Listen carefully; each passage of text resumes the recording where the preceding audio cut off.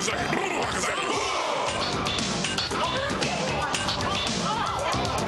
you might pray to God, y'all, but I like Lucifer best of all. Don't keep changing, waiting. Don't keep changing, waiting. Sunday school is a place for fools.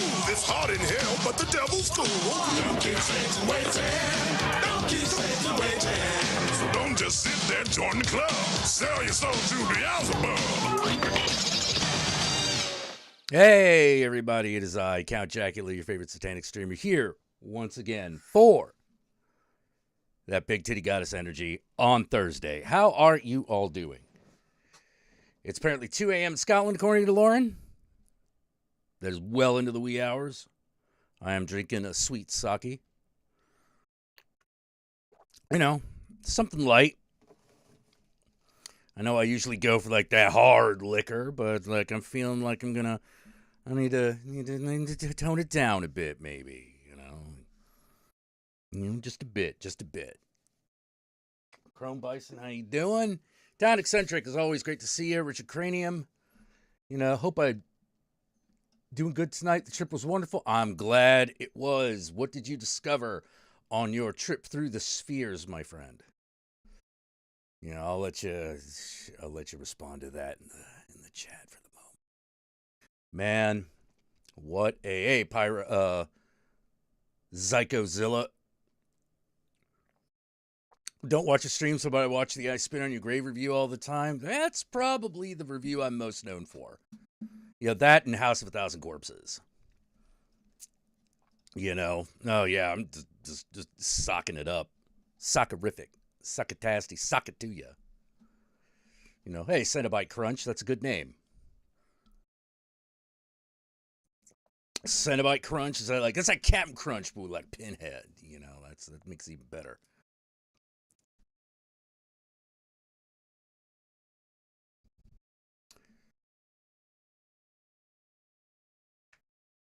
Oh, man. Oh, what a hell of a week it's been. What a week it's been, particularly if you live in America, where basically what you got is like just every day there's been a new shooting for the last week. And one of the things I think is really interesting is, hey, Matthew, how you doing? How's Babylon Game coming along? It's coming along. It's doing well. We're edging ever closer to that Kickstarter release. How's the sake? It's sweet and cloudy. Sweet and cloudy.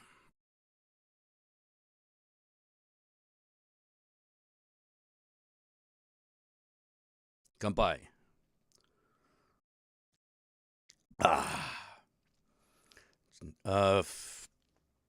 So one of the if you're American, like it's been day after day of shooting, next day shooting.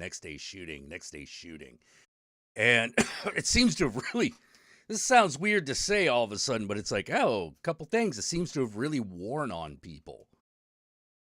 Like people seem to have gotten really, really, really, really, like they're really on their last nerve about the whole thing, because, America refuses to regulate gun laws, but now there is a big public push for it. That's interesting. I don't know if I don't think that'll get us anywhere right yet. But it is evidence that the thought concerning it has changed.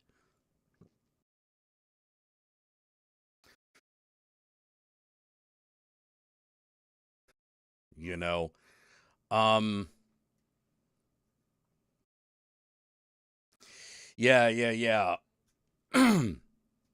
The thing about America is that America hasn't done anything about any of its school shootings for the last several decades.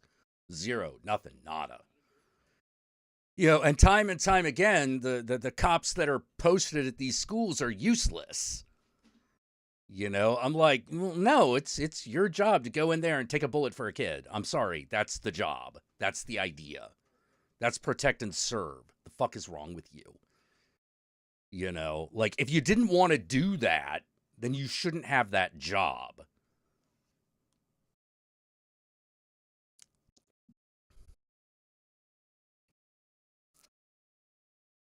Yeah, gun control has become a more mainstream belief in America at this point. It's one of the results of the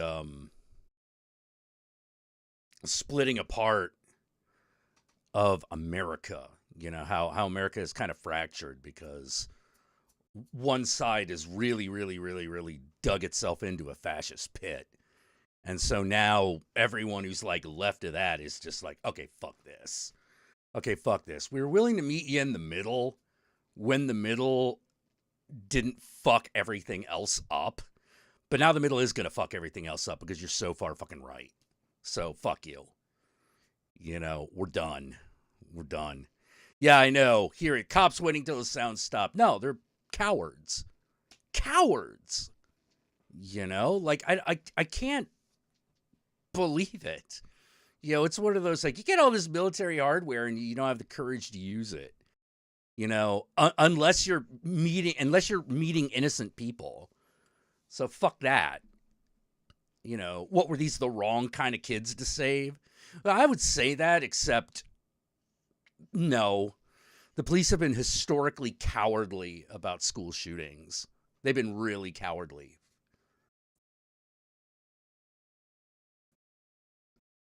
You know, it's just historically cowardly. It's crazy. You know,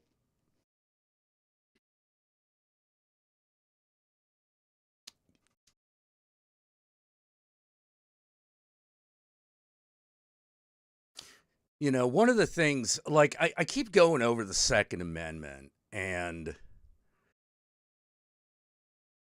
I keep coming to what is it? Like a well-regulated militia necessary to the defense of a free people, being important to being necessary for the defense of a free people, the rights of the citizenry to bear arms should not be infringed. Here, let's even go like this. Go with the actual Second Amendment.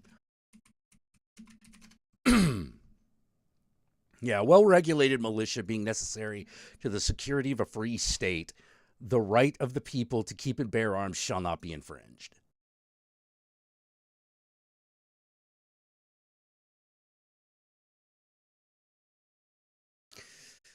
Now, on the one hand, there's the interpretation that we all know of like, oh, we just don't,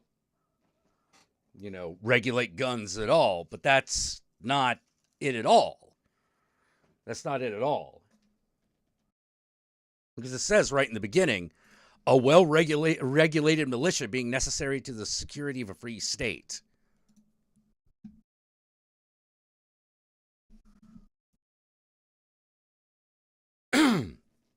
So regulations are already implied.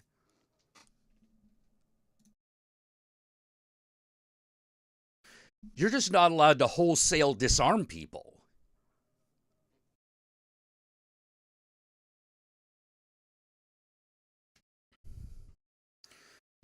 So at that point, the question of like, well, what do you really need this for is an extremely valid one.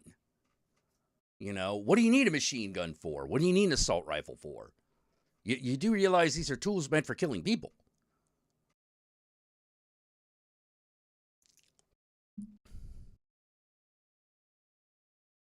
Like it would be perfectly in keeping with the Constitution to say this level of arms anyone can have, but above this, one must submit to well regulation.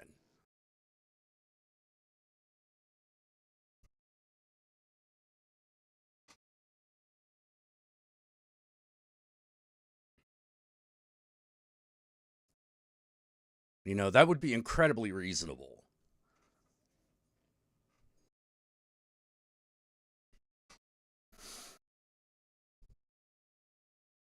Like I would go with anything single shot or slower. Like anything semi-automatic or slower. That's one of those, okay, yeah, Americans can just have that. But anything above that, no. No, no, no. You have to be proven to be competent with it. You know, you have to be proven to be competent with it because, like, that is a thing. Is that going to get rid of all the gun violence? Fuck no. Of course not. You know, it won't. You know, but it'll cut it fucking down. It'll help.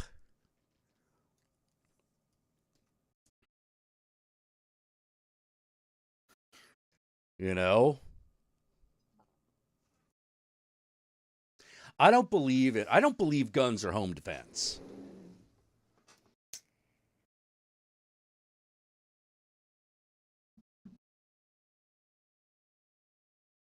I don't believe that. I don't believe that a weapon that is that good at killing people can be classified as defensive. No one pulls out a gun and everyone thinks, "Oh, look, it's a defensive firearm." You know, like that just doesn't happen. That's not a thing. You know, so I don't buy into the home defense thing. You know,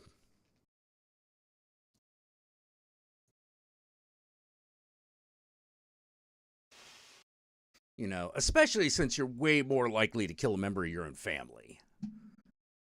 Like, come on. Come the fuck on.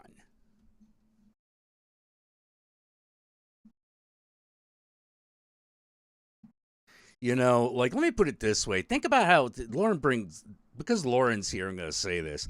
Think about how stubborn the Scots are. Yeah, they were like, no, no, no, we don't need all those types. We don't need those types of guns. We don't need that shit. We don't need all that crap. That'd be crazy. Who are we planning on fucking fighting? Like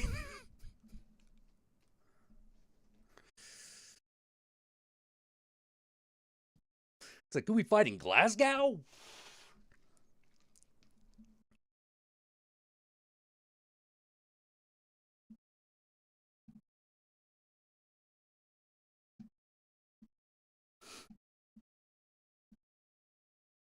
It'd be totally reasonable.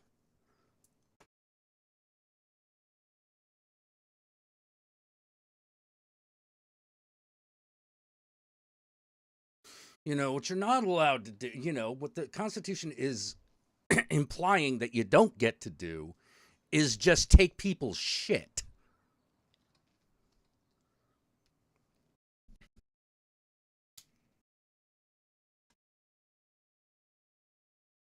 If you've broken no law, then there's a level of armed that you're just allowed to be. Like, we can't even agree on. Can we at least agree on that? Like, I think that's a pretty generous limit.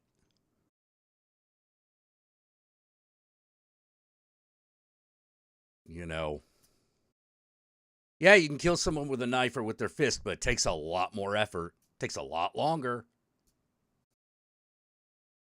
It takes a lot longer.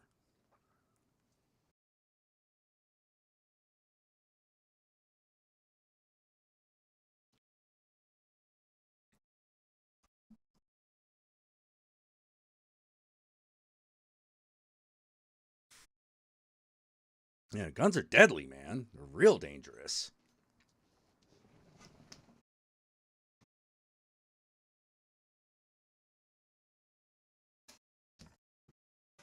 And I'm pissed that we keep like trying to find like these cute little ways to not have to fucking put people who kill people with guns in jail based on their skin color.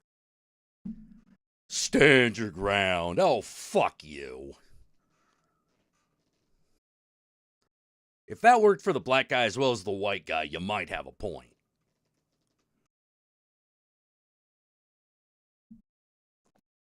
But no. That's the fucking problem. Yeah. When the guns are outlawed, only outlaws will have guns. Make them. I'm not here to make it easy. We don't have to be making it easy. Crap.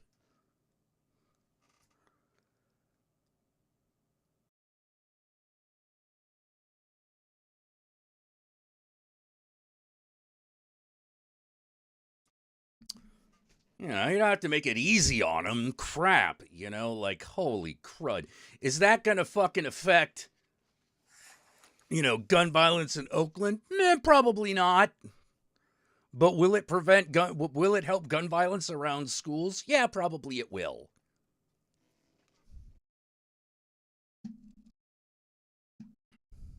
Because here's the other thing, people. Here's the other thing that you got to realize. That only outlaws will have guns, that argument is dead to me. Because you know who doesn't fucking shoot up a school? Career criminals.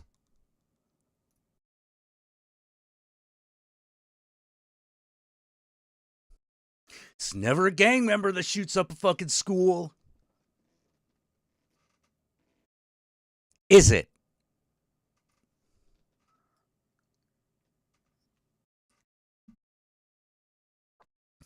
You ever notice that? You ever notice that? It's never a gang member that fucking shoots up a school. It's always some weird white guy.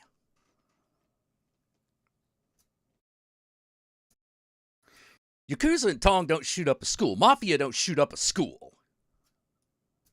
You know, that doesn't happen. They don't do that. Because there's no money in it. Fuck. Oh, yeah, we're going to shoot up a school because, like, I don't know, there's money in that. Oh, yeah. $100 a head for a 7-year-old. Like, no, that doesn't happen.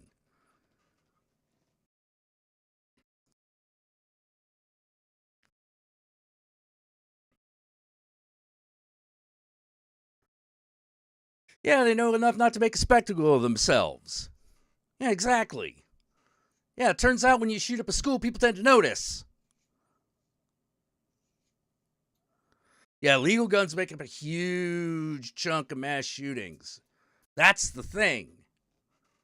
You know, it's like, so basically what I'm saying is, I trust the outlaws more. I trust the outlaws and the gangsters way fucking more on this front.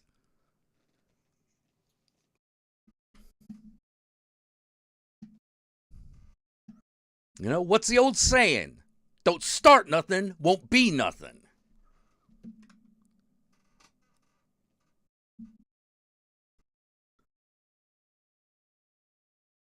You ain't gonna be like starting shit with no school. Come on. Like your fucking nephew goes there. Your brother goes there. Your little cousin goes there. You could do that.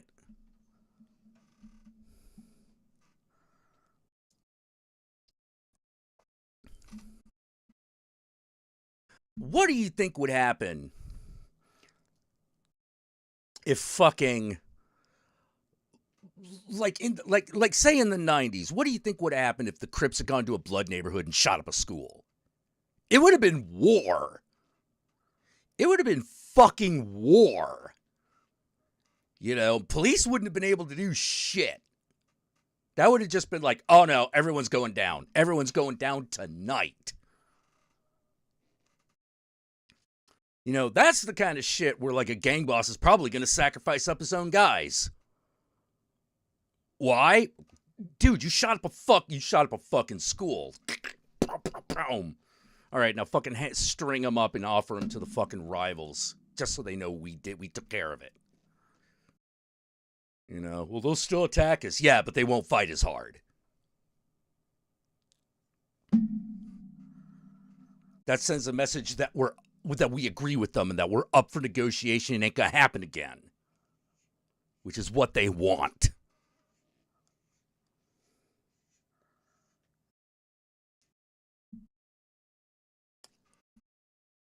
Yeah, they're not even protecting the fucking parents of kids from getting shot. They do nothing.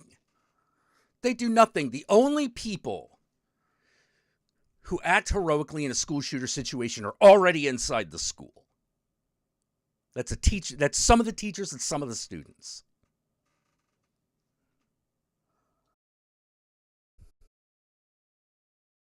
Cops are useless in this situation.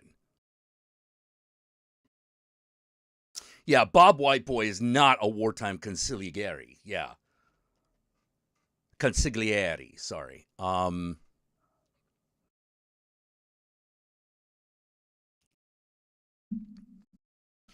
Yeah, talking about. Oh yeah, I'd love to talk to you about this, John. We can. Yeah. Let me set that shit up.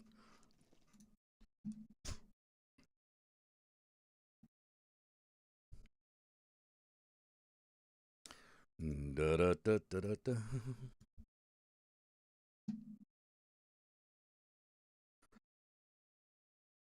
Now that we got this,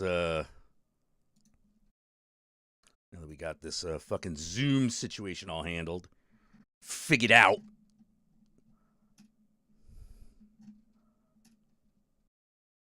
Yeah, we'll talk about big titties in a bit, but maybe I think maybe first we gotta deal with the news of the day.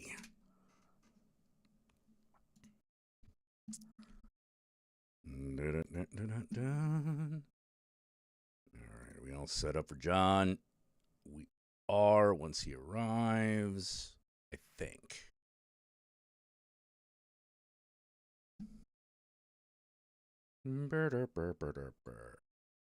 Let's admit the John. All right, John, gonna have to give me a minute to get your face up here. Oh, that's cool. We're doing it. We're doing it live. Hopefully I sound okay. Looks good. All right, cool. Yeah, you sound good on my end. We'll put it that way. Fantastic. There we have go. opinions. Perfect. All right, cool. I'm here.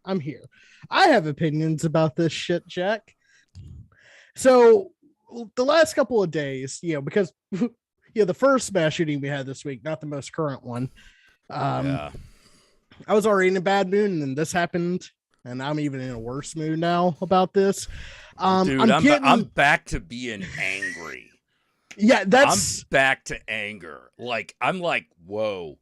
Normally, this would have laid me out for another week. Just like, oh, God, 1 mass shooting. Oh, 2 mass shooting. 3 mass shootings. Yeah. All right, I'm getting a little pissed off here. 4. All right, that's it. All right, fuck this. But here's the fucking thing, right? Everyone wants to point to, everyone wants to say, well, obviously one side here is right. And I'm sorry, my fellow gun friends. I like guns too, but someone put it perfectly. If my hobby killed, was the number one reason for child death in America, I'd stop participating in my hobby. If for some reason tabletop role-playing games started killing kids by the fucking thousands, it turns out the D20 is actually deadly or something, right? Right. If that was the case, I would turn my fucking dice and books in the next fucking day and find a new hobby. Yeah, it'd be strictly computer games from then on, man. Right. I would just be like, well, I mean, it sucks, and I really did enjoy this, and I never inappropriately played role-playing games. I never did it unsafely. I was a law-abiding D&D player. Yep. Until this crazy person, which, by the way, if anyone blames this shit on mental health, understand that only 11%, according to new research, only 11% of mass shootings are done by people who are mentally ill. Here's the thing. If I will accept this is a problem with mental illness in this country, if the then thing was, which is why I'm introducing a bill to fucking, increase mental health standards in America, or get more money into mental health facilities, or to create a new a new something that's going to actually do some shit. Yeah, that'd be fine. But now we've gotten to the point where a Republican is okay with saying mental illness just because they know it means nothing will happen. Well, that's the thing. They say mental illness. They'll say it's, he was crazy. He was mentally ill.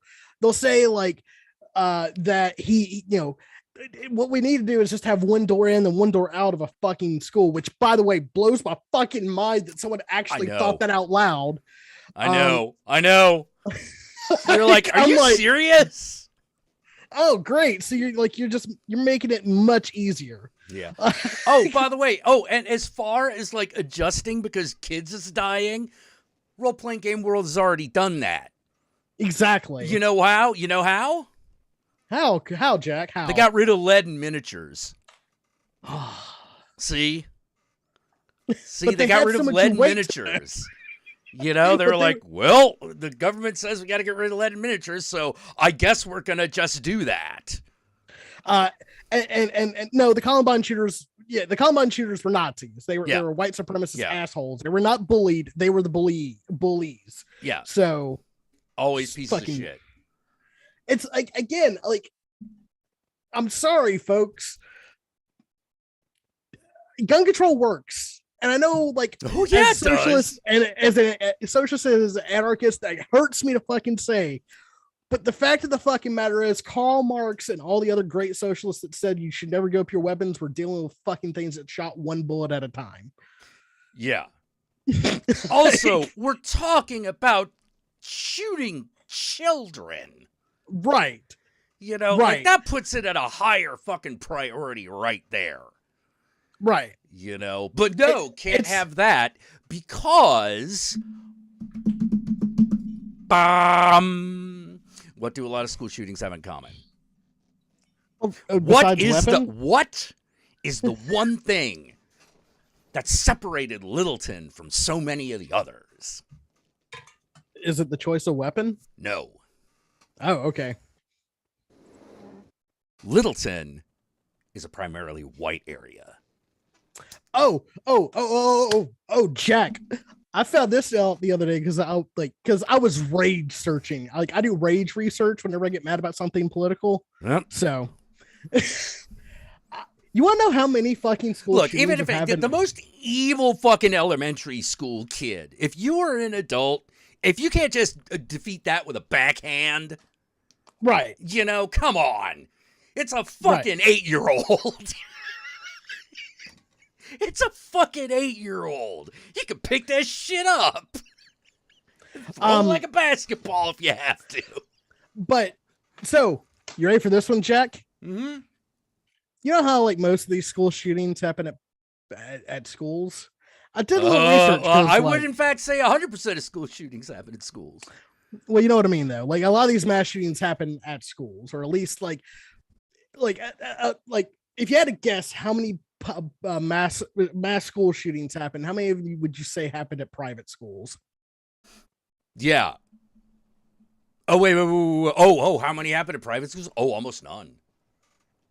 I only found 8. In the whole history of the United States? Oh, so it's at least Columbine. Pray to Satan. This isn't a rich white person problem. Hence the reason why rich white politicians don't understand what we're all fucking angry about. Yeah. Oh, someone's going to try to bring it up violent video games, but it ain't going to stick.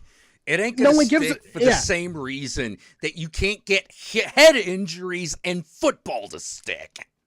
Well, because nobody gives a shit. Yeah, ain't nobody gives a shit. And 2, like, too many people like video games. Okay? Right. You're more likely, I got to be honest, you are more likely to outlaw guns. Yeah. You know, like but so I hate to say this, like, because someone brought up, like, we need more security at schools. I don't know when the last time you walked into a school is. God. They're filled the fuck up with security. Yeah. If the security does nothing or gets taken out, what's to stop that? Yeah, that's always my fucking question. That was my question, which is like, how do they get into school to fucking begin with? And the answer is because cops are pussies. Yes. And I'm like, what? You gotta be kidding me. But yeah, that's the answer. That's the answer. And I couldn't believe it. Because I'm like, really? After all that fucking posturing, the one thing we expect you to do is to fucking save you won't even do. You won't even do it. Fuck you. No, they'll do it. They'll do it for their kids. Oh, did you see that fucking report come out? No. Cops were right in there to save their kids while keeping the parents of other kids outside.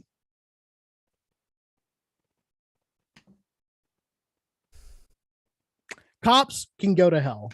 I'm sorry. You're Wow. yeah. Yeah. Wow. Yeah. Yeah. So this whole we need to add more security to fucking schools. No, we need to have people that are willing to do their fucking job or get the fuck out of the way. If you're a cop, imagine if your house was on fire and the fireman stood outside the fucking house for 40 minutes while it's raging, burning right now, and you asked them what the exactly go in there, do your job, and they're like, "Oh, I'm sorry, I can't. It's too fire. It's too dangerous." You know, yeah, exactly. It's like I don't know. I find myself going like, man, maybe we should put the fire department in charge of this shit. Those guys will go in. Those guys will go in, just fucking give them a fucking Kevlar vest and just say, go at it. I don't think you even need to give them a gun. You can just fucking give them a truncheon. They'll just fucking go. Don't use cops, hire private security firms. Oh, fuck great. Someone that. No way. No way. Do you know? Look, oh, yes. I'm going to be real super fucking, I'm going to be, look, quick. Who has friends who are rent-a-cops? Who would trust those friends to run in and take a bullet for a kid 100%? Exactly. And these are people we like. Exactly. You know, like... I don't even trust them to chase down a perp. Yeah. Like, come on. Security guard. Private security is security theater. Yeah. You know, and sometimes, because that's the idea that, look, if we look like there are motherfuckers around who are willing to do shit, maybe they won't, you know. But that's private security, okay? No. You need protect and serve. I mean, there is a part of me that is sort of like, maybe we should just give it to the National Guard. Right. But then again, here's the fucking problem. It's a school. We're so hung up. Oh, Richter Fallos, you think there's a difference? There's not. You're adorable. Because you know what? I actually know people that work as a PMC. Like, for real. Yeah, there's Taylor Brody. I'm a rent-a-cop. I don't get paid enough for that. Exactly. I know people that work as PMCs, which are private military corporations. Yep. They're not willing to take a fucking bullet for your kids. Like, I don't trust them. They're willing to either. shoot your kid, but they won't take a bullet for your kid. Yeah. That's why I'm like, maybe we should have a National Guardsman. Even then, man, it's like there's one solution here that we're trying to all fucking get around that nobody like apparently wants to do. Which is get rid of guns. At least could like get rid of the whole open carry bullshit. Oh fuck yeah! You got to be kidding me. That way, if someone's carrying around an AR-15, you know, the most popular fucking rifle that's in circulation right now, if someone's carrying around an AR-15, a cop can stop them. Yeah. Legally. You want cops to do something? Give them a reason to pull someone the fuck over. Yeah. Like it's one thing if it's like, yo, no, you cannot be waving that around. I'm sorry. Right. You know, like how many I've been arrested for having a sword in fucking Virginia. Well, they probably thought you took it off some fucking. Well, I didn't get arrested, but I was detained. Yes, that arresting without being arrested. Yeah, it was arrested without being arrested because I was like, am I under arrest? Am I under arrest? Am I under arrest? Well, if I'm not under arrest, then I'm free to go. Right. You know, and they were like, no, you have to wait for the cops here. Do you submit to it? No, I don't. No. I watched one friend submit to a check and that guy went to jail. Fuck you. I'm not doing this. This seems exceptionally stupid. Yeah, this seems stupid, you know. It's like, can we confiscate your weapon? Oh, well, I mean, sure. Only if it's not mine. Because it's not mine. Wait, how can it not be yours? You're holding it. Well, I mean, I'm holding it for somebody. I found it. Yeah. You're allowed to take it, but it ain't mine. Fucking pieces of shit. Fuck you. But you know, but like that's the thing. It's like this whole fucking thing, right? It's pissed off the Reagan Republicans at this point. The Reagan Republicans, the neocons are like, what are the cops doing? And everyone's like, nothing. Like we told you 2 years ago. Yeah. Yeah. Thumbs up their asses. That's what's happening. And it's like, well, like, because I'm sorry, but guns aren't really that fucking important. Y'all all, like, everyone who's like, it's my right to freedom, it's how I'm gonna fight an oppressive government. Brother, I need to tell you something. You keep voting for the oppressive government. Yes. Shut the fuck up. Oh yeah, man. And ain't they, but they've been on parade today. Like, oh God. Man. I thought it was interesting that Mitch McConnell was like, well, I hope we can find bipartisan support for some kind of bill to do something about it. It exists already. But, yeah, I know. Like, no, I don't trust Mitch McConnell, but I thought it was interesting that he thought the politically most expedient thing to do was to promise to do something. Right. You know what I mean? I'm like, oh, the tables have turned. And they're doing something is literally talking about doing something. Yeah, totally. But like, it's been a while since we even got that lip service. Well, fucking the new not from the Republicans. Yeah, but like, so here's the wild thing, right? The New York Yankees today, the New York Yankees and Milwaukee Brewers today, canceled their game and said, what we're going to do instead for our programming time is give you present media to discuss gun violence because we need to talk about it. Whoa. Are you fucking serious? Yeah. If you go to the Yankees Twitter right now, you will see like they have a full fucking thread of just talking about gun violence in America. Oh, wow. And this ain't like, dude, that's not like the Cleveland Indians or some shit. That's the fucking Yankees. That's the They're Brewers. called the Cleveland Guardians now. And the Cleveland Guardians? Right. But I'm like, that's the Yankees and the Brewers, man. That's like big. That's big time, you know? My dad says, keep the government from taking this stuff. You keep giving the shit away. This is the shit I don't get. Yeah. Why is it? Yeah, okay. Why is it the Second Amendment is so sacred, but the Fourth Amendment isn't? The Fourth Amendment isn't. The 14th Amendment isn't. The 16th Amendment by the way, for those of you living in America, what's the Fourth Amendment? I'm betting you probably don't know. It's the thing that protects you against illegal search and seizure. We got rid of that because with the USA Patriot Act. Yeah. Yep. Like I'm like, this is the thing. I keep like rattling it around in my brain, right? I keep trying to fucking like, at this point, there is no defense for wanting to keep these fucking things around. No, there is none. Because like everything, every little like, oh, well, here's how we'll solve it. We'll have everyone be licensed to have a gun and maybe licensed to buy bullets. You can only buy so many bullets. It doesn't fucking matter if they're stockpiling ammunition already and they have the guns already.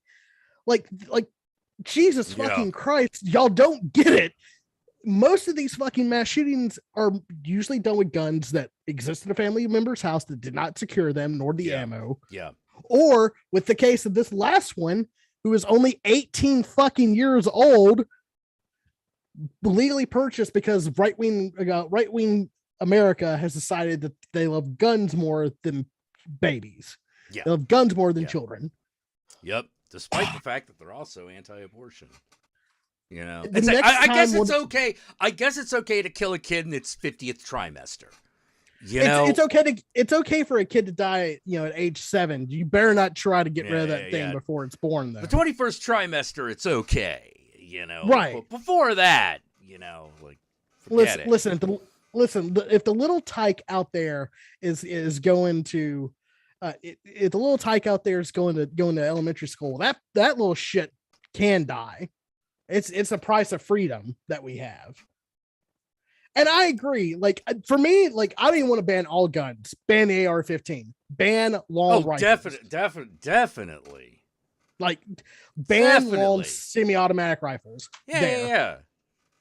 You know, it's like it's gonna be bad enough with regular semi-automatic. Right. You know, you can't prevent all violence, but you can do shit that slows it down. I mean, shit, as much as I hate the Clintons, the assault rifle ban back in 91 or 94, I can't remember. Yeah, I forget which one it was, but yeah. Like actually that makes worked. sense. Actually worked. And actually prevented a lot more school shootings. And then as soon as that thing, expired and nobody in Congress decided not to reenact it, school shootings tripled. Not doubled. Tripled. Yep. Before that, the biggest mass shooting that we had, Kent State. What?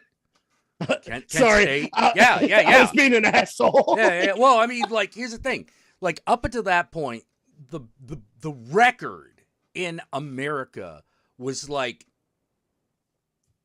17 killed in a single event. Now that happens every other time. And I actually we even had a few years where the rate was 0. Yeah, it was weird. Kind of amazing.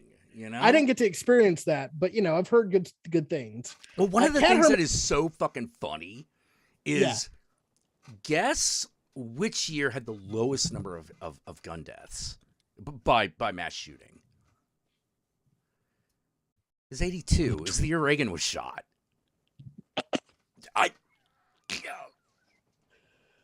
Don't look at me, man. I don't get it. But like, I'm like, oh, well, that's weird. Cat Hermit brings up another good thing that if I had the ability to, I would try to enact, which is to shut down 4chan. There are so many of these sites, specifically 4chan, 8chan, all these motherfuckers. This is where they go to get radicalized. I don't know. They haven't confirmed what this motherfucker's motivation is yet. At least I haven't seen that yet. But they did confirm the one beforehand. And he was constantly posting on 4chan, constantly like being fed this hateful rhetoric from 4chan. He admitted that 4chan radicalized him. Yep. And so many other mass shooters have been radicalized on that platform. I'm sorry. We need regulation on the internet. It needs to happen. We need information regulation in this country. We need something. Well, like that's the thing. They keep like it. They bring up like the fact that he brought great replacement theory and was like, oh, he was obviously watching Tucker Carlson. No, motherfucker, he was watching people stream on like 4chan and fucking like whatever the new conservative think tank is, like that's not Twitch. It's their like streaming platform. It's got Nick Fuentes and fucking Alex Jones on it. Like this is the fucking thing that is the real ugly underbelly of this, which is a lot of people will get radicalized by watching shit on the internet that nobody has learned how to grasp or how to lock down. Yeah. Because everyone's scared of Republicans. Fuck Republicans. Yeah, I'm like, no, fuck you guys. Yeah. Like, what was it? Facebook and Twitter was like, what's the problem with getting rid of extreme fucking language, which is it is identical to Republican politicians speak. Yes. That probably says something. I mean, I don't know about you.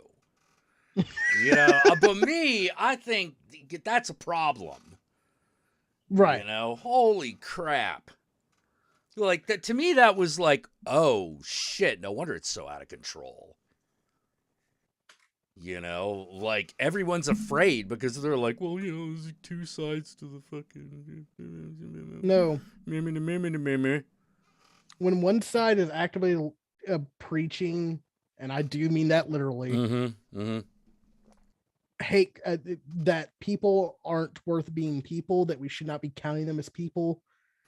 Yeah, no, I don't give a fuck what they say. Yeah, there's no Yeah. there's no middle ground with that.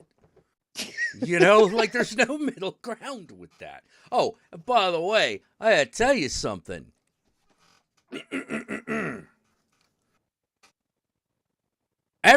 All the Republicans are laughing right now because we didn't fucking ratify the Equal Rights Amendment.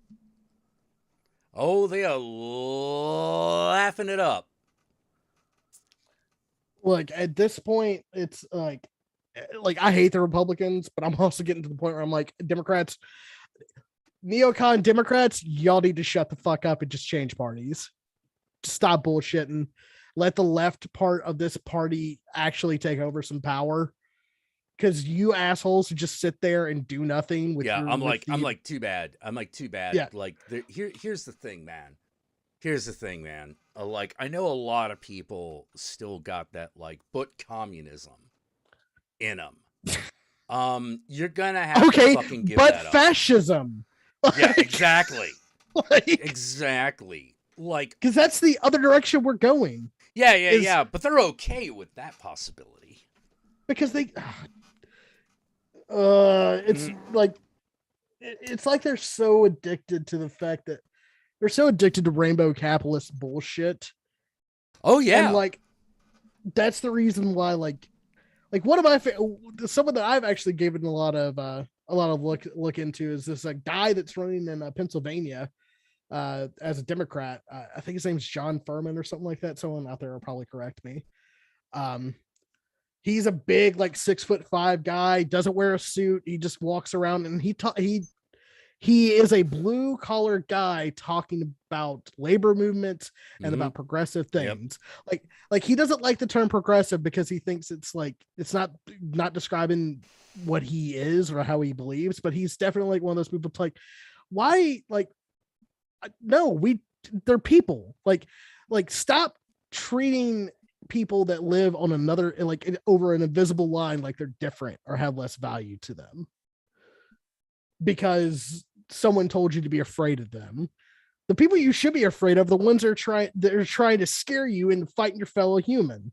Oh yeah. John Fetterman. Thank you, Guru. Yeah. So this guy, right? This guy, blue collar guy, walks around fucking like sweats, t-shirt, shit like that. He won every county, not like a few counties, not just the blue counties, every county. He doubled everyone else's vote count almost. Oh, man. So what I'm trying to say here, folks, is that you can do leftist bullshit in the blue collar areas. Just have to learn how to fucking do it. You can tell these people, you can get these people to fucking understand that gun violence is inherent with owning guns. That is the fucking case. It's gonna happen. Yeah. But maybe we should do something instead of sitting on our hands and just counting the bodies as more and more children pile up before freedom to own guns. Yeah. The Second Amendment is there, and we've had amendments that were codified and then rectified within decades of each other. Hey, let me put it this way, man. Let me put it this way. If you want to put a provision that says, all right, but in case war were declared on American soil, that shit all goes away, is all suspended, I might be willing to give that to you. I might be willing to give that to you. I might be willing to do that,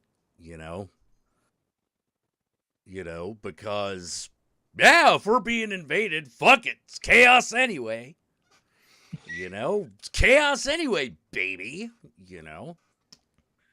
But again, it's just it's asinine bullshit that we keep fucking feeding into these mediocre men. And yes, I do mean men, because in case you haven't noticed, a lot of them are cis white guys. Yeah. Occasionally it's a girl and occasionally it's a black guy, but like, or at least some other person of color, Yeah. But it's let me put it this way: the second most. It's my people. Well, yeah, the second most common race for a fucking mass shooter to be is Asian, and that is a real steep drop off. Oh yeah, that's like super steep drop off. That's like saying America's got the #1 military in the world. It's like, yeah, but look who #2 is, and then see who has who's in the top 10. Yeah. Like, yeah, it's pretty fucking nuts because, like, if you want to see that gradation, like, you're kind of expecting, like, the #2 military to be, well, then you have to start just dividing the United States up by branch of military. It's kind of ridiculous. Like, it's one of those, like, if we did it that way, we have the first, second, third, and fourth largest armies in the world. You know, like, it's ridiculous. Someone asked, hey, isn't Satan a Republican? Go on, Jack. Oh, is Satan a Republican? Well,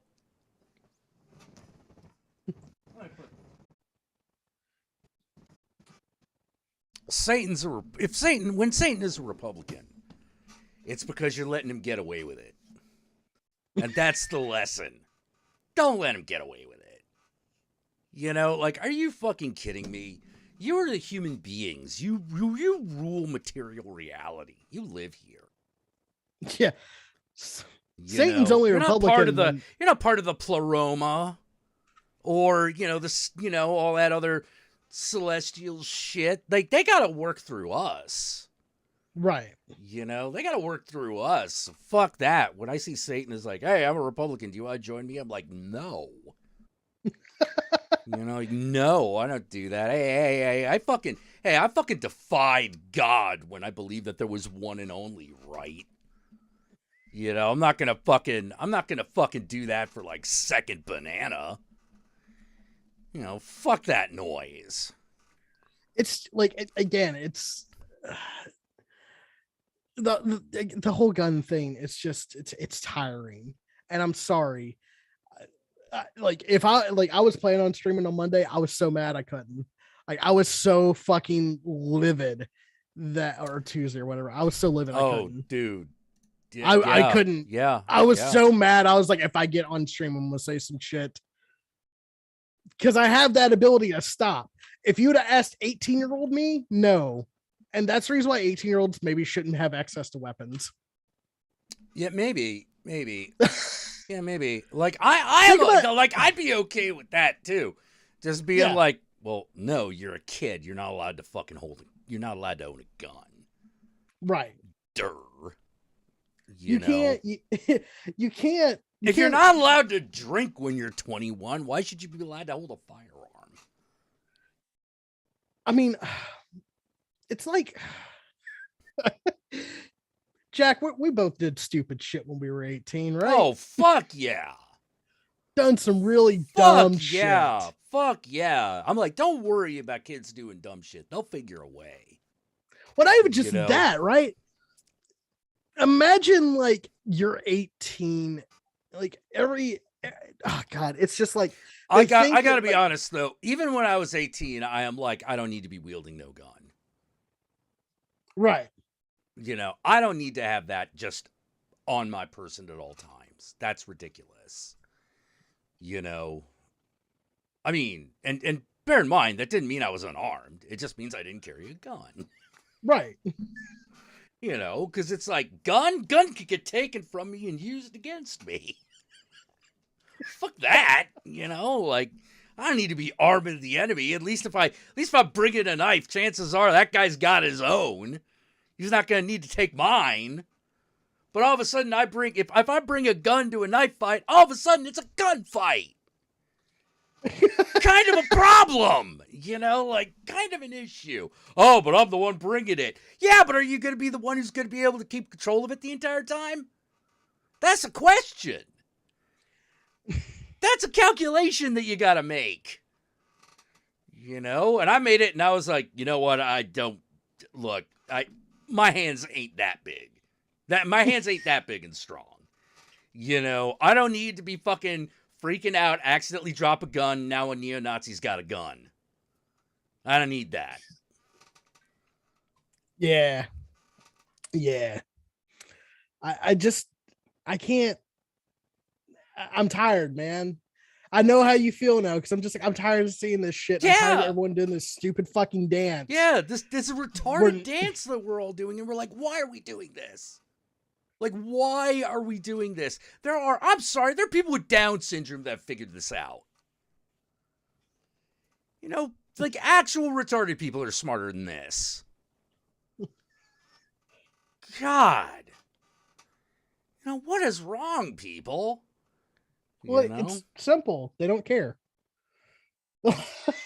Inside Jack said right now is basically the last act of West Side Story. Sometimes. You know, like I legitimately worried about that shit. Where I'm like, if I escalate the violence, then the violence is definitely escalated. Right. Right? Like that's the problem. You know? And also, like, to kind of bring up a really dark subject, but, you know, as we both kind of, like... Zevon Price is a single woman living alone. I'm not arming someone who breaks into my house. Yeah. Yeah, well, like, right? But here's the thing, like, we both have depression.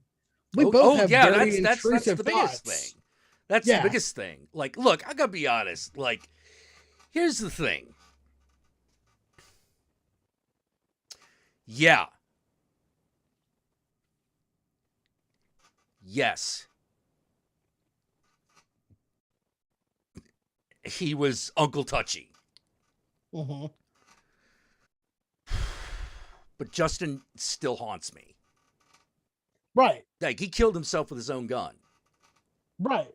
And a lot of people are like, he didn't seem like the kind of guy who would have a gun. And I'm like, he lived in Colorado.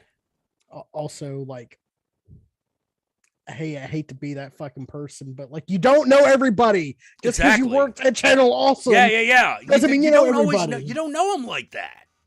Exactly. You know, you don't always know him like that. Like, that's the truth. That's the horrible truth.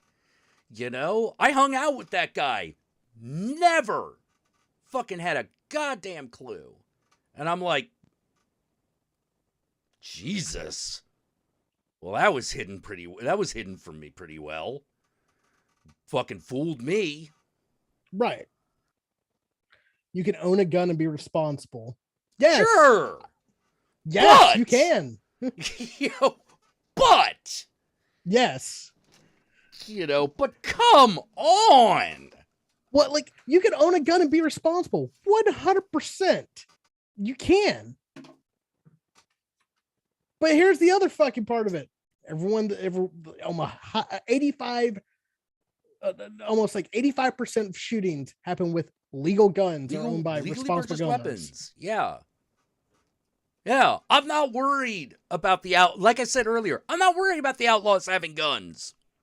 They seem to not want to use them very often. Yeah, they seem to only want to use them against other outlaws. I'm kind of okay with that. You know, like, as well, I mean, granted, once you shoot up a school, you are an outlaw. But, like, up until that point, these are legally purchased weapons. That's ridiculous. That's ridiculous. That's like, oh, we can't think of anything to do. What are you fucking talking about? Of course you can do something. Of course you can. You know, you just don't want to. Why? Right. You know, and it's because the man, the strong man with a gun said, "From my cold dead hands." That's why. He's America. Oh. See, like gun ownership, I hate to be that. Fuck motherfucker. Fuck motherfucker. Fuck John Wayne. Fuck goddamn, what's his name? What's that guy? He was on that fucking 18-year-olds don't know themselves, let alone, you know, fuck John Boyd, fuck John Wayne, fuck James Woods, and fuck what's his name? That guy. Wayne LaPierre? No, not Wayne LaPierre. That other motherfucking guy who's in all those guys. You damn dirty ape. Like that motherfucker. Charlton Heston. Fuck Charlton Heston. Fuck the Queen. You know, fuck. Good God, motherfucker. Like, what the hell? I love that donation. I'm openly pansexual. When I was 18, I was homophobic. Same. 18-year-olds don't know themselves enough, let alone life enough, to own guns. By 18, I knew my sexuality, but if you were to roll that back and say 14, that would be me as well. Even then, though, like, glad you did. Not everyone. And thank you for the donation, Psycho Sorcerer. Also, it's nice to see you again. um, to a degree, I don't want to give up my sidearm or shotgun, but I'd be willing to sell back your AR-15. Cool. Guess what? Cool. There are not enough of you out there that will do that. Yeah, that's So the problem. So maybe instead of like fucking diving over your guns and going, "Don't take my babies," instead talk to your fellow fucking gun owners and start talking about how, like, no, we need to actually have sensible gun laws. We need to stop acting like they're like acting like it's a sign of oppression when they come for our guns, when babies are fucking dying and being piled up in front of them. You know what I think could actually be fucking I'd be okay with? Like this is one of those, like, come on, work with us, people. Work with us. Yeah. I like, because here's the thing. If you as a citizen were like, I want to learn me all I can about firing some guns and then fire some guns.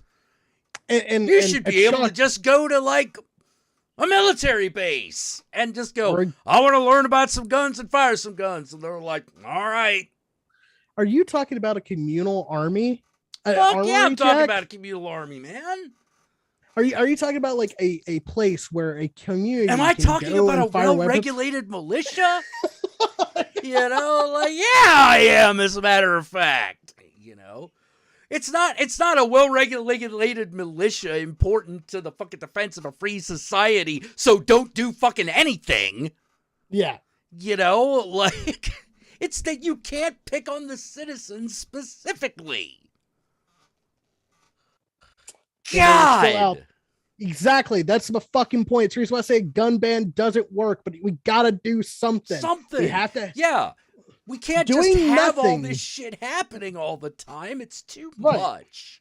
Then either I don't even want to increase the price of ammunition. Just limit it. Limit someone to a fucking 50 bullets a fucking month. If you can't survive off that, then I'm sorry, you have a problem. Yeah, maybe you're so shitty with firing a gun you shouldn't have one at that point. Exactly. You know? Like, I gotta be, but then again, but I gotta be honest. Sometimes I'm the guy who thinks that, like, if you're over the age of 30, you should be fined every 12th time you fail to do a skateboard trick. All right, that's some wild ass shit that I'm not exactly on with, but okay, well, let me tell you why. Because I was a young adult in the 90s, okay, brother, and let me tell you, there got to be a point where it's like, yo, dude, you either got the skills or you don't. When you like in your mid-30s, like, you can either skate or you can't. I'd even be willing to give you a grace period for some reason I'm in my mid-30s. I just learned to skateboard now. Right. Okay, well, all right. Yeah, I'll give you a year's learner permit to, like, fucking do something. Now, this doesn't apply to the skate park. You can fail all you want at the skate park. I'm just talking about in front of my house. on the sidewalk. That's what I'm talking about. But, like, I think there should be skate parks where you can suck all day. And hey, they have those things for guns. They're called firing ranges. Mm-hmm. And I've seen a lot of people that can't hit the broadside of a fucking barn with weapons they should not be holding. Oh my God, yeah. Yeah, it's like I thought I was bad because I didn't get a lot of bullseyes, and then I was like, oh, but I at least hit the target I at least hit the target. I didn't even always hit within the circle, but, like, I hit the damn thing. I hit the fucking piece of paper. Right. You know? Like, and also that fucking personal, like, sell, like, without regulation and shit. Like, sorry. Jack is just around about getting off my lawn. Yeah. Look, stop doing skate tricks in front of my lawn. Why? I'm getting secondhand embarrassment. That's why. You know, because it's my house. You're fucking up in front of. If you're like a kid, if you're like a little kid, hey, fucking no problem. Just wear some protective gear. I don't want you to get hurt. You know, but you can suck all day. Oh yeah. You know, I'm talking about adult skaters. It's like, dude, if you can't ollie by now, you ain't gonna. So stop it. I don't know quite how this is a parallel between guns, but all right, yeah, I feel like it's just a you thing. I'm not saying it isn't. All right, I'm not saying it isn't. You know, like, let me put it this. Oh man, that's probably what I should have done. I should add a skateboard scorecard right out front of my window when I was living in like Soma, and just been like, and just giving people like fucking nicknames like glasses and fucking newsy hat. 1 out of 200. Listen here, Fucking Anthony Falcon. Dude boy with Fu Manchu facial hair. 3 out of 200. And just like kept that up. Damn, Guru just fucking snitched on you. It's totally just a Jack thing. Oh, well, this has been my soapbox for a while. You know, like, but like, here's the thing. I would never say we shouldn't build a skate park. And I'm like, wait, all the guys could just suck in some way away from me? Awesome. You know, like, I see how that works in my favor. Yeah, because when I say not in my backyard, I mean that extremely literally. I don't mean like in my neighborhood. I mean in front of my house. Oh God, Jack, you've turned into a NIMBY. Hey, man. You know what I also don't like in my own backyard? Children? Other people's crap. You know, like, holy crap. Like, we had this fucking construction. We've been having this construction on and off for a while, and like the debris from the construction was constantly falling on this side of the property line.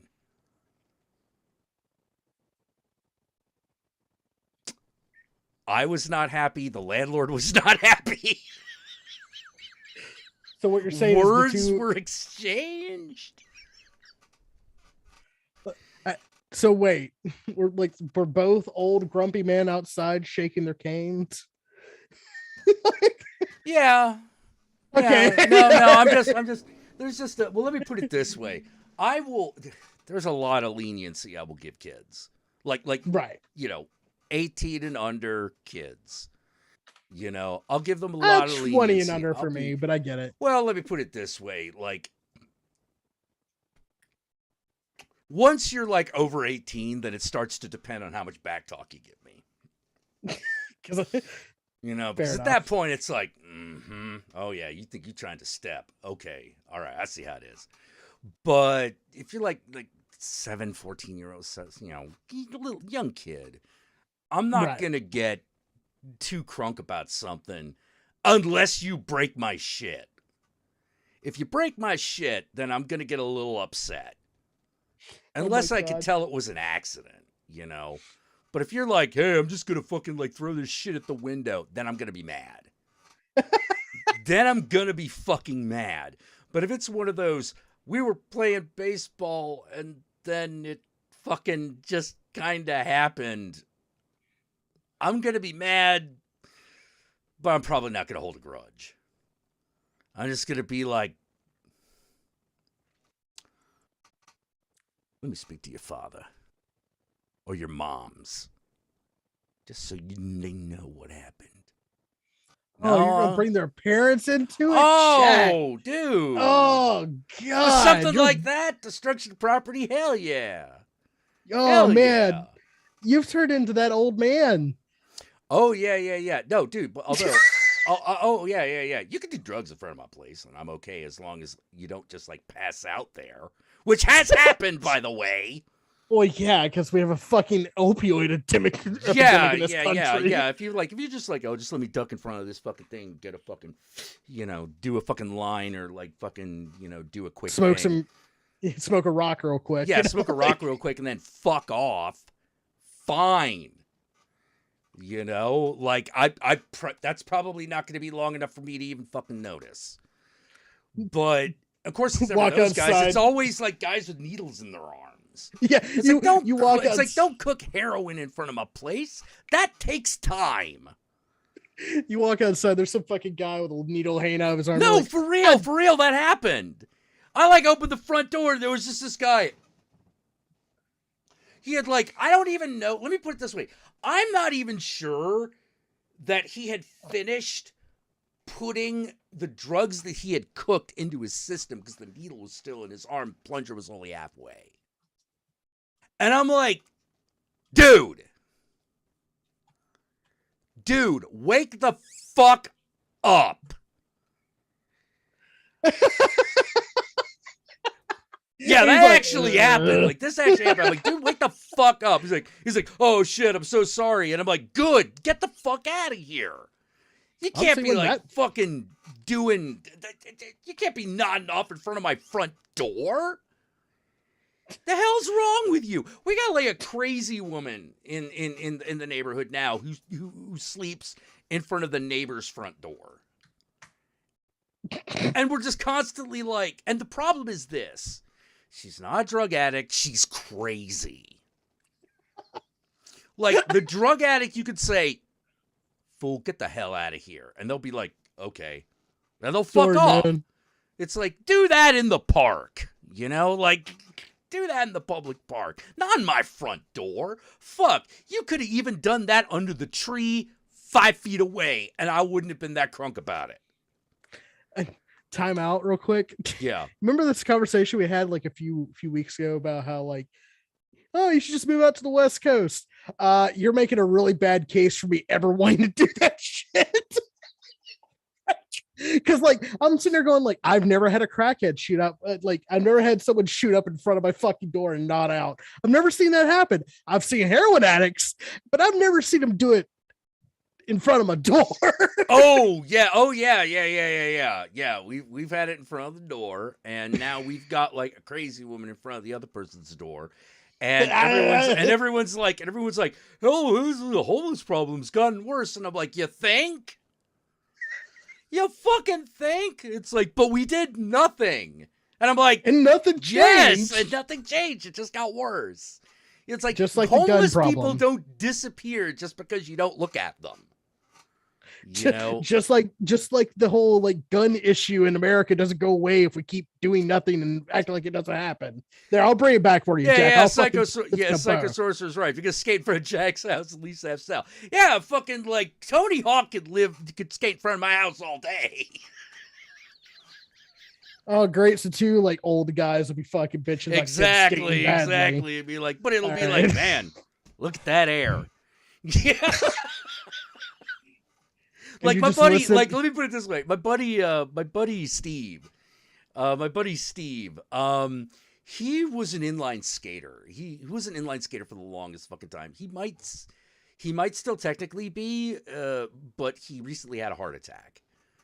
Right. He recently had a heart attack, so he ain't skating right now. But like, he used to be an inline skater, you know. And this man was oh, what a pussy.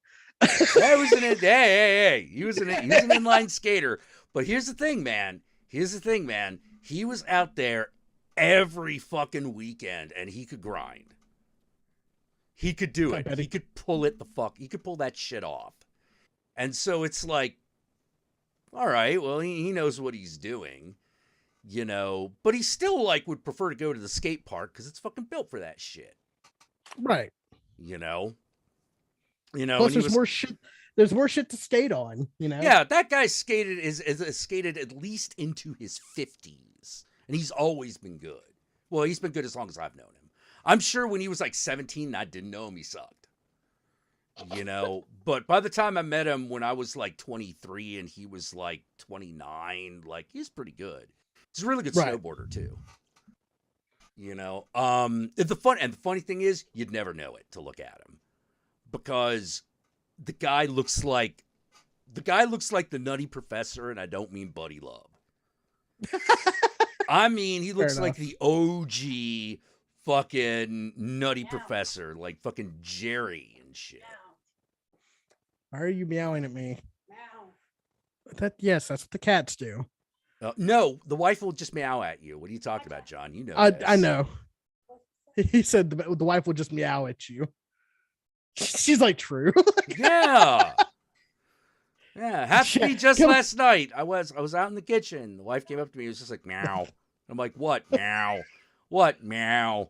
What meow? I swear to God, And I'm our like, lives are just parallel universes that exist on separate parts of this country.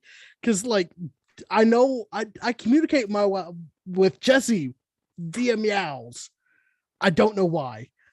I don't know what I'm saying. Apparently, my points are getting across. Like, yeah. Yeah. Well, I've also like here's a problem with whenever the worst is when she pretends to be a raptor. oh, she bites you? No, she doesn't just bite me. She comes out of nowhere. Here's the thing: I never have the Just watch chance it. to say "clever girl" because it's just one of those like ah, like something's coming at me from the shadows. It is lightly gnawing on my arm. I've recreated that moment in Dawn of the Dead where, like, you're hugging someone and they bite your fucking neck so many times. Oh yeah, yep. Also, I'm sorry, Guru's here to fucking bust your balls today. Jack, come out to California. Proceed to complain about the California tradition of skating in front of the house. Like, Look, we got to keep these kids from skating on the sidewalk. God damn it! It's sons of bitches. I'm so tired of watching I'm gonna take a nap. Yeah. You damn kids don't even do acid anymore. Oh, dude, like that is. I'm getting to the age where I can tell that that's gonna be the cardinal sin. It's like, why are you mad at us, old man Jack? And I'm like, because you woke me up from my nap. God damn it! If it's that loud, you're doing it wrong. Get over here. You woke me up from a nap and didn't even offer me any fucking, psychedelics, you son of a bitch. Bitch. Like, what are you doing? Think you can just disrespect your elders? Fucking give me my percentage. What are you kids doing in front of my house? Being sober? Not on my goddamn lawn. Not on my goddamn lawn, you're not. This is something we call this CBD. You better get off your ass and smoke this blunt. God damn it! Come here. Yeah, Horker was like, it's less that she strikes out of nowhere, more like she strikes when Jack is still waking up, meaning he's been awake for less than 4 hours. Oh yeah, I do not wake up well. You boot up like a fucking gateway PC. Oh, Jesus dude, Christ. dude, I boot up like I'm I'm like a 90s computer, man. Like in the morning, fuck. Like I'm just like, what's going on? Did you know? I tried to make coffee. Did you know you have to put coffee in the coffee machine in order to make coffee? Oh. I was just thinking Are I you was sure gonna have you should be handling a hot stove? Why? Because you've been cooking an egg with no heat for the last 10 minutes. But I was shaking wondering the why. pan, I but the was heat's wondering not why it wasn't doing on. anything. But I oiled the pan, but the heat's not on, Jack. Oh. So what you're saying is that I should add another egg. No, I'm not saying that. Turn the stove on, you piece of shit. I saw Gary Newman live. Yes, you did, Grandpa. Yeah. I imagine you wake up God. and it's like, well, like the funny thing was, I was at a Gary Newman concert when I realized how true that was. It's like I was at a Gary Newman concert live, and I'm like sitting here, like in my mid 40s. I'm like, oh shit, and I'm here still. Like I'm another one of these things, and half the people I know are here. Holy shit! Like some people It follow could have the been dead worse. It everywhere. could have been Depeche Mode. Or it could have been the Grateful Dead, right? Like you could have been a Deadhead, just following that fucking band around for forever. On World Goth Day, I almost went to a Bauhaus concert, but then we were like, everyone we Jack, know is why not? Because everyone we knew who had gone to a concert in the last 2 weeks caught COVID. All right, fair enough. That was literally it. Like the people who wanted to go with us, went to a concert 3 days previous and caught COVID. Fun. And we were like, I'm good. yeah. I was still pissed off. Oh yeah, no, Jack. No, no, Jack. No, Jack in the Morning is America Online.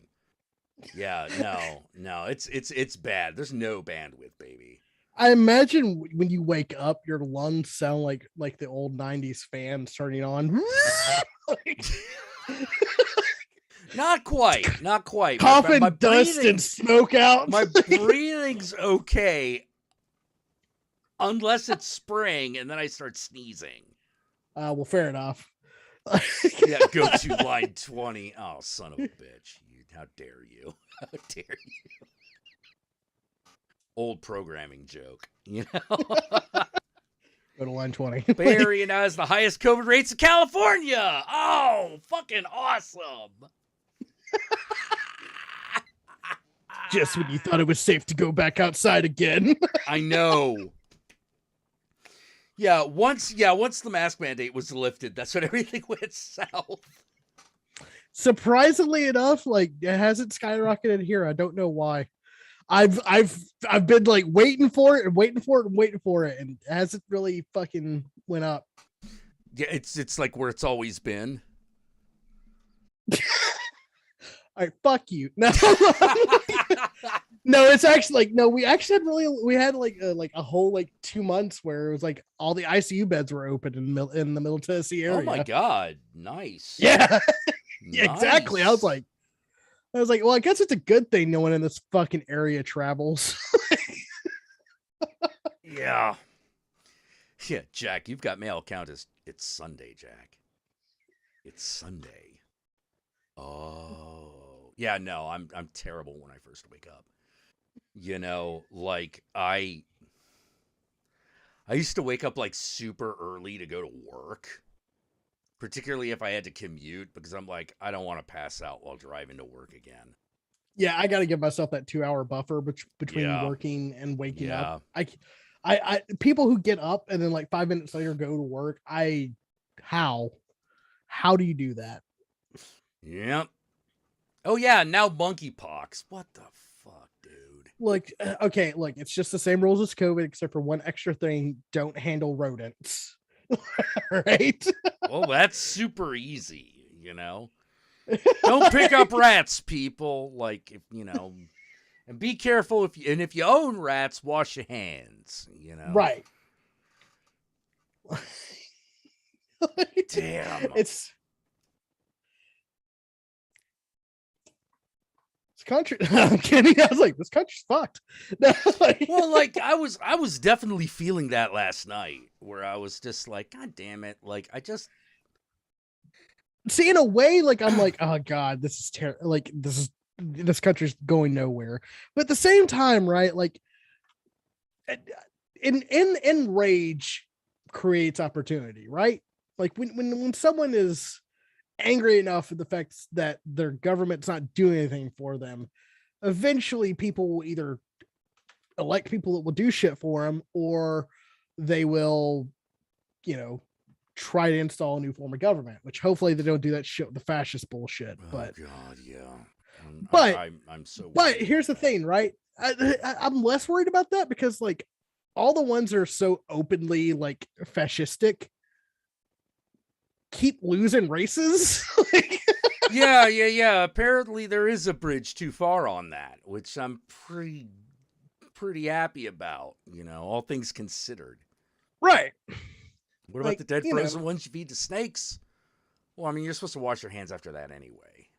Yeah, it's a corpse. What the fuck's wrong with you? Yeah. It's like, like, come on, it's gross. That's like saying like, don't pick your ass and then like, put the fingers don't pick in your ass mouth. and then pick your nose without washing your hands. Like, come on. That's how typhoid gets around. That's how you get giardia. Giardia. God damn. Yeah, it looks like your buffet tested positive for giardia. Gonna have to give you a little fine there. Oh no, they're gonna take his foot. No, why can't you get me, God? And don't worry about baby Jesus. He's covered in asbestos. He can't burn up at all. Asbestos? Yeah. And he's only holding the 22. Couldn't hurt a flea. I was trying to think of don't pick your ass and then put your fingers in your mouth. Thank you. I will put that on a fucking campaign shirt. Like, but I was trying to remember that fucking, it was a scene. It was like it was a music video or like some movie. It's got this old punk. He's like, all right, kids, I've got good news and I've got bad news. Bad news is there is no good news. Like, or some shit like that. I can't remember what it is. That would be the opening of Hardware. Oh, Hello, right, kids. right. This is Angry Bob, and I've got good news and bad news. The bad news is, and the good news is, there is no good news. Good news. What? Like, Yeah. Oh, anyways, man. it blows the record off. I remembered it like it's clear as day, but I couldn't You're actually fucking putting find two it. things together. You put. Oh, am I? Together. Okay. Yeah. There's Angry Bob from Hardware, but the record, and now more of the same. That was Blank Reg from Max Headroom. Oh, right. Okay. Yeah, that was. Oh God, what's the name? Fuck, it's like William Morgan. Oh God, what's the name? Hold on, I'll look him up now. Famous character, great character actor. What was his fucking name? William Morgan Shepherd. William Morgan Shepherd. Yeah. You know, father of other great character actor. Oh God, now I forgot that guy's name.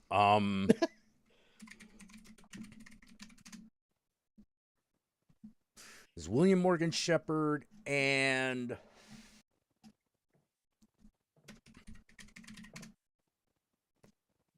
Mark Shepherd. Oh, okay. Yeah. Mark Shepherd is William Morgan Shepherd's son. That may have been the reason why I couldn't fucking find it, because like I was mixing two different things. Yeah, But, like, Mark Shepherd played fucking Crowley on Supernatural. Yep. And He's William Morgan Shepherd played everything. Yeah. Mark Shepherd is officially just that guy and everything. So. Oh yeah, he's totally that guy, you know. Like I it took me forever to learn Danny Trejo's name, but once you learn that, it's hard to forget.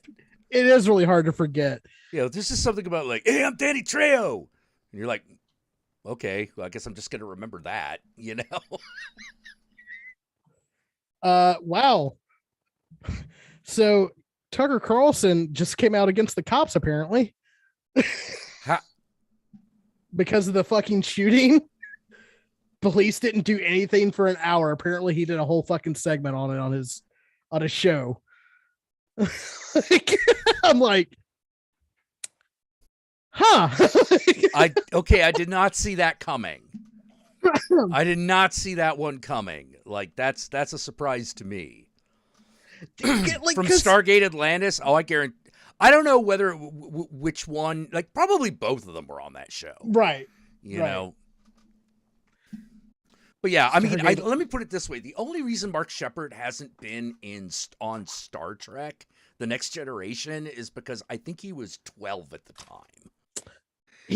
I think he's been in Star Trek though. Let me see. He's had to have been. He's got to have been in a Star Trek something. Yeah. He was in Star Trek. He was in Next Generation. Oh, he was. I think. No, okay. Voyager. Voyager, Shepherd? the bad one. This is Mark Shepherd, not William Morgan Shepherd, right? Yes, Mark Shepherd played an alien. I know William Morgan Shepherd's been on like fucking Star Trek multiple times. Yeah. Mark Shepherd apparently played a alien in like a 6-season episode. 6 seasons, because Voyager, baby. Because like, and it's also the one that had Saul Rubnik in it. The guy you want when you want like a bigger guy to play a Jewish character. Yes. Like there's you watch enough, like you watch 90s fucking Star Trek. There's some guys you're gonna see. One of them is that guy. Mm-hmm. The other is William Morgan Shepherd, and the other one is Tony Todd. They're Tony Todd playing some motherfucking Klingons, baby. Oh, Tony Todd. basically every character actor in Hollywood fucking did a stint on Next Gen. Did a stint on Star Trek. Like, it was a running joke, apparently. You're forgetting about one person. Dr. West. Yeah, I was about to say, like, oh God, what's his name? The guy who played Dr. West. I think it's Stuart Gordon, but no, that's the guy that directed it. Stuart Gordon's the director-producer. Yeah. Son of a bitch. Jeffrey Combs. Yeah, Jeffrey Combs. Yeah. Not related to P. Diddy. I have spent the entirety of my career trying to correct the mistakes of your God. I love Jeffrey Combs. Look, have you seen Motivational Growth yet? No, I've not. What the fuck is that on? And that sounds amazing. So I don't know where it is. The movie's been out for a while. I think it was made in like. Oh, it's on Tubi. All right. It's on Tubi. Okay, great. Yeah, watch it. The whole idea is that it's about a guy who's afraid to leave his apartment, and the mold in the bathroom starts talking to him, and the mold is played by Jeffrey Combs. Sold. Yeah, no, it's amazing. It is an amazing movie. Because like I'm trying to figure out what I can show society with my friends. It's a very similar, but in a very different way. Okay, because like I've been wanting to show them like Society with like another movie, do like a weird like double feature, and I can't figure out which one I want to do. Motivational Growth wouldn't be a bad double feature. There was one that we saw very recently that felt very much like Society, and now I'm trying to remember what the fuck it was, like which one it was. It also had to deal with monsters. It's one of those, you look at it and you're like, oh, okay, someone really liked Society. Oh, okay. Like so much so that I'm pretty sure the movie was actually on a television in the movie. Well, of course. No, it wasn't Slime City. It was a much more recent film. It was made in the last like 3 or 4 years. But yeah, now I'm totally spacing on it. Because like I've been slowly inoculating my friends on the trashy movies that I love. I think the next one we're going to show is Slumber Party Massacre 2. Oh, that's like, a great one. Well, they're like, we haven't even watched the first one. I'm like, not necessary. yeah. Well, like it's look, here's the thing. This is one of those.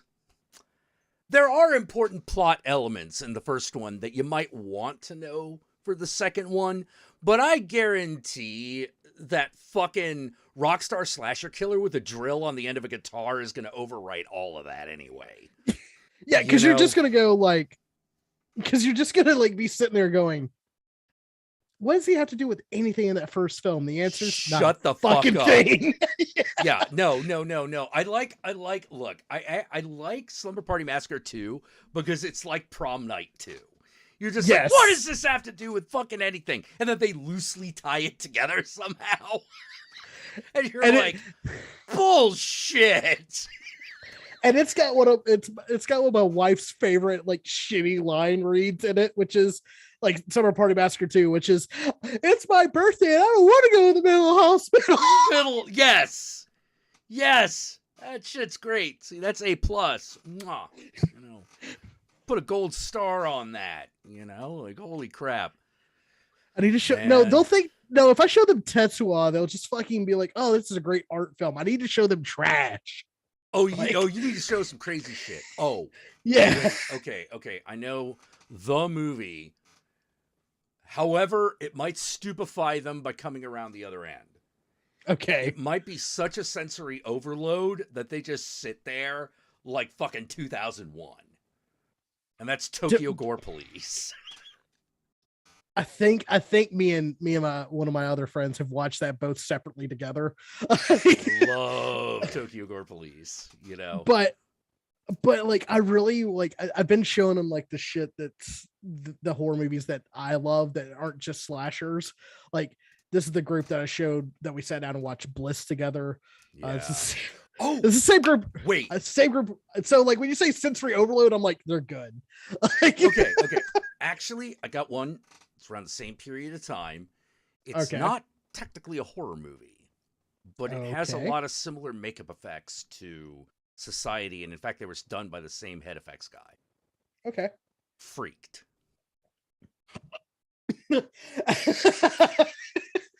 Are we talking about the one that has Randy Quaid in it? Yes. Okay. Yes. More importantly, it's Alex Winter's like solo movie. The one he made. Even though Keanu Reeves is in that movie, this is the one he like wrote and directed and produced. And all that jazz. This was his like leading man role, you know? Oh yeah. This was like Freaked is like Alex Winter's movie. I highly recommend it. That movie is so fucking it's like one long like acid trip. Yes. Every second of that film should not exist. It's Pee-wee's Playhouse on acid. Yeah. And it's got Mr. T. Wait, is that the one that's got Mr. T in it as the bearded lady? As the bearded woman? Yes. Yep. Yeah. It's got Bobcat Goldthwait as the fucking sock. Yes. Oh my God! Ah! It has Keanu Reeves as the dog boy. Yes. Fucking, oh, dude. It's got like 2 Rastafarian eyeballs. They're just running around and saying, I and I. Oh, so good. Freaked is so good. For those of you that have never watched this film, you're like, this sounds insane. And I'm like, these are just like 2-minute bits. Oh, yeah. We have not even told you what really happens in this movie. This is just stuff that occurs. You know, it's complete insanity.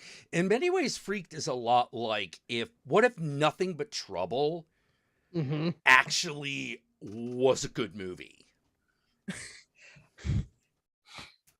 Because the thing is that Freaked holds it together. Like, if you're like, I don't like this kind of movie, you're going to know in the first 5 minutes. Oh, yeah. You know, this movie is not going to trick you. Yeah, it's not going to have you sit there for 30 minutes and then the wild shit happens. So you pretty much know from the credits roll what this movie's about. Yeah, the minute that movie starts, you know what kind of movie this is. It's kind of funny because, like, a movie that came out much later that I was like, oh, this is kind of like Freaked, except way toned down. Monkey Bone. Yeah, I can kind of agree with that. It's like someone tried to make a Tim Burton film, but like without any of the whimsy. Yeah. It's like there's nothing wrong with Monkey Bone, but like if you compare it against Freaked, Freaked is the crazier movie. Yeah, like, it's just crazier. What? God, and Freaked is just way nastier. It is. It is. It's also got like some of the better like one-liners in it. Like my favorite is Randy Quaid trying to fucking open the goddamn door to the shed, and he's like, "God damn, movie butter popcorn." Just constantly fucking. Like if you haven't seen the antidote in a bag of macaroons.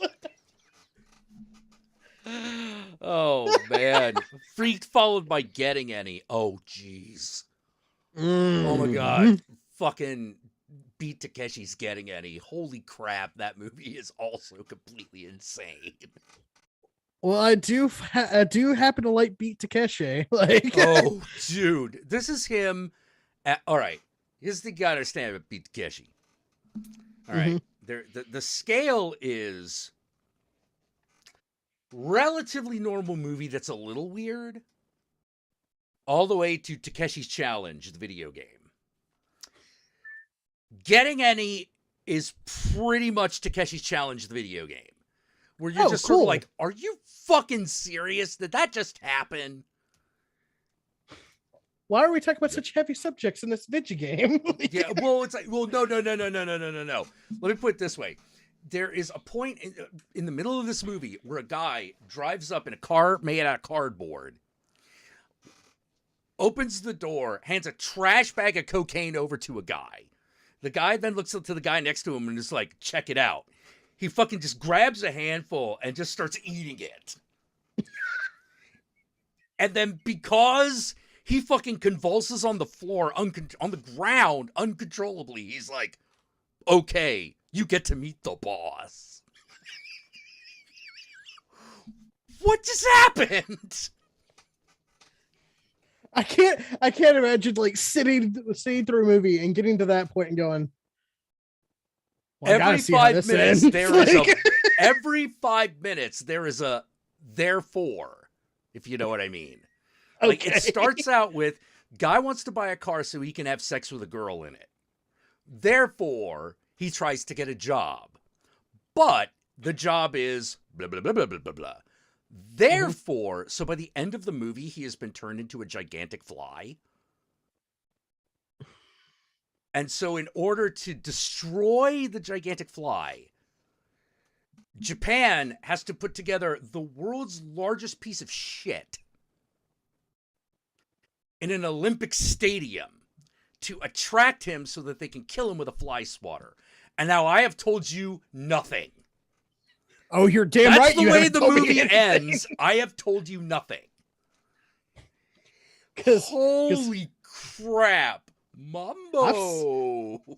I've seen that Jeff Goldblum film, that Fly film, and I know how that gets there. I have no fucking clue how a man who wants to buy a car in order to get laid turns into a giant fly. And I'm kind of curious what happens in between. Dude, like every time you reach like a 30 or 40 minute mark in that movie, you're like, I can't believe we're here now. You know, like how is this happening? No, it's an amazing flick. It's an amazing flick. Yeah, I was introduced to that one by Flashman.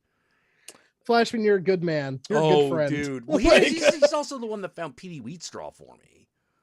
Oh, you never heard of Petey Wheatstraw? I didn't know that was the fucking movie that some of my favorite sound clips came from.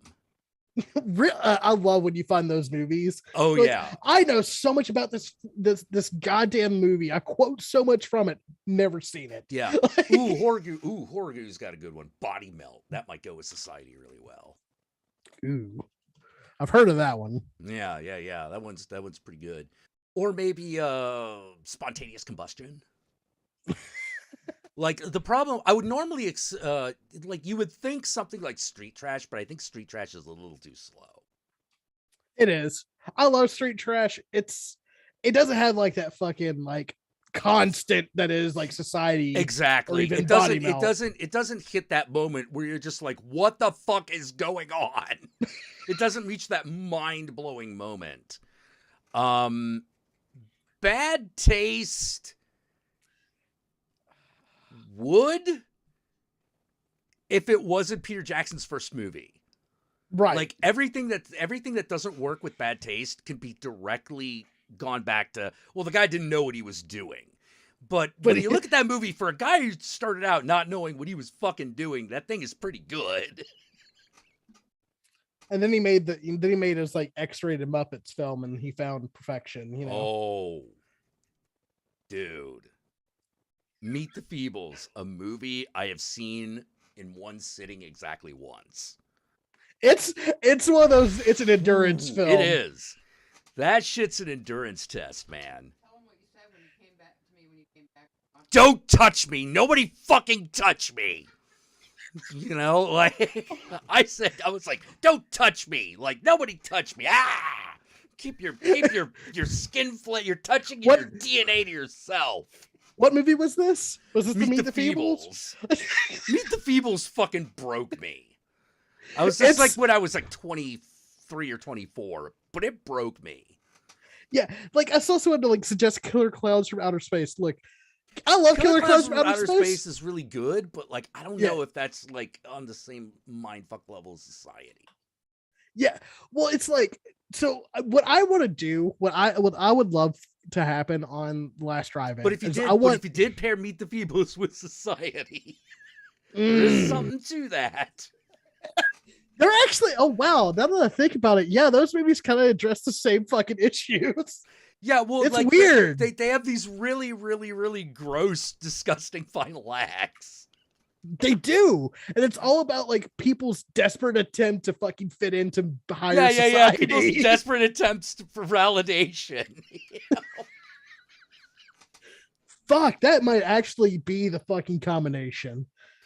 Oh man, I don't know why, but like there are some jokes in Meet the Feebles that always killed me. For some reason, driving through Mr. Big killed me. I could not stop laughing. It's the dumbest joke. It's the dumbest joke. It's like, who's Mr. Big? He's a giant fish who's a gangster. Yep. And he's so big that in order to kill him, they drive a truck through him. Yep. That's it. That's the whole joke. That's everything. But it's the fact that they took it all away. You're just like, I can't believe you're doing this. Well, that's like, because again, that's what that goddamn movie's about. Meet the Feebles is just like, well, what if we just kept going? Like, we're not gonna fucking stop and pull the handbrake. Let me put it this way: Avenue Q ain't shit compared to fucking Meet the Feebles. It ain't shit. Holy crap! I could watch Fried Berry and Greasy Strangler back to back a lot easier than I could watch Meet the Feebles. Oh yeah, no, Meet the Feebles. And I love that film. Meet the Feebles is great, but the whole point of that movie is to rape your childhood. Yes. That is like, they're like, oh, George Lucas raped my childhood. I'm like, pussies, you ain't seen shit.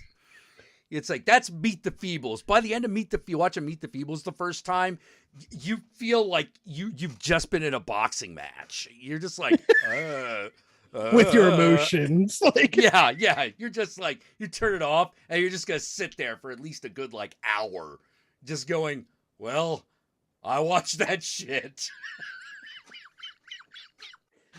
It's like, was that a good movie? I'll let you know. Now I really want to do it because my roommate Chris, he is such a Muppets fan. He loves the Muppets. Watch anything that's got Muppets in it. And I don't think he's ever watched this film. Actually, I'd guarantee he hasn't watched it. I want to so god good. Damn it. So good. Like, hey, you want to watch a Muppets film that has no Muppets in it? Meet the Feebles. It's done by Peter Jackson. You know that guy in Lord of the Rings? Lord of the Rings, yeah. Let's put that on real quick.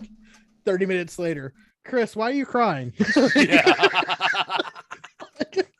Meet the Feebles. Meet the Feebles. We're not your average, ordinary people. Meet the Feebles. Meet the Feebles.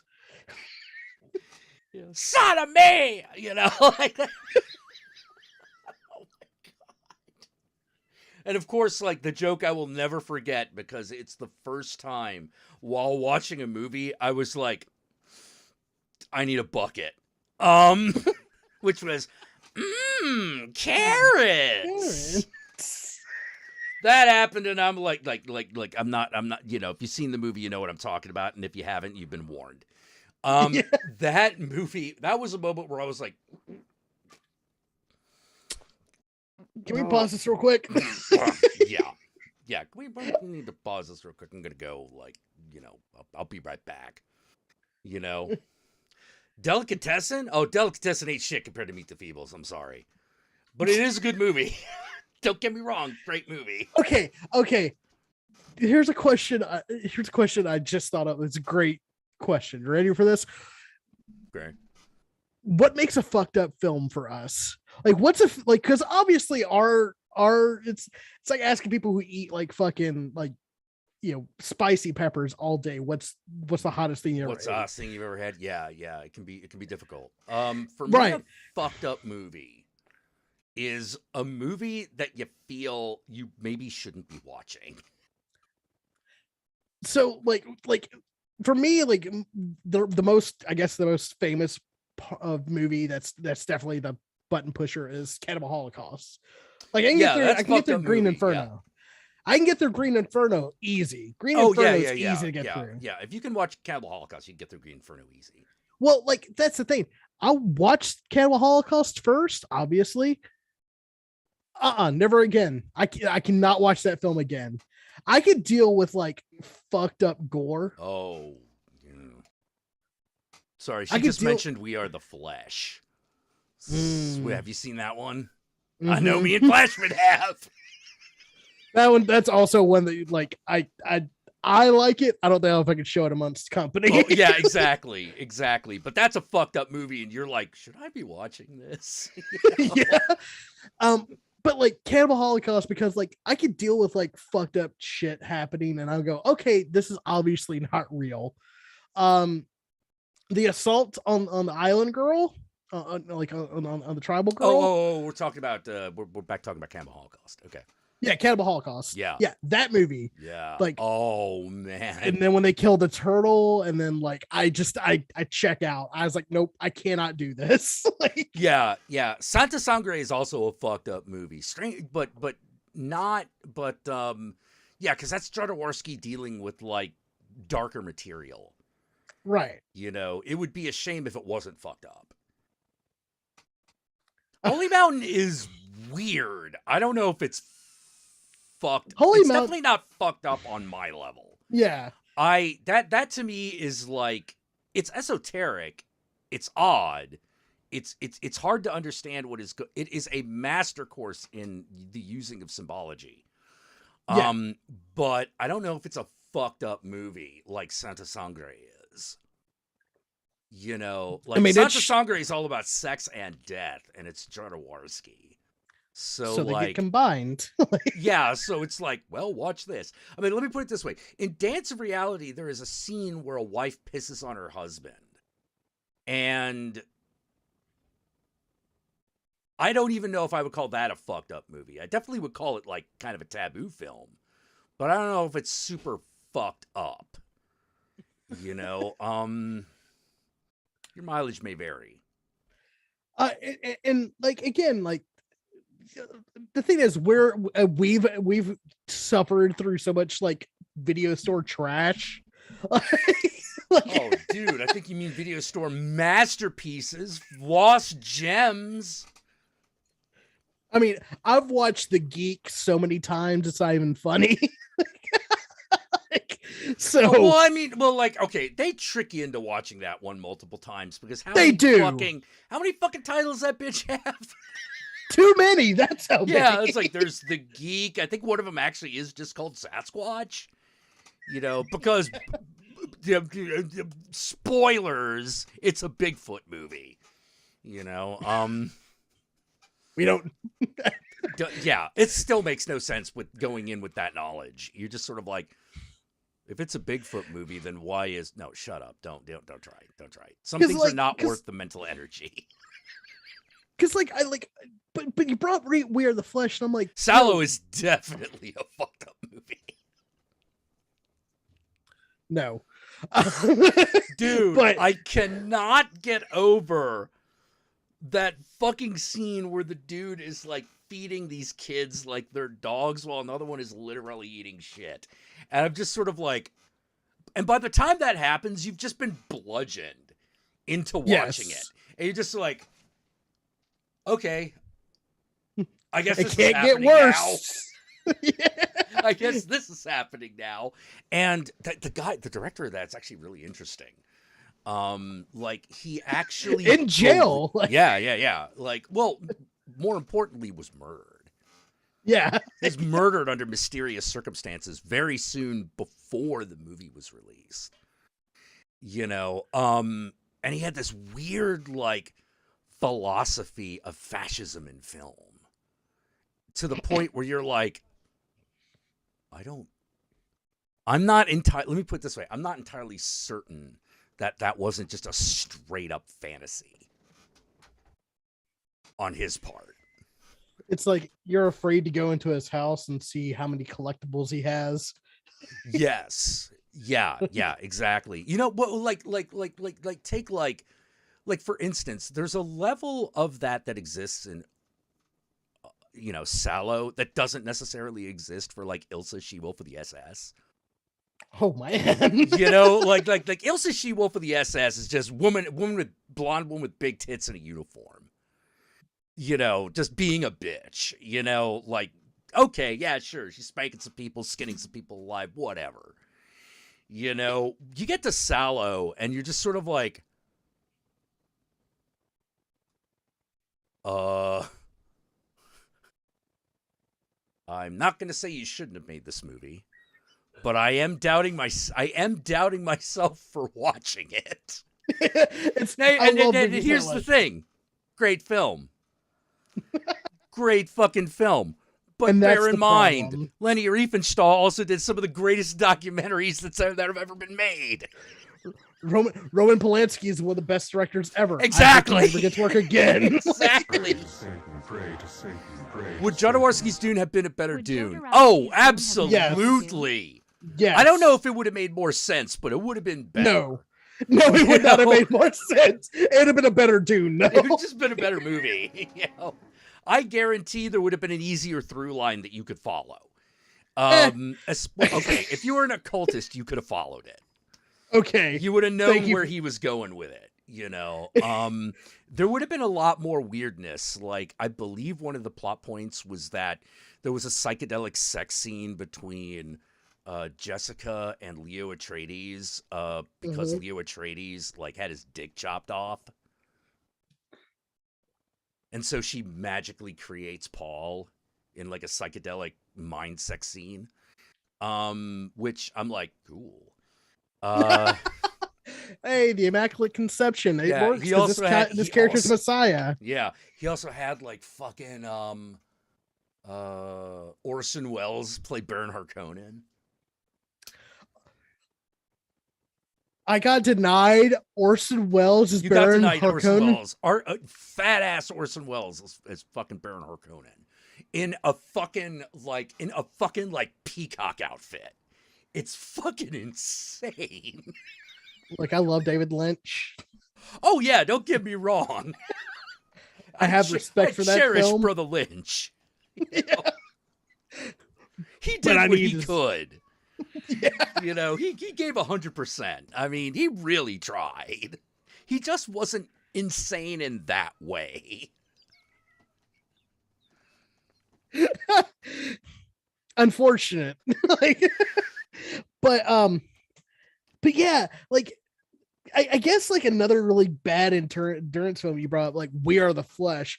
Like, that's not one of those films that like it's like a gore fest from minute one going forward. It's just, all I'm gonna say is like the actors in the film aren't actually brother and sister. This is very important to realize. This is very important to realize. Like, the actors are not actually related, because you're pretty sure you actually just caught like a porno scene. Like, you're like, I'm pretty sure these two are actually having sex. They are. Yeah.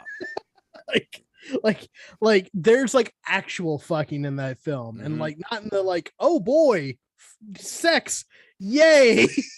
Like these characters, one of whom's a brother, who are brother and sister. The sister just at one point is just sort of like, well, it's about time we fucked, so she just like mounts him. Like, it's just, you know, like it's just a thing she does. Yes, but like, no, because like you also, I don't want to, well, should I spoil it a little bit by the fact that by kind of explaining the third character? Well, the third most important character is essentially the main character, who is this crazy old man who lives somewhere in Mexico, and people keep delivering egg crates to him. He then uses these egg crates to distill his own LSD, which he takes, and then these kids show up in his house.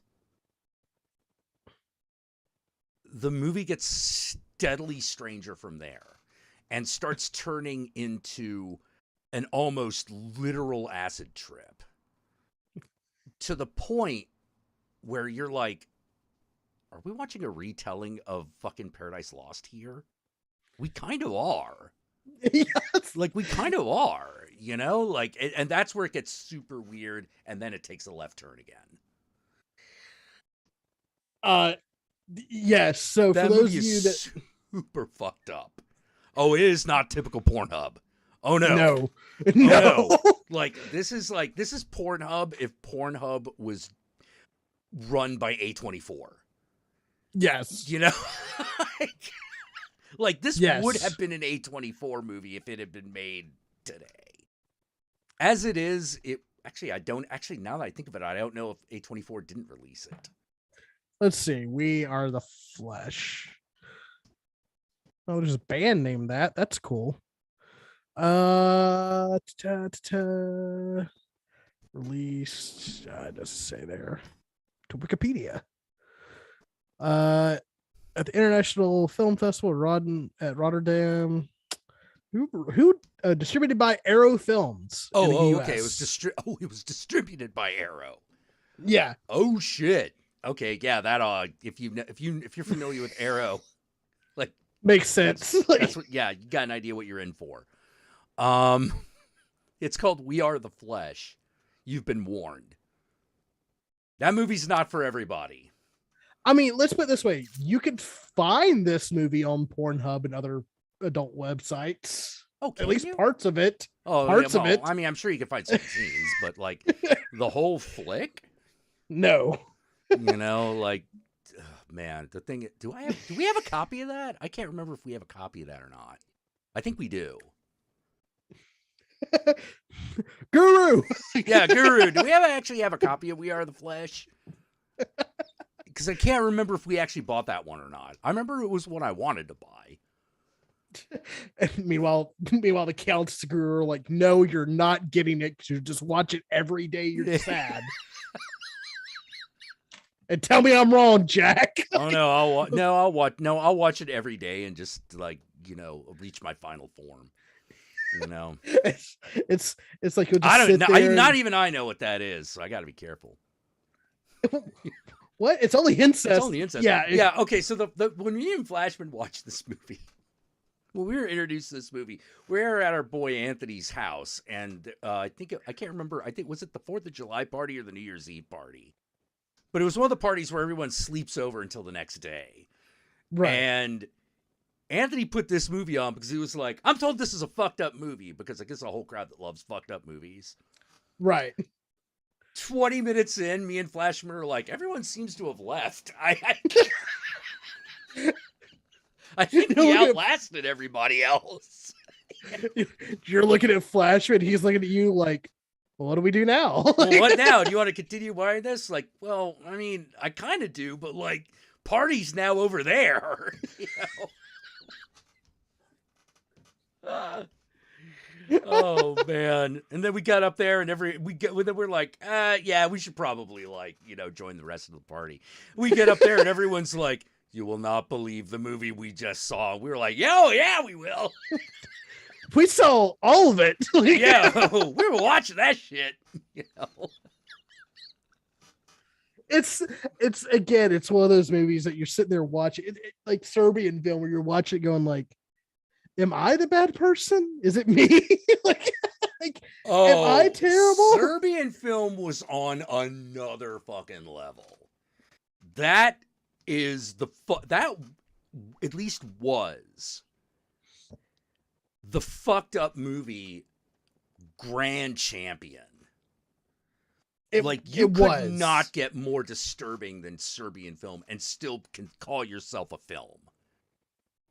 You know, like we reached the apex. Like that was one where like a lot of like hardcore fucked up movie fans watched it and were like,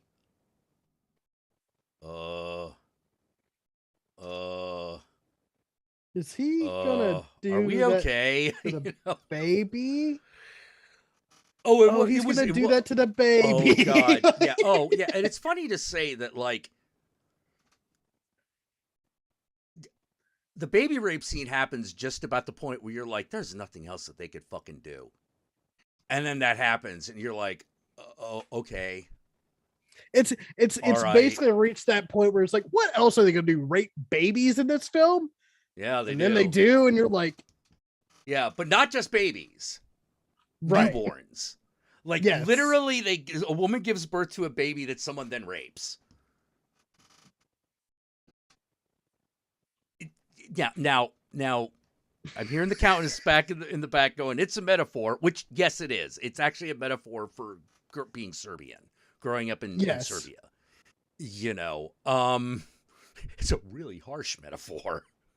And I still love the fact that when I interviewed the director, it's like, how does it feel to have made the end-all, be-all of, like, fucked up movies? Like, this is a reigning grand champion of, like, oh my fucking God, are we going to watch this? Yeah. You know? And he was like, sometimes I think maybe I went too soft. You can find that interview. It's on my YouTube channel. You know, like Sergeant Stegian. I went a little too soft. Sir, did you just want to kill the actors on the screen? Well, like, that was the moment I realized what a genius the guy was. Because I'm like, that's some Herzog shit. You know, like, that is hearing some Herzog shit, man. I feel as if I was too light on them because the actors did not threaten to kill themselves in front of the camera afterwards. Yeah, I know. I felt like, oh my God, I am honored. I feel like I am just cool enough to talk to this man. You know? It's like hanging out with, like, he says some wild shit like that. You're like, you're too cool for me, man. Too cool. Like, yeah. Jesus Christ. Yeah. It was, and man, like one of the things that I am really happy about is our boy Anthony was responsible for getting the director's cut released. Yeah, he had a hand in that. He put them together with so if you want to send your hate mail, willing to pay for the, like, you know, like the, hey, let's bring this up to like 4K and like just, you know, bring it to the people as intended. So if you want to send your hate mail, send them to Anthony. Oh, dude.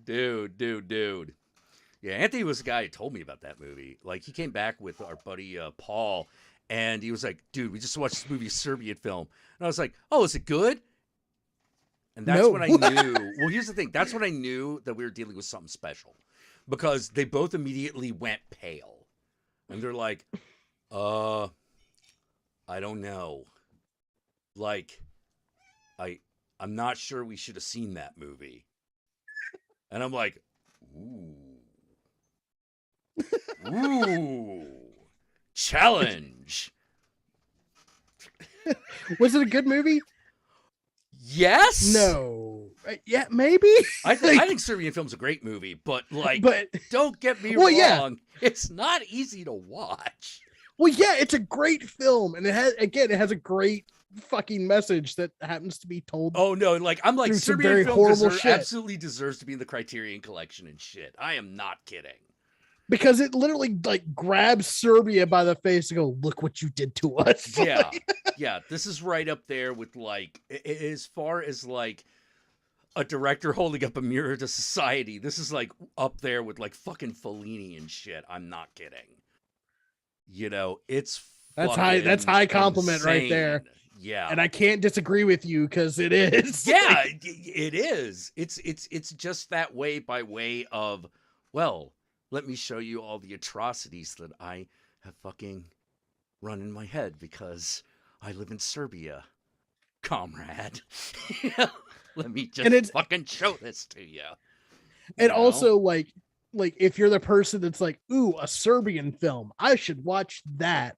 It also tells you you're also the problem. Like, look what you're doing to my country because you want to be shocked. What is wrong with you?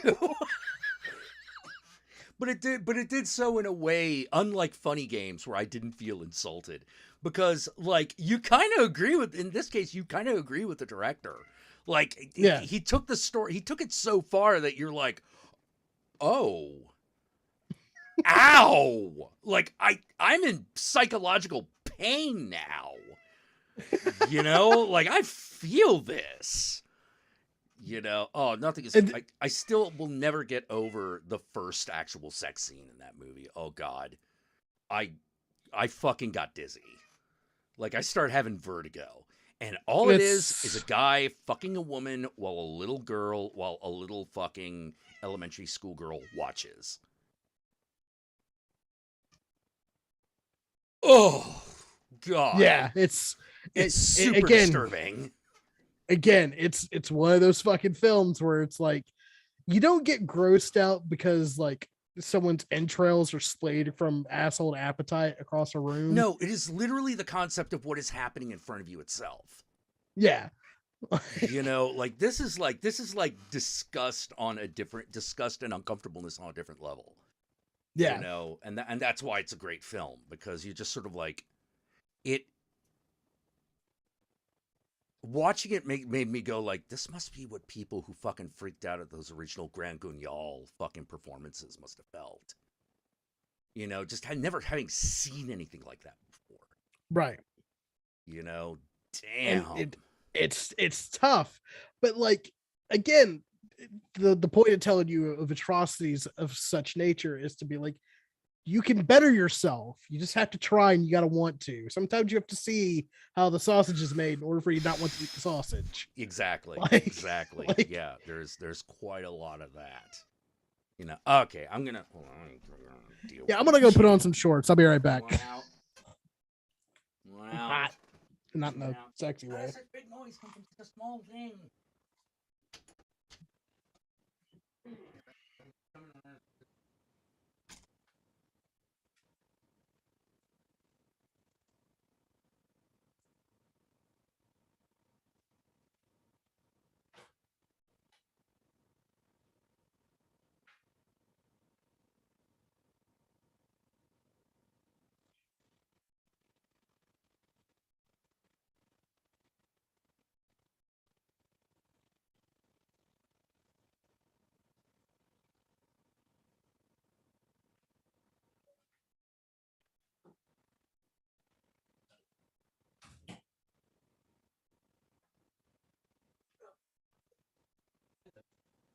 You're amazing.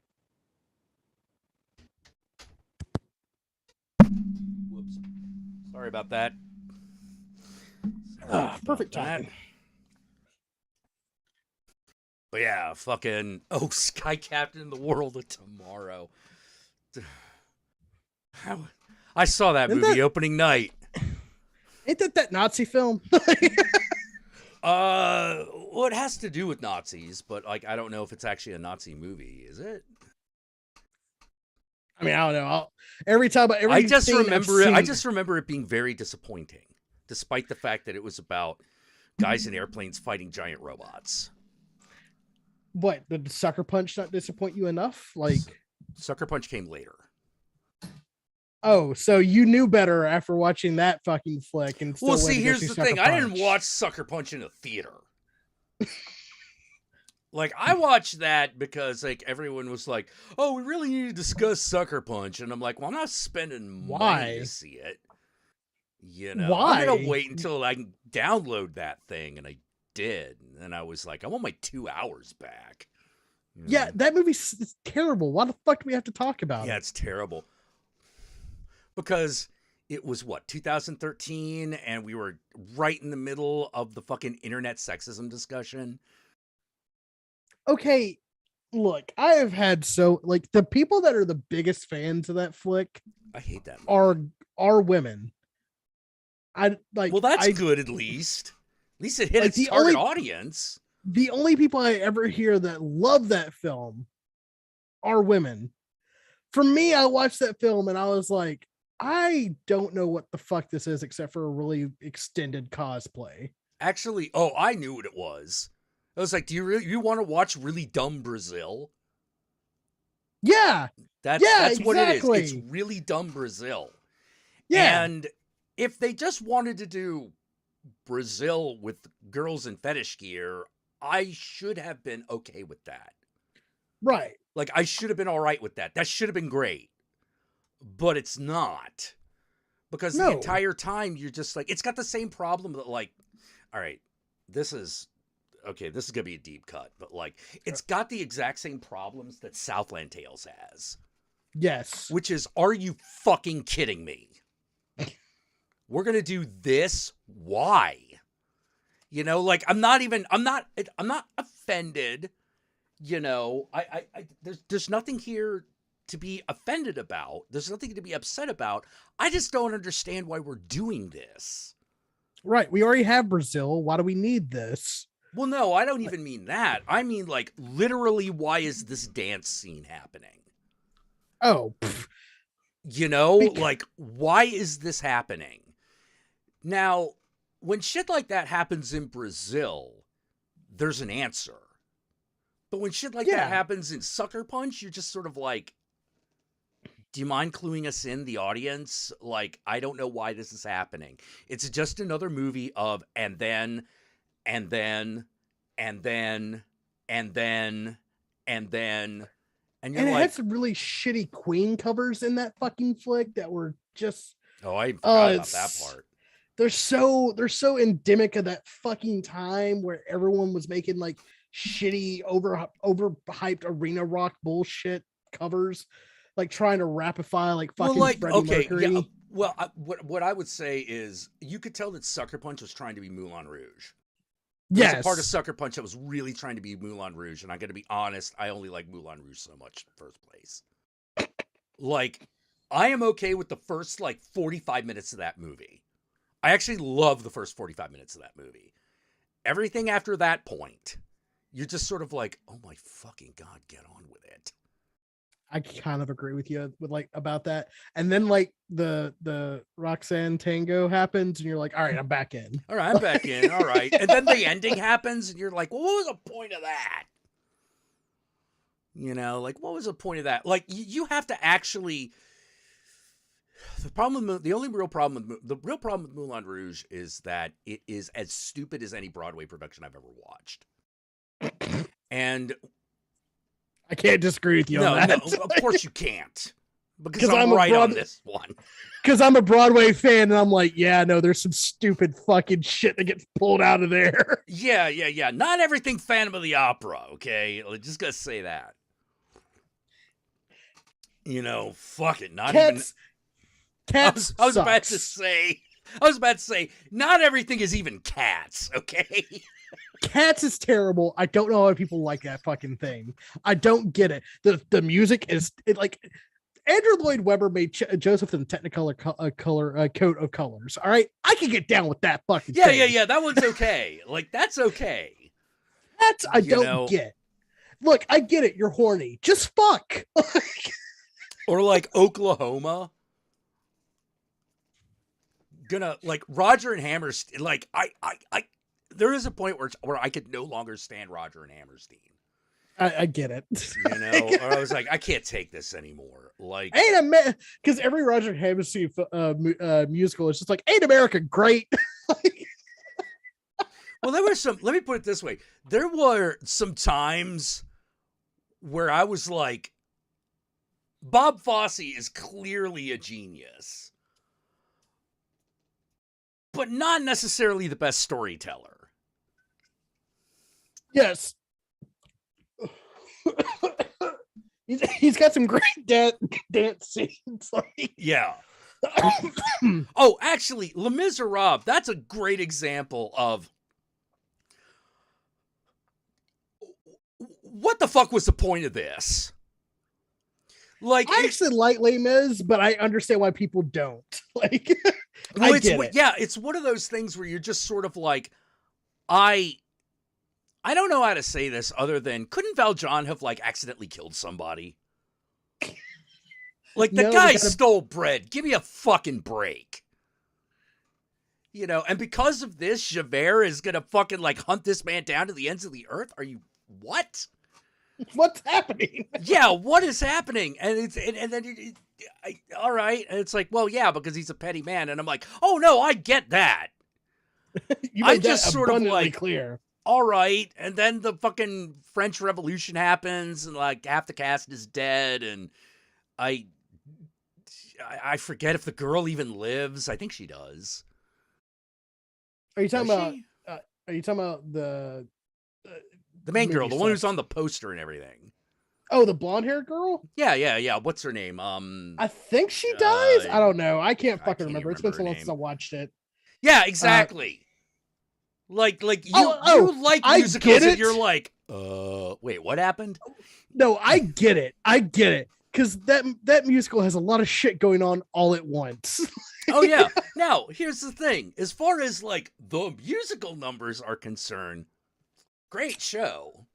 Yeah. Fucking amazing. But if you're just trying to follow the narrative, you're like, man, this is weak sauce. You know, like That's your first problem, right? That's because you try to watch a musical for the plot.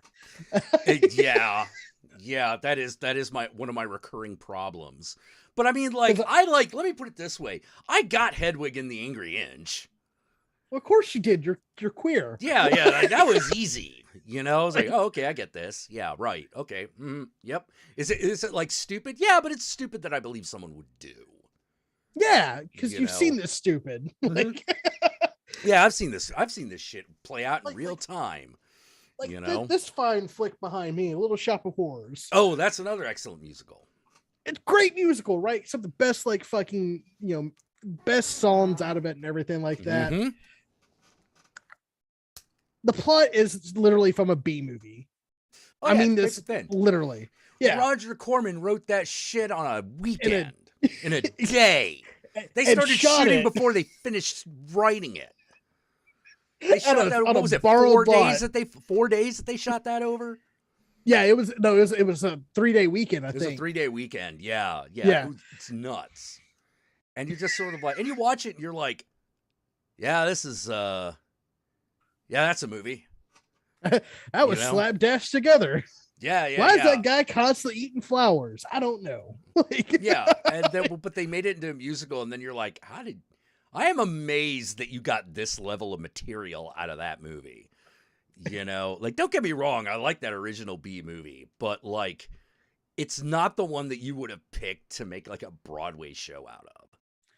But like, here's the thing. It's like, how did you pull out of that movie to get your inspiration? It's like, we just stole the characters from it. We pulled from all 50 sci-fi and horror film. Like, Yeah. But it was they basically took the characters, they took the plot, and then rearranged everything else. yeah, You know, it's like this is like this movie is basically, let's do Roger Corman's Little Shop of Horrors, but also They Live. Like, like, well, actually, it was made before They Live. The fuck. Broadway, the original Broadway show was done long before. What's the giant ant film? Is that Them? There we go. Them. I always get those. Yeah. It's basically like that style of 50s sci-fi, Mhm. which I'm a little sad that this kind of went the way of the dodo. Like, it's not really coming back. Well, because But how to put it? Like, it's because it's we have boring. movies that are that level of bad, Yeah. but now they're also boring. Well, they were kind of boring then too. Yeah. But like, you don't. There's something about a gigantic puppet Mhm. that just fucking feels better. I agree with you. It's why are the Godzilla films good? Like, tell me, Jack, what's your favorite Godzilla film? Oh, okay. Which era? We'll go Toho. We'll go. Okay. Well, okay. Just of all the Toho movies. Yeah. Okay. My favorite. All right. So my favorite is not necessarily the one I think is the best. That's fair. All right. My Because favorite. mine's not either. Yeah. My favorite is Godzilla versus Megalon. I would agree with you on that. That's my favorite too. Yeah, I love that one. Is it good? Not really. No. But it does have No. Godzilla fucking like running up and doing the kick fucking Megalon in the face while bouncing on his tail. That's Okay. Jet Jaguar, baby. It's right, Jet Jaguar. Hey, Jack, what's happening in that fucking B plot? Of Godzilla versus Megalon? Yeah, what's happening with the humans? Oh, I don't know. They just Exactly. kind of there. They're just kind of there. Okay. There's a little kid. His dad made Jet Jaguar. That's why they're in the plot. All right, Godzilla versus Gigan. What's happening with Godzilla the versus what's Gigan. happening with the The what's happening with first the human time- fight? The first Yeah. time. Okay, aliens from the M Nebula have Mhm. invaded Earth, and are using Mhm. Gigan to conquer it. Bam. I believe there is also a Godzilla theme park that's being built. There is. It's Okay. Yeah, I was like, I'm not sure which Godzilla movie that is where they're building the Godzilla theme park, but I think it's Godzilla versus Gigan. which when you think about it in universe, right? Like there's this giant fucking thing that destroys cities. We're gonna build a theme park out of it. That's like building a theme park out of like fucking Out of Mussolini and 9/11, Hitler. baby. Come ride the 9/11 ride. Get on the United 93 roller coaster. like I'm sitting there going, I'm sitting there like I rewatched Gigan very recently, and I'm like, that is the oddest thing. Like, if you go from like 50s Godzilla, Mm-hmm. which is a very serious film, and I think everyone should watch Oh it. yeah. That original Godzilla movie is fucking dead serious. But it's all about like man's hubris and what fucking what the damage of nuclear power. Yup. And then like 10 to 20 years later, Godzilla theme park. Yeah, little weird. Weird. There's this weird hippie guy that's got like long hair, which looks incredibly like a wig, but like you're not entirely sure because it's the 70s. I'm looking forward to that sequel to Kong versus Godzilla, or Godzilla versus Kong 2, and I'm really hoping like fucking Gigan or Hedorah show up. Oh, I'm waiting for the Zillions to show up. Oh, dude. Oh, dude. Yeah. The Zillions, aka the aliens from the M Nebula. Yes. Yeah. Fuck yeah, dude. I think they should go with the cockroach rather than the monkey fucking masks. Yes, I agree with that. Yeah. Cockroach is way cooler, and it made more sense.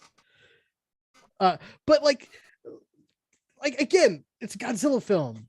You don't give a fuck what's happening between the humans. Hell, they're just there to break up the fights. Yeah. They're just there to pad out the movie, really. Like to give you a reason why this is happening. You know, like that's basically it. You know, because if you didn't have that bullshit reason, you wouldn't be invested at all. Even though you can't even fucking remember that crap. You know. And I want to do like a study between like people who love kaiju films and people that are professional wrestling fans. Because there's got to be a huge amount of overlap.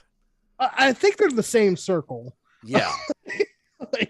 Because I'm watching this going like, oh, it's like a 2-hour film, and they're breaking up the fights with talkie bits that like are either really good and memorable or who gives a fuck.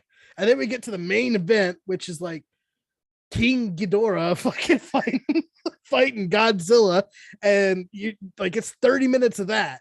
It's amazing. Oh yeah. But this is structured like pro wrestling. Oh, it is. It is. That's the exact. First guy shows up, does something. Like the challenger rises. That goes on a rampage, and then everyone's like, "Hey, man, where's the hometown hero?" That's what you hear. Dun dun dun dun. Dun dun dun dun. Like Godzilla busts out of a volcano or something. Dun dun dun dun dun dun. Like, look, Godzilla did the face turn in the 70s. Then he went back to being evil in 2000. Oh yeah, he's like fucking Hulk Hogan. He's like Randy Savage, like totally. No, if we didn't keep doing these heel face turns with Godzilla, it'd suck. I don't know. I feel like Mechagodzilla is the Randy Savage, because like fans of Mechagodzilla won't shut the fuck up about Mechagodzilla, and fans of Randy Savage. Let me put it this way: I like Mechagodzilla, but I think he's actually either the Iron Sheik or the Ultimate Warrior, where it's all flash and no. Well, yeah, because substance. Like Mechagodzilla never wins. Like he never had a shot. He's got the fucking head spinning shield though. Hey, that's cool and everything, but we know Mechagodzilla is going down from word one. Well, yeah, but like that's like Kong versus Godzilla. We weren't sure how it was gonna go. I still think that was a draw. Oh, the original? Yeah, I agree. Well, the original and the new one. Well, in the new one, it's a draw by technical. It's a technical draw. It's a draw by tag team, you know? Yeah. If it hadn't suddenly turned into a tag team match at the end, Godzilla would have clearly won. You could say that. That's fine. Yeah. Well, I mean, unless Kong pulled something else out of his ass. He could have got two axes. He could have. Well, he'd already pulled out the axes at that point. Right. You know? He had the one axe. He could have had two axes and just fucking like crazy. Monkey with tools. Yeah. But I'm like, no, Godzilla won that one. But here's the thing. The real beauty of it is, yeah, Godzilla did win. But if it had continued, who would have won? See, that's what you do in wrestling all the time. It's never just the one match. You always have to have the rematch at some point later. Exactly. And that's why I'm like, look, I guarantee whoever wins this first movie, if they make another one, like that ain't gonna stand. And I'm saying this as a man who wants Godzilla to win 100% every time. But he's got to lose at some point. Otherwise you're gonna be like, oh shit, you need that oh shit moment. Like Mechagodzilla shows up in that new one. And like punks Godzilla, and you're just like, oh no, what's gonna happen? And that's the moment. That's the moment. That's when Randy Savage and Hulk Hogan stop fighting and team up against the Undertaker. Come on, man. Of course, that is of course how you're gonna do it. But like I just that's the thing. Like I'm sorry. I root for Kong because I root for the fucking underdog. Listen, if you root for Godzilla over fucking King Kong, like Kong, but like I'm a Godzilla man. You're the motherfucker that roots for Triple H over Mick Foley, and I don't know if I can trust you anymore as a person. What are you talking about? Yeah, what I are said you it. talking about? No. Godzilla is look. If we want to really pick one, Godzilla's the Undertaker. I would say Godzilla is more the Hulk Hogan, and here's why. All right. He's obviously the face that is put on all the fucking stuff you want to sell, right? All right. If you want something to sell, you put Godzilla's face on it. Right. You sold Dr. Pepper. Like, okay, all right. Yeah, I see where you're coming from. So obviously, Godzilla is the fucking he's the guy that the top face. He's your ace. He's the guy you put the championship on. Yeah. King Kong didn't want to fight. Was happy living on his fucking island, but got dragged. No, he wasn't happy living on that fucking island.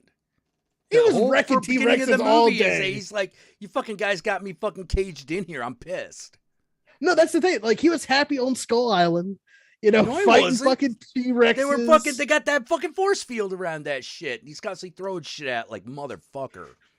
Like, he'd have been happy on Skull Island if they didn't fuck with him. Exactly. But like, he's also like, he's shorter. He doesn't have nearly the amount of power that fucking Godzilla has. No, Godzilla is not John Cena. No. John Cena was always a babyface. Right. Like, John Cena is like Ultraman. Right. Like he's like Jet Jaguar Ultraman. Like he's, like here I come to save the day. Like that's Gamera is like Gamera. Yes, John Cena is like Gamera. Yeah. Anyways, so King Kong, this guy, all King Kong has is he's a giant monkey. Mm-hmm. And he's fighting this lizard that's got like nuclear. Yeah, he's got nuclear breath and shit. Yeah. What's he got? He can't beat him in a straight up fight, but if he gets a fucking axe, he cut right into that motherfucker. Let me put it this way: if it had been Godzilla versus Kong went down like a punk, that'd have sucked. Exactly. I don't want to see Kong go out like a punk. Not even to Godzilla. That ain't fun. And Guru's right. I want to see him technically. Yeah, that's true. John Cena was a heel when he started. He started as a heel because he was white guy rapping, and then God, I forgot all about that. Yeah, he was the doctor of thugonomics, and then my God, and then he became like the American flag personified for a while. Like he went, which was kind of forgettable, No, it wasn't. It was forgettable for you. You weren't a wrestling fan. I had to sit through Cena wins too many fucking times. Okay, okay. It was Yeah, like every yeah. All bad right. guy was useless. Yeah, by the point time that like John Cena was fighting like real guys, like I wasn't watching. You know, I didn't start watching again until like kind of the tail end of his run. It's I get that. I mean, you missed out on some good wrestling, but I get that. Yeah. Like John Cena wasn't my guy until like he started doing movies. Like it's one of those weird things. Like he did the exact opposite thing that a wrestler usually does. Usually a guy's a great wrestler, they start doing movies and you're like, I'm gonna need you to stop right now. This is terrible. Well, yeah, because you have fucking Hulk Hogan as the first one that ever tried it. Like Andre the Giant is great in Princess Bride, right? Everyone loves Andre the Giant. Yeah. Okay, fair. But like he was also like he turned heel. He was done. Yeah. Well, that, and he was also kind of like at the tail end of his career. So it's like, you're more like, oh, it's nice to see him. Yeah, Hogan, on the other hand, wouldn't fucking like leave bad television alone. Hogan's never seen a script he didn't like. Come on, man. He made Thunder in Paradise. What the fuck is that about? Oh, dude. I watched that Explain. Shit. I watched that shit and I was like, all 4 episodes of it. You know, and I was like, why am I watching this? Because it's on and streaming won't happen for another 20 years. Why am I watching this? Because it's 10 minutes before you do the show you're actually wanting to watch. I'm actually waiting for. Yeah. I was like, that's how I became a Xena fan and a Buffy fan. It's like Xena would be on before Buffy. Oh man. So I'd watch Xena. Barred. No holds barred, baby. That smell. What's that smell? Dookie. What was? Oh my God! What was the name of that? What's the name of that actor? Like, he's still Tiny around, Lister. Yeah. Tiny Lister. Tiny Lister. He died. Was he still last year or the year before? Yeah. Oh fuck. It's okay. Yeah. Wasn't he also the guy in the Chameleon Air like fucking video riding dirty? Maybe he was definitely Sancho in fucking the Sublime video for Santeria. But there's another role you definitely know him from. Yeah. Debo coming.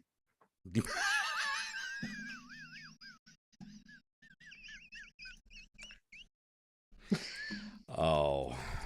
Yeah. No, Tiny Lister has a special place in my heart for Debo. Oh. That's my bike, punk. Oh, Friday. Yeah, he was also the president in Fifth Element. Oh shit, that's right. Yep. Yeah. And by the way, yeah. He Tiny Lister, that is the same guy. That's the same guy in the Chameleon Air video and fucking, Friday and fucking No Holds Barred. Basically, if you needed a big black man that was also cross-eyed, he's there to be your man. Oh, fuck yeah. He was there for you, baby. All day, every day. Did you know he had a fucking match in WWE? He did. Yeah. I remember that shit. Like in order to hype up, I think it was still WWF at the time. Yeah, in order to hype up No Holds Barred, they had him appear in a wrestling match against Hogan as Zeus. Yes. It was wild. And I still remember finding myself going, I don't know why, but I am strangely into this match. Makes no sense. And then the match happened, and all of a sudden the thought entered your brain. Wait, does he know how to wrestle? Yeah, does he know how to Yeah. Did you get your answer, which is no? No. Not really. They blew the wad really early on. They blew the wad, which is fucking Tiny Lister shows up as Zeus. He picks up Hogan and fucking body slammed him.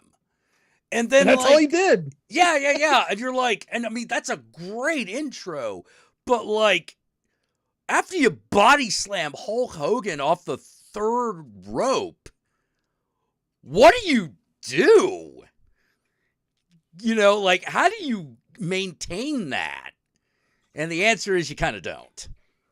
The answer is you try to put him in the ring with Roddy Piper and Hogan having Mr. T in his corner again. That did not work. No, it didn't. That did not work. Does it beat fucking Steen and RoboCop on WCW? True. Oh, I remember when that happened. Dude. Well, that was just pure redonkulous. It's so stupid. Yeah, well, like you would never have predicted that was going to happen. Oh, then you weren't watching WCW because I saw that shit coming from a mile away. Oh, really? Because when I saw that shit, I was like, what? Listen, Dusty Rhodes. A lot of things. I would have predicted a lot of things fucking happened, but RoboCop showing up wasn't one of them.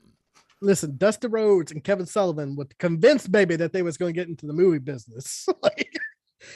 So they brought RoboCop in. I love Dusty Rhodes so much. Oh, I love Dusty Rhodes. He was not the greatest wrestler, but he was a great showman. Oh, he was a good enough wrestler. He had a better charisma. I loved him as a wrestler. I hated him as a booker. Oh, I don't know about him as a booker. I just whenever the camera was on him, you know. I want you to imagine you're watching a wrestling match between the top heel and the top baby face of the company. Okay. And they're fighting over the time. Who is at the time? It's probably Ric Flair versus Sting. We'll say that. All right, or Ric Flair versus Ricky Steamboat. Okay. All right. So we get to the finish, get to the end of the match. Right. All of a sudden, Ricky Steamboat hits the fucking diving crossbody. Right. Pins Ric Flair 1, 2, 3 in the middle of the ring. But the problem is that there's another that the ref that counted that pin wasn't actually supposed to be the ref of that match. So therefore the match continues. And the way the match ends is Ric Flair hitting a low blow and then rolling Ricky Steamboat up for the 1, 2, 3. That's a Dusty finish, baby. What? I mean, all right. So Dusty finish, nobody wins. Nobody wins, baby. Yeah. Okay. All right. So that was his idea? Yeah, of course it is. That's the reason. There's a reason why that's called the Dusty finish, because it's one of those things where it's like, well, yeah, the good guy won and he should have the fucking belt, but due to bureaucratic reasons, yeah. Oh man, I remember when. Oh god, what was it? Who was it? This is like late '80s. I might be able to help you. Yeah, back when going from wrestler to ref wasn't normal. Oh, are you talking about the world's most dangerous referee? I can't remember his fucking name, but I know you're talking about. Yeah. The ref that went heel and came out black and white stripes and shit like that. Yeah. He was the first wrestler to become a ref after Jesse the Body Ventura. Oh, are you talking about a commentator? No. He wasn't a commentator. He was an actual wrestler. He was an actual wrestler, and he was like, I will quit the WWF forever! And then he loses that match, and then he comes back as a ref. I don't know what the fuck you're talking about. This is back in the Jim Hart days. You know. Wait, no, not Jim Hart. Who is that guy who's always with the Hart brothers? Talking about Jim Neidhart or Jimmy Hart? Jimmy Hart. He always had the medical and shit. That's right. What I got to say. Baby. Yeah, exactly. Yeah, that guy. Okay, Jimmy Hart. Let me tell you something, baby. I'm gonna tell you all about Bret Hart. Yeah. So back in the days of Brother Love, you know. Are you trying to make me do all the impressions I have? I love you, Brother Rodney. I love you, Brother Jack. I'm here to tell you today. Did you know that? Sorry, sidetrack. Did you know that Brother Love was technically the first manager of The Undertaker? I didn't. Yeah. There was a whole 3 months before the Paul Bearer was a Undertaker thing. or the guy who played him? No, The Undertaker. The Undertaker. Okay. Yeah. Oh man, no, I didn't know that. Yeah. It's okay. So he was introduced as Kane the Undertaker. It was he was brought in by the $1 Million Man. Right. And he Brother Love was the Oh man, I remember manager. The $1 Million Man was the heel's heel. That guy was great. Funny enough, not that good of a human being in real life. That's too bad. Yeah, he got That's caught too in an bad. embezzlement scam with his son and Brett Favre in Mississippi recently. So apparently people do have a Oh. price. Yeah. But Yeah. okay, so Brother Love's out there and he's bringing Undertaker to the ring. And then they introduce Thank y'all. ooh, nice. They introduced Paul Bearer, like he was formerly Yeah. known as Percy Pringle. Yeah. So But they funny made him Paul Bearer at that point. Yeah. Do you know why they chose him to be Undertaker's manager? No. So Paul Bearer, I figured that the idea came together. Like, this guy will be the Undertaker. This guy's Paul Bearer, you know. So the guy that plays Paul Bearer, I can't remember his actual name. Percy Pringle, Paul Bearer. He's done a lot of shit. Yeah. He was an actual licensed mortician, and he put it on his application. Really? Yeah, and imagine like Vince McMahon going over the application, going, "Pal, look at him. He's actually a mortician. Goddamn, pal." Like, and he was like, "Well, job? Yes." All right. So yes, Paul Bearer was an actual mortician and Paul Bearer at some point. One thing I did appreciate about Paul Bearer, one thing I'm like, you got to give it up for him, is he knew his whole job was just make Undertaker look good. Of course. You know, like I've seen some guys like Bubba the Love Sponge, like got a little too full of themselves. Well, Bubba Love Sponge should never been in the wrestling business to begin with, but I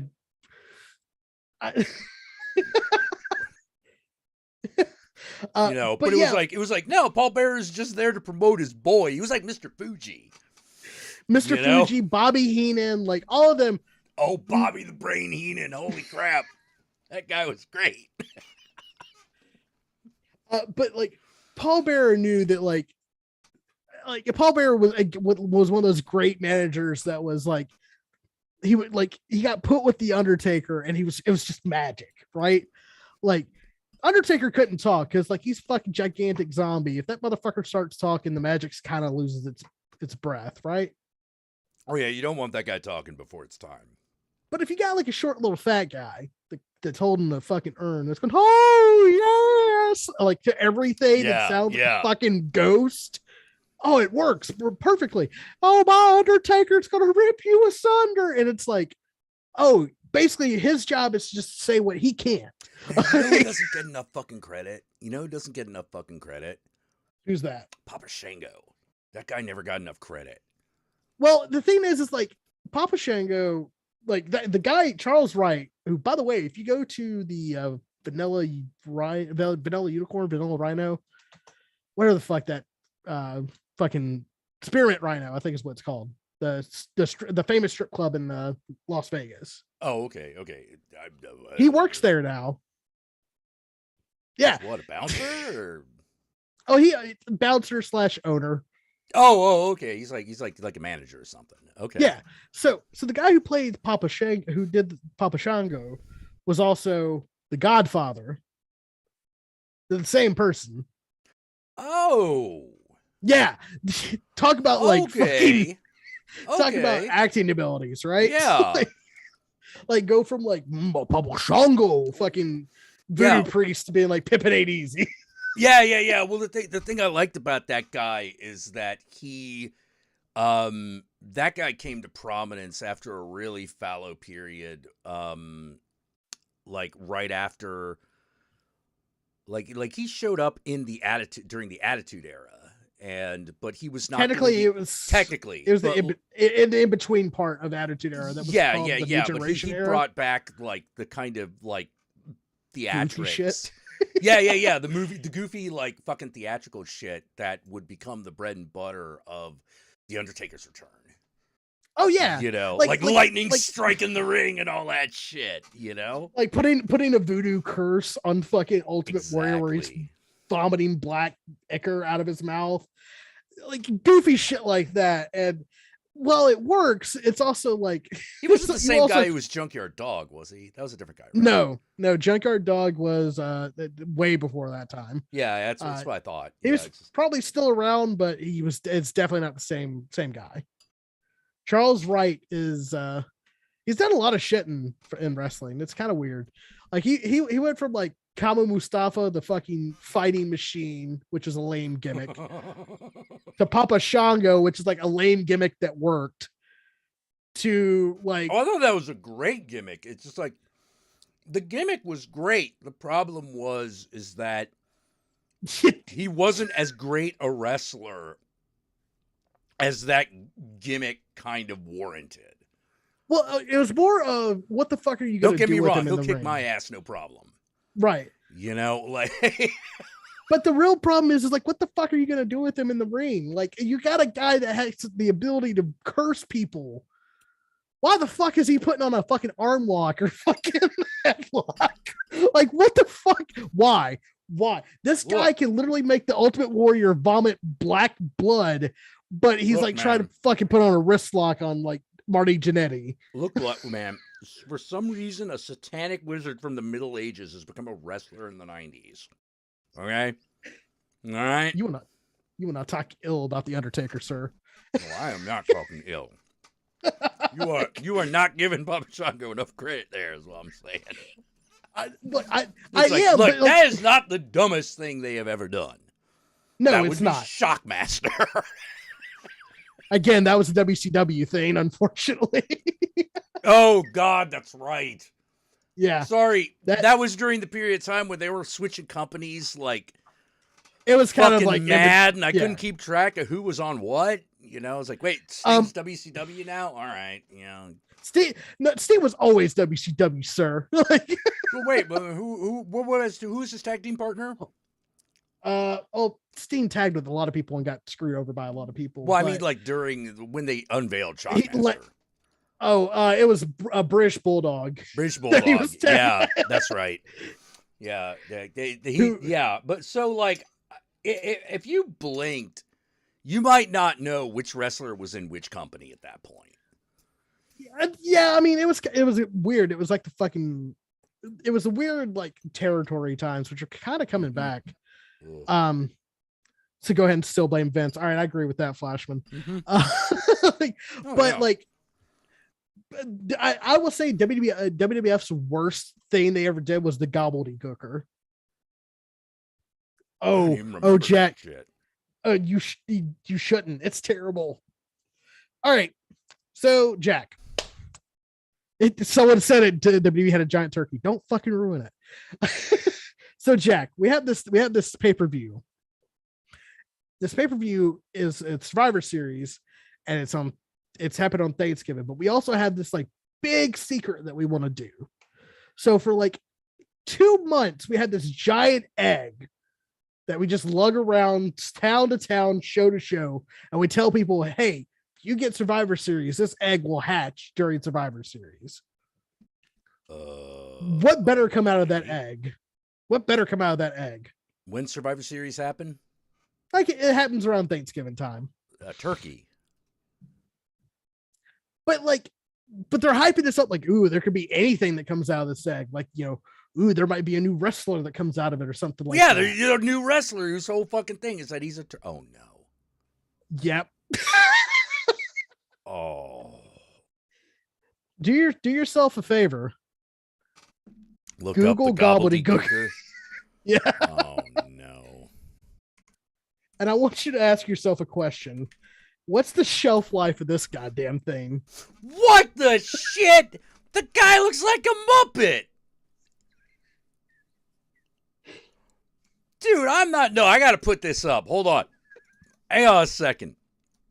You've got to see this shit. It's unbelievable almost. Where is it? Oh God. Is it like a WebMP file? Fuck you. I wouldn't get this. This is also the same company that did an evil Santa Claus character for Well, I a remember bit. that, like Yeah, Santa Claus from the South Pole. hey man. I was strangely on board for that kind of nonsense. Well, it was during that Here's weird the time. gobbledygooker. There, you're welcome. Look at that. Breathe it in, people. Breathe it the fucking in. Breathe it the fuck in, because the Red Rooster wasn't weird enough. The Red Rooster was just someone who took a gimmick too goddamn literal. Yeah. By the way, who was the tugboat guy? Do you remember? Fuck. Ironically, the tugboat guy, same guy who was Shockmaster. Fred Ottman is his name. Yes. Really? I Yep. did not know. That I did not Yeah. know. Fred Ottman. He also played Typhoon. He was also Typhoon in the Natural Disasters tag team. He was Dude, Hulk Hogan's best friend. I'm not getting over this fucking. It's wild, right? So like, when that thing debuts, are you going to give it a match? Fuck no, because no one will buy it. Well, then why do it?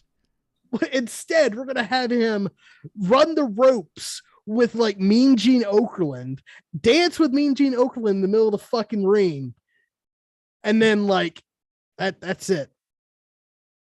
Like, okay, so wait, so they didn't even intend this guy to be a wrestler? Oh, they did. They did. They were there. They had plans for him like wrestling, but then that came out and the crowd collectively went, "What?"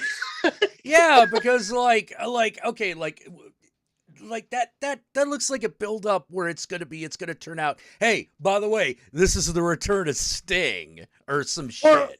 Or like Roddy Piper or some shit, like we're gonna get, like, you know him, you love him, oh shit, he's hatching out of the egg, and like, even if he's got like a fucking, he starts out with a fucking like turkey mask on and beats the shit out of guys, takes it off, it's Roddy Piper, crowd will go fucking nuts. Or like if like the Ultimate Warrior busts out of that fucking thing. Yeah, you don't even need to put the Ultimate Warrior in a fucking chicken in a turkey outfit. Just him busting out of an egg. You're like, yeah, that makes sense. About as much sense as anything else he's done. Like, you just buy it. That's a waste. They had plans. The audience went, what the fuck is this? So those plans got scrapped. Well, yeah, because are you fucking... What's like Shockmaster? Like, you see that outfit and you're like, how the fuck is this gonna work? Yeah. How is this ever gonna fucking work? Even if he hadn't fucked up his intro, how is this gonna work? And funny enough, right? Funny enough, they took the whole bad intro and were like, all right, look, we can't. Fred, look, I know you want to be taken seriously as a wrestler. Yeah, forget it. We can't do that. So we're just gonna make you a bumbling idiot construction worker. You knock over drinks in interviews. You fucking break tables. Like, you break chairs when you sit down. You trip over shit all the time. That's your gimmick, is that you're a fuck up. Like, go out there, kid. That was bad. That was bad. That was really bad. Fred Ottman survived a lot of bad gimmicks. God bless him. Yeah, I feel bad for the performer because it's one of those like, oh, dude. Well, like, oh, dude. Like, you don't look like you're a bad guy. Like, you don't deserve this. Yeah, you don't deserve this. This is terrible. The people that deserve this are not getting this, and that's the issue. Like, I love the fact that the commentators, like, even they knew it was over before it started. Well, like, they tried to sell it. They're like, whoa, Shockmaster. Oh, wow. What? Oh, wow. And then, like, they pause for too long, and you hear the British Bulldog. He fell flat on his fucking ass. Yes. And it's like, dead. Like, yeah, just gimmick over. Dead. Like, gimmick over. I don't know what he could have. There's nothing he could have done to save that moment. The only thing you really could have done was have him beat up like a bigger doofus. There's just one Maybe. problem. That you only get one match out of that, though. Yeah, you get one match out of that. But I'm like, I don't know how you get that guy to win the heart of the people. Like, that's a long journey. Not then. I think maybe today that shit could work because, like, Danhausen's a thing, right? All right, good point. Good point. like Good I point. love Danhausen, but that's a goofy ass gimmick to explain to people who don't watch wrestling. I'm just trying to figure out what a fucking glitter fucking stormtrooper hat had to do with anything. They had a stormtrooper helmet. They put glitter on it. Yeah. Well, there was the other thing that fucking weirded me out is no shit guy's gonna trip over shit in that. How does he see? Well, see, here's the thing, right? You've worked on like sets where like you had like the wall bust through and shit like that. Yeah. So you know how that works, right? Yeah. All right. These fucking morons put a support board right in front of that. Why would you do that? It's supposed to fall. Oh. I don't know. They You put can't like a fucking support. put a support beam when a guy's supposed to go bust through that shit like the Kool-Aid man. Come on. But also, like, the amount of force he was pushing through that, I don't know how he wasn't going to fall on his ass. Yeah. Oh, man. I just felt so bad for the dude. I was like, oh, God damn it. That was a great build-up, too. It's just at the minute, the shock master! Boom! Like, fucking explosion comes through a fucking wall. You're like, oh, shit. And then he trips and you realize it's a guy in a glittery stormtrooper helmet. And you're like, what? Like, that's two what's at the same time. Why is he wearing a full bear vest? I don't understand. And no shirt and jeans and cowboy boots. What the fuck is this? Yeah. Like, I thought he was going to be like, I mean, I'm like, wouldn't it have been better to fucking like have him in like a gimp outfit or something? Like, because that would have been like kind of shocking. Or at least like, or a lightning, or like a fucking lightning motif. You know, electricity. At least have him like in like a fucking like leotard that's got like lightning shit going on. Yeah, like something, Nah. They ain't got that budget, all right? No, can't do that. That would take more than 5 seconds. No one gonna buy a wrestling action figure dressed as the accountant. I can tell you for a fact that is not the case. From personal experience, I can tell you that is not the case. Yes, Erwin R. Shyster, or when Vince was mad at the IRS, he made an evil accountant whose whole gimmick was everyone's bad at or tax cheats, and he's going to make you pay your taxes. That just gets right over into the fucking crowd that's probably paid with this, like with fucking unemployment money and food stamps. Wow. Yeah. Wow. Yeah. That's and his name is Erwin R. Shyster, IRS. IRS. Yeah. I got it. I guess someone got in Vince's ear and it's like, in the words of Red versus Blue. Oh, we got it. We just thought it was weak. I guess someone also got in his ear because he wasn't called Erwin Shyster for long, because someone went, God damn it, Vince, you can't just make him a Jew. Oh my God, are you serious? His name is Erwin R. Shyster. Wow. It's like if you want God. It's like if you want to do IRS as like an evil Jew, we have Barry Horowitz. We can give him a call. Yeah, we got Goldman. God damn it! We have Jameson, for fuck's sake. The weird nerd that hung out in WWF for like some fucking reason. I don't like. I try to understand old like 90s wrestling and why people are nostalgic for that shit. I just don't get it. That was the period of time when I was like, all right, I'm out, You weren't alone. There were a lot of people that fucking it was like knowing that it was fake, having my little 11-year-old vision of like this being real shattered, because obviously, or it's like not fake, it's predetermined, like Well, that is, for the most part. Okay, here's the thing. Most wrestling moves are intended to not harm the other person, but Right. like most stunt acting, Shit accidents happens. happen. Yeah. And it's that shit happens moment that you're waiting for, right? Like not me, because I hate seeing people get actually hurt while performing. But at the same time, I love deathmatch wrestling, so I'm kind of a hypocrite. Yeah. Like, look, don't tell me you did not fucking feel like you got your money's worth when fucking Mick Foley fell out of the Hell in a Cell. Oh, I thought he was dead. Yeah, legitimately, I thought he was like, dead. yeah, you're like, oh shit, he died. Yeah. Fucking Undertaker fell on him, killed him.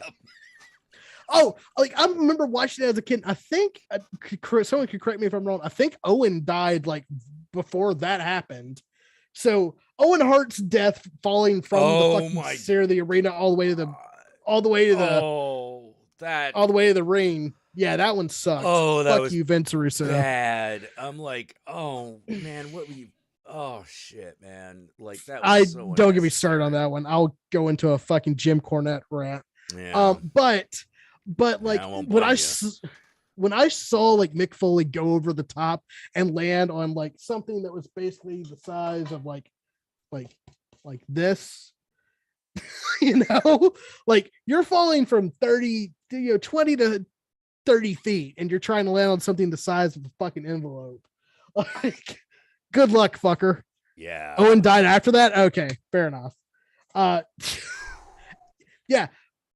He hits that shit and you're like, okay, match is over. Nope.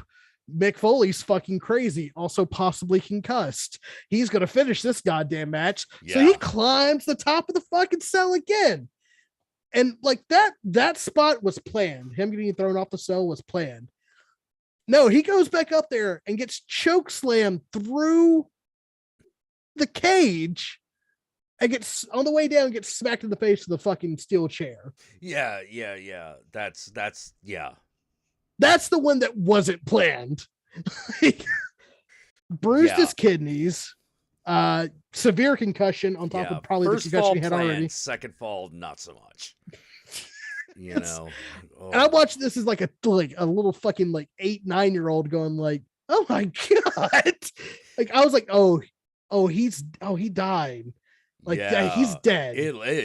Let's put it this way. It looked bad. Cause it was bad. It was bad. It just wasn't bad enough to kill Mick Foley.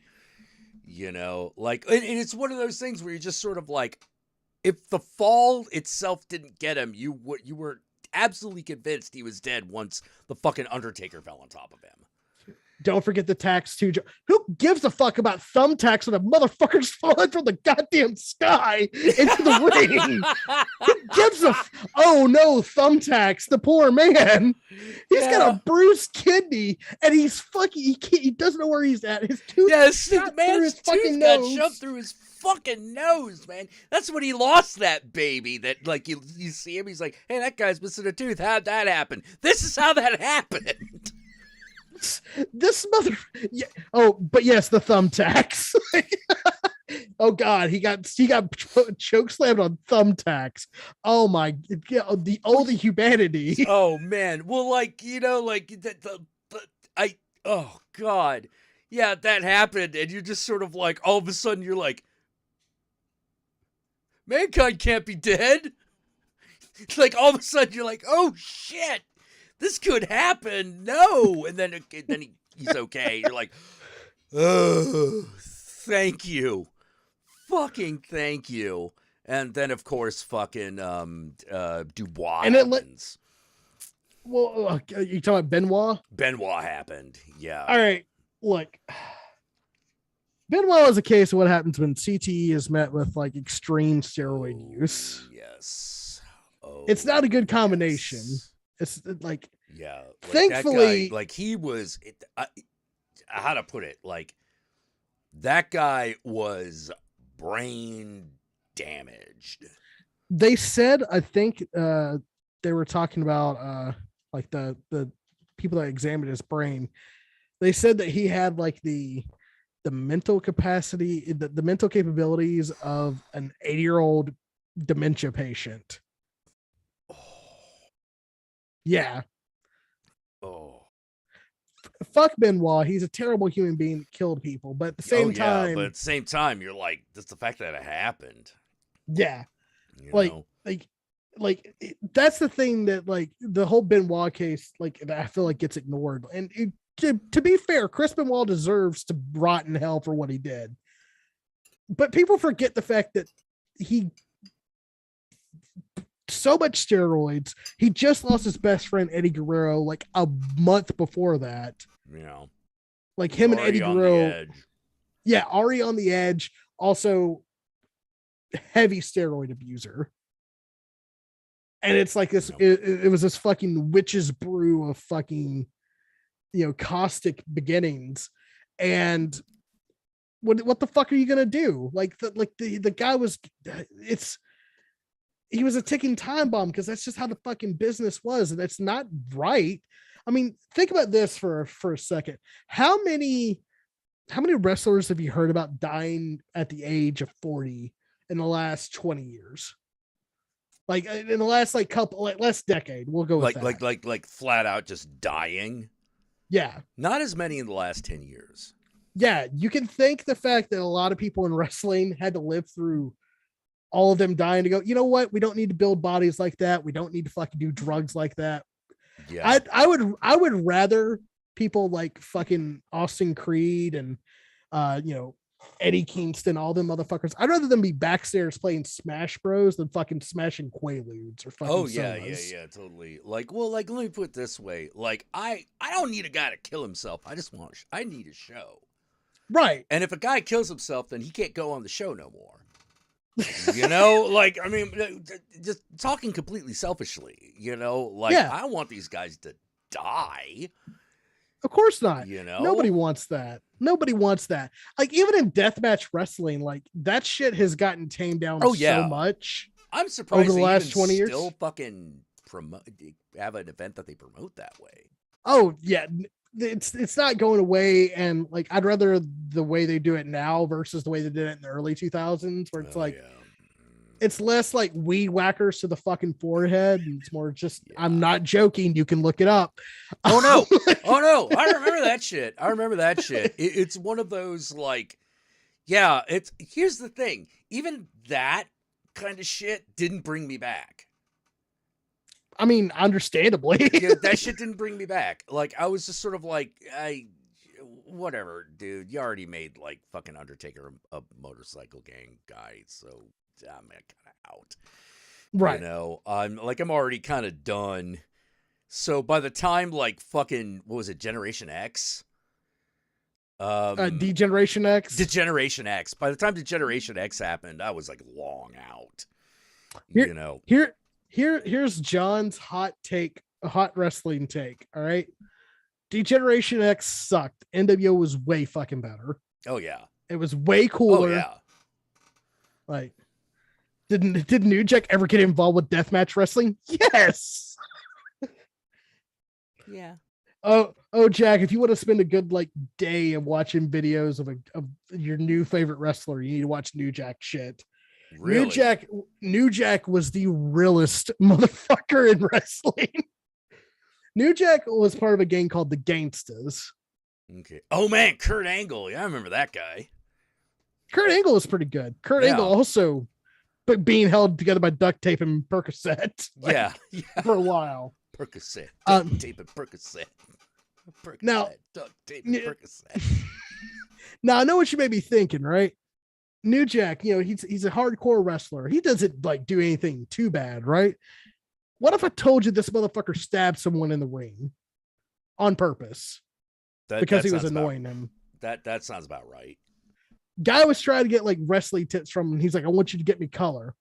And it's like, okay, whips out a fucking pocket knife because this guy starts to like actually throw punches at him and try to like fucking step to New Jack, and New Jack's like, okay, grabs a knife and just starts stabbing him in the back. What? Yeah. Like, And not just and like, not like once. Like Like once would have wham. done it. Like prison shivving. Oh, Like wham, man. wham, wham, wham, wham.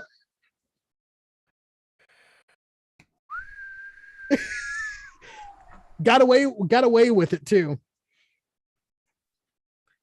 Because the guy that got stabbed refused to press charges because New Jack's like, yeah, I'll teach you how to wrestle. I'll take you on the road with me. And as soon as he didn't press charges, he got released. He fucking left Florida and never came back. And he didn't take the guy with him, did he? Fuck no, he didn't. Why the fuck would he do? Man. No. Like, damn. I was actually. No, that guy wasn't 17. You're thinking of mass transit. So this is the first New Jack moment. All right. Oh, New Jack's in a wrestling ring with this kid. The kid said he was 18 and that he was trained by Killer Kowalski and shit like that. Okay. Okay. So he goes, New Jack, I want you to get me color, which is basically like, fucking cut me and, right. Get us blood. Yeah. Yeah. And he's like, well, can't you cut yourself? He's like, no, Jack, I need you to cut me. Okay. He grabs a sickle, right? Like a fucking like sickle.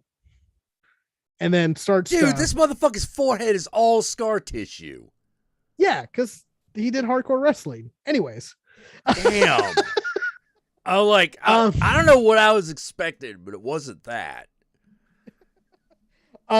This guy grabs the sickle and starts cutting his head right here. Now, for those of you who maybe not know much about anatomy, your forehead bleeds like a stuck. Yeah, head. it bleeds like a son of a bitch. Your whole head does. This whole area up here, cut that. There's just blood happening. So I've seen it. It ain't like I've seen it. I've seen it in places. That's like what happened to my fucking landlord when he fucking fell down the stairs. Bleeds incredibly, but it's not necessarily bad. Well, yeah, it looks worse than it might be. It can look worse than it is. Well, you can feel on your own head if you're at home. Feel on your own head around like the left side of your face. You'll feel like a thick vein. Yeah, you feel that little thing that pumps. Yeah, he nicked that artery. Yeah, that's an artery now. Yeah, you don't need to fucking hit an artery to make your head bleed. There's a lot of blood going through you can literally your fucking head. Yeah, you can literally do it right here. Get a nice like coat of blood, and you'll be fine. Cut me, man. He cuts. He cuts him from here, hits the artery. Oh my god! And you can see in the video the guy's laying on the fucking because after you get your head cut, you're not fighting anymore. Yeah, you're done. You're done. He's laying on the mat, and you can see that artery just squirting blood from his head. Oh, that's right. It was a scalpel nailed to a piece of wood. I forgot. Yeah, it was a scalpel. Oh, so you can see it going. Yep. By the way, that kid's 17. Oh my god. Has never been trained as a wrestler. What? And just kind of bullshitted his way into the ring. We know all this because his dad starts freaking out, going, "He's just 17." Like, that was the first New Jack incident. Wow. And as Jake brought up here, he also tried to kill a guy by pushing him from a great height onto one of the posts supporting the ring. That one I understand, though. Okay, that's one of the few that New Jack's justified in his own New Jack way. Okay, so 10 years beforehand, him and the same guy are having a match. All right. So you're saying was that too far? Yeah, but this is fucking. But this is fucking Fresh Prince hitting Chris Rock. You get it. Okay. All right. So New Jack and this other guy, Vic Grimes, are having this match, and one of the big spots is they're on the balcony and they're about to pull each other over into a pile of tables. Okay. All right. Yeah. So he's got this guy and he goes, "All right, Vic, we going." And Vic's like, "I'm scared. I can't do it." He's like, "Vic, God damn it, we got to do it." And he's like, "I can't do it." He goes, "Vic, on 3, 1, 2," and then pulls his ass. Well, Vic stutters and holds onto the balcony, delaying that fall, and they fall directly on the pavement. They fall directly on that on the pavement, Oh. and then Vic lands. And Vic's like a 300-pound guy, lands on fucking New Jack's skull, Oh. fracturing his skull, giving him like permanent blindness in his left eye, Oh shit. and like brain fluid coming out of his fucking ears and shit. Oh, that's super bad. So some dumbass years later books both of these guys in a scaffold match, which is basically we're going to put two people on top of the scaffolding, and then whoever falls loses. Right. That the what? It's stupid. Yeah. That's really dumb. So New Jack, seeing this opportunity, brings a taser with him and starts tasing this guy, and then grabs his fucking fat body. Yeah, it gets worse. Grabs his fat body, looks down, sees like one of the ring posts, and aims for the ring post while throwing this fat fuck down. Oh. This guy bounces off the ropes and back into the ring on top of his head. Oh.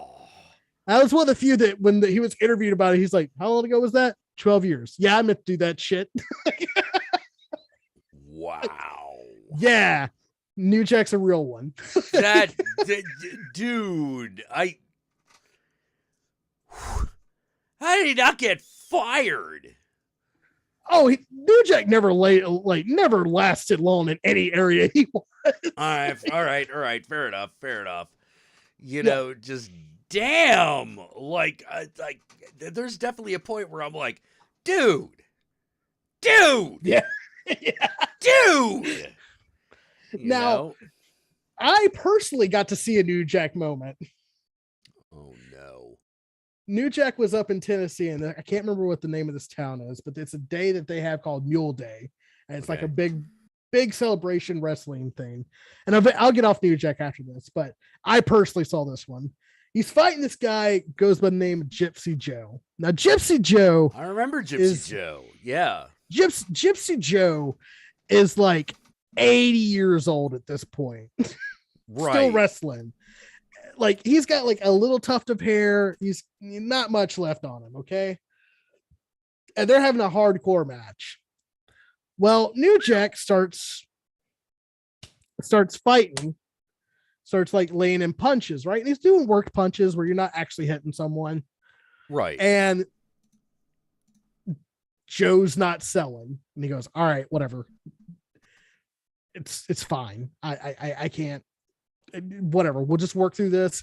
And he keeps laying in shit on him. He hits him with a body slam. He gets right back up, hits him with a clothesline. He gets right back up. And New Jack, being New Jack, as you've probably figured out from the last three stories, went, all right, bet. Like, grabs a aluminum bat that's wrapped in barbed wire. Wait, does he literally say, all right, bet? No. Oh, okay. All right. He just goes, all right, you're not going to sell. I'll make you fucking sell. And grabs aluminum bat that's been wrapped in fucking barbed wire and starts beating a 70-year-old wrestler's ass up and down the fucking aisle. Like, bang, bang. You can hear every fucking hit. Grabs, like, like those seats, they're like formed, like plastic seats that are formed into a bench. Yeah. Grabs one of those, slams it down on his fucking body like 4 or 5 fucking times. And of course, because this is a rural town in Tennessee, he gets called a very nice racial slur. Well, right, because he's a black guy, Right. I find myself going like, well, no kidding. He grabs the bat, smashes this motherfucker in the head, wraps the barbed wire in his hair with the hit. Oh man, this just keeps getting worse. Yeah. And then like the match, this hardcore match gets ends in disqualification. Oh no. Hey, because apparently the ref's got eyeballs. Well, it's a hardcore match. There is no disqualification. Oh, right. How the fuck are you going to end the match in disqualification? Anyways, New Jack runs out the building, gets to this car, and never comes back. So people are like, how has he never been arrested? Well, he's been arrested. But in wrestling, it's kind of like, hey, you signed up to be in the ring. Like, damn. Oh, that is fucked. I love wrestling stories that aren't just what happens in the ring. Wrestling's so much cooler when you like hear the shit that happens when the cameras go off. Like, oh man. That's fucked. Oh, it's so fucked, but at the same fucking time, it is the most hilarious shit because it's like, well, what did you expect to happen? He's given you 3 fucking times where he's done this. Like the first time, I get it. After the third time where he shoots on somebody, I think I would just stop. Yeah, I think I would just be like, no. You're out. You're out. You know, like, you'll never wrestle in this town again. You know, like holy crap. But he's a great promo guy, right? Knows how to cut a good promo. Yes, I've watched Dark Side of the Ring. Yeah, Dark Side of the Ring. I've seen that. Yeah. Good show.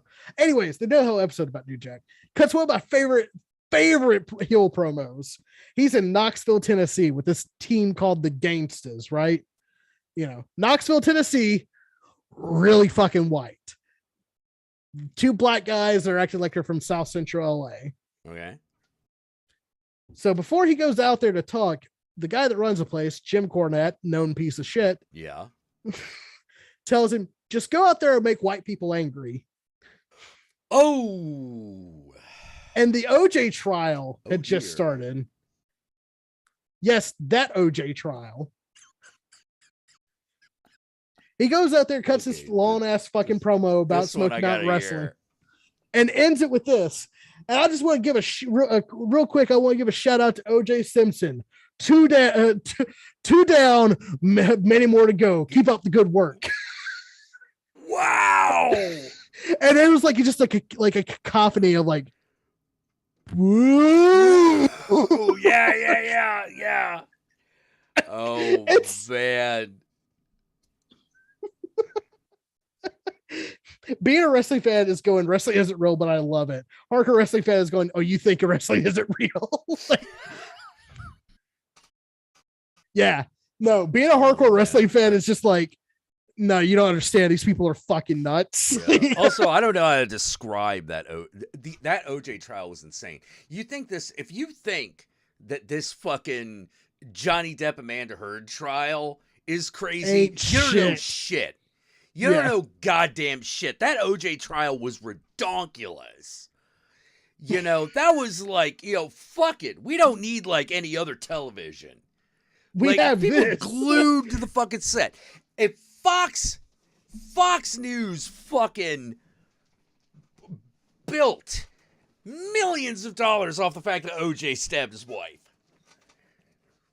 Yes. Millions. Would not stop talking about it. It's the reason why we have that fun movie from not Quentin Tarantino called, Natural Born Killers. Like that whole thing is talking about how Fox News kind of exploited that entire trial. Completely exploited the OJ trial and all that shit. Yeah, exactly. It's why when people were like, well, the movie's gone too far. And I'm like, actually what Oliver Stone is saying is that the news has gone too far. Yeah, no, life has gone too far. Yeah. Shit's gone too far. Are you kidding me? It's like, but it's time to stop. Where are your parents? It's because it's wild, right? Because I remember that shit as a kid. And I was sitting there, and let's all be honest here, OJ was guilty as shit. Oh, right? Yeah. Yeah, the entire time I'm like, dude, if you didn't kill her, you have a good idea who did. Yeah. There's no fucking way you had nothing to do with this. But then OJ's lawyers did the fucking crazy smart thing where it's like, well, do these cops have racial bias? The answer is They're cops. Yes. Yes. Well, let's put the gloves on them, see if they fit. Oh, they don't fit.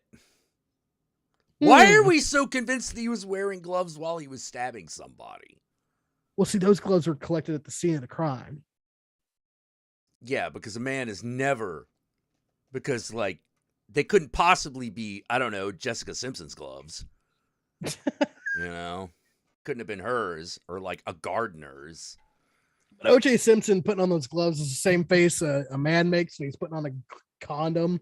He's like, oh, obviously it can't fit. I couldn't believe that was allowed to happen. Like, I couldn't believe that was allowed to happen. I was like, are you fucking shitting me?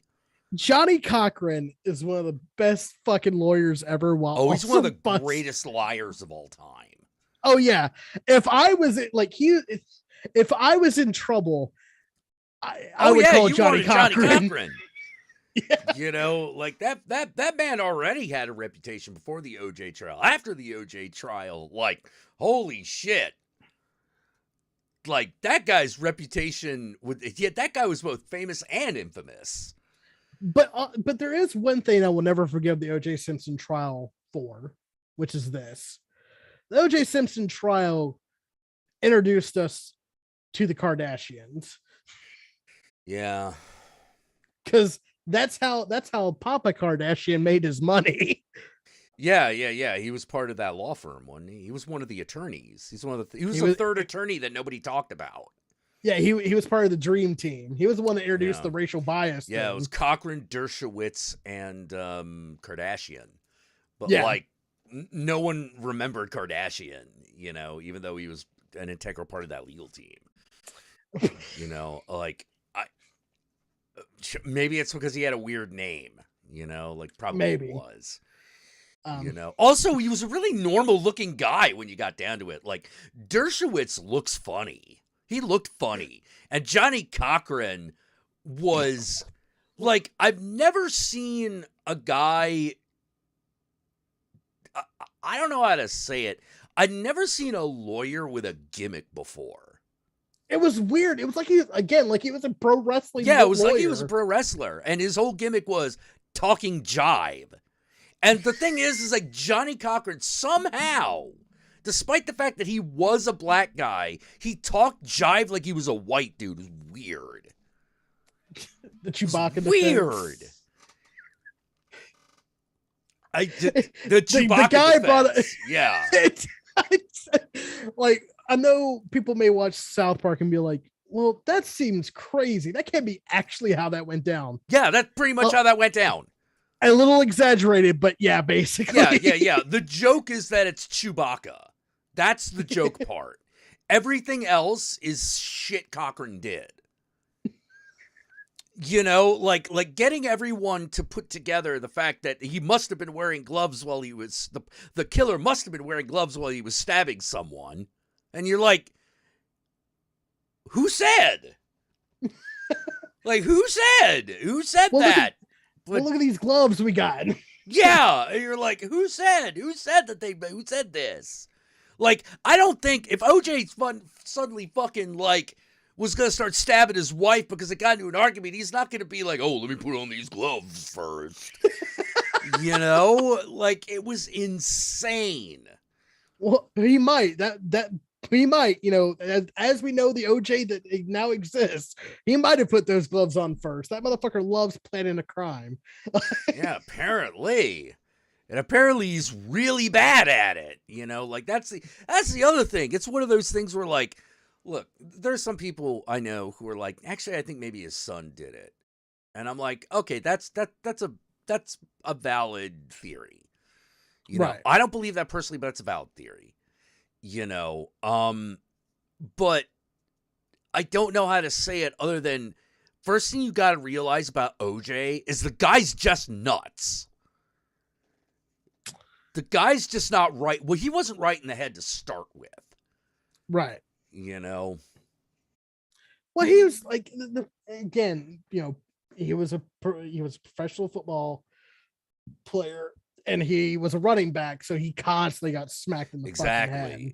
Exactly. Oh God, I still remember that whole "I'm not black, I'm OJ." Kiss my ass, dude. Come on, come the fuck on, dude. Like, I still thought it was really funny because this I didn't know. Mhm. This I didn't know. Like, I didn't realize that there was a generation of like young black guys who had no idea who OJ Simpson was. And when I thought about it, it made sense, but I didn't. It didn't occur to me until I ran into it. Mhm. Because like that's the black community going, yeah, we're not really sure we want to talk about this one. First of all, he did say I'm not black, I'm OJ, so fuck that guy. But also at the same time, Motherfucker did that shit. It's the Well, same thing. It's the same thing why like Juicy Smouye is not a big topic of conversation in the black community. Motherfucker did that shit. what was that? Is it Undercover Brother where like he's he's talking to conspiracy bro and he's like OJ Simpson didn't murder those people and he's like like,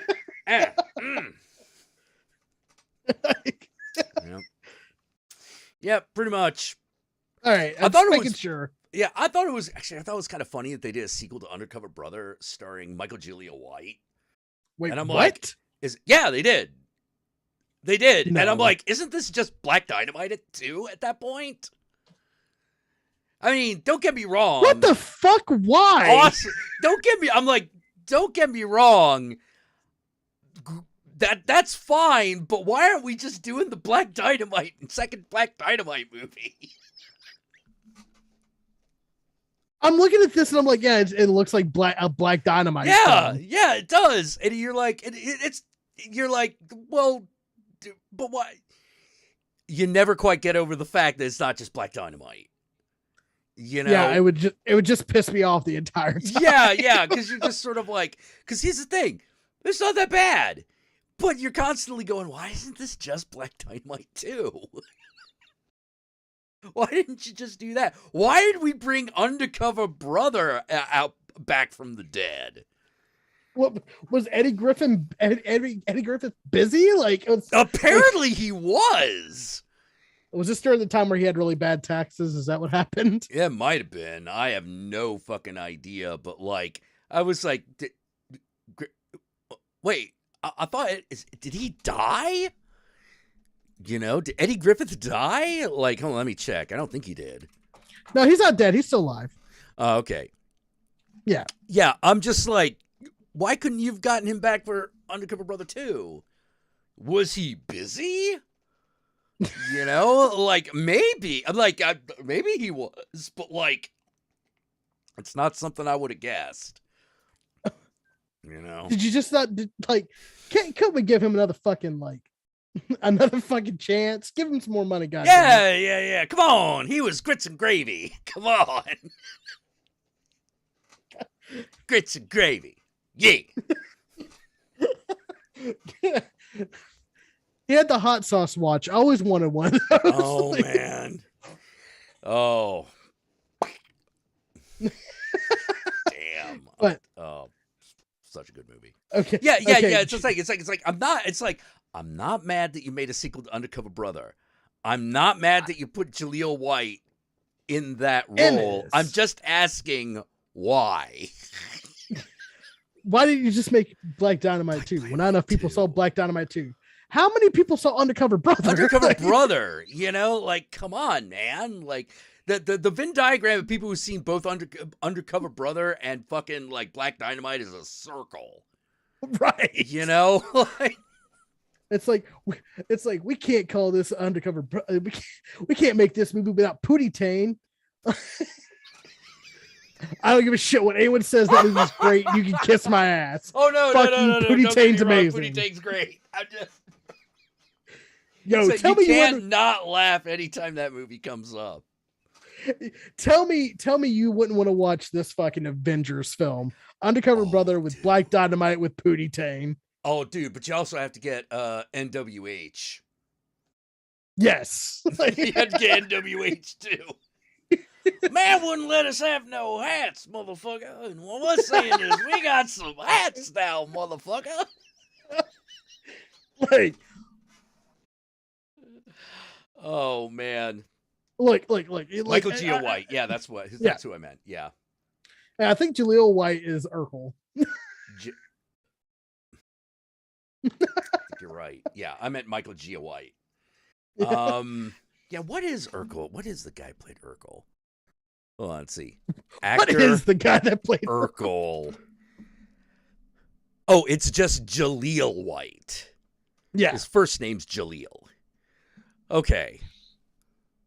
I remember when he showed up like out of nowhere on the fucking Key and Peele show. I was watching a fucking boxing event. I think it was one of the fucking Logan Paul ones. And I saw a commercial. Look, I didn't buy it. I was right. I mean, I didn't assume you did. Like, you do not watch a Logan Paul event. It is inflicted upon you. Well, it was more like I was morbidly curious about what was going to happen. And I had to see this fucking shit show for what it was. Because I'm that person. I'm Jake Paul, and I'm a wrestler, and I'm a fucking boxer now because I clearly don't have manhood issues. Like, okay. All right. When are you going to fight a real boxer? Anyways. So I'm watching this thing, and all of a sudden there's a commercial with Snoop Dogg, and I was like, "Ah, shit, we selling weed," like, because it's like rooms filled with smoke, and all of a sudden Urkel walks in, like Urkel, not Jaleel White, Urkel. Not Jaleel White the actor, but Jaleel White playing the character Urkel. Yes. And all of a sudden, like Snoop and Urkel start talking about weed. And apparently there is an Urkel, there's a purple Urkel strain of God weed damn out it, there. that's fucking brilliant. That's kind of fucking brilliant to have a purple Urkel. God damn it. I saw that shit and I was like, I gotta smoke this. Well, yeah. Yeah. I mean, like, come on. Like, if I smoke this, do I turn into like the cool Urkel character? Is that who I turn into? What was his name? Like Stefan Urkel? Stefan. Like, do I turn into Stefan if I hit this shit? Oh God. Oh man.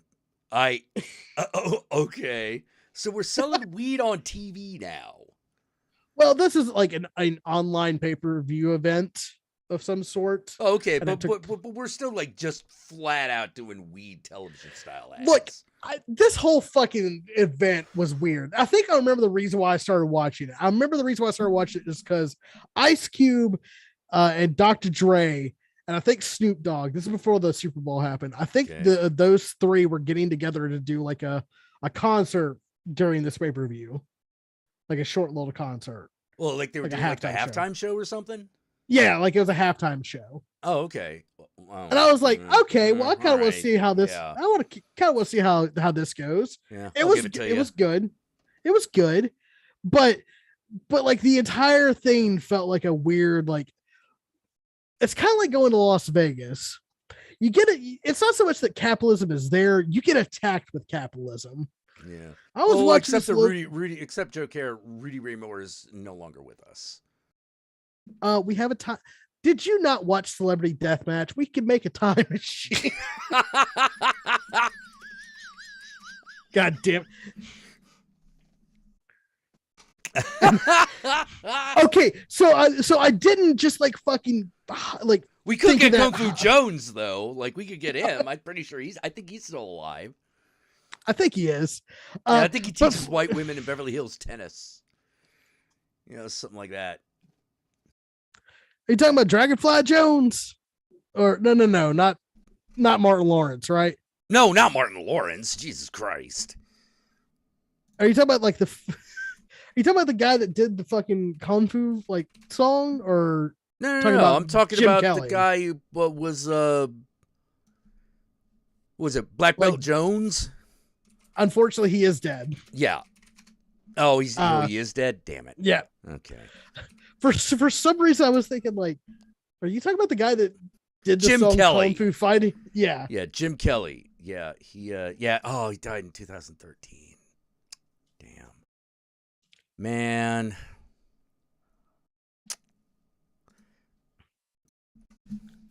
That guy was cool. I liked him. He was. Oh Yeah. God. Flash was saying like this fucking strain of purple Urkel.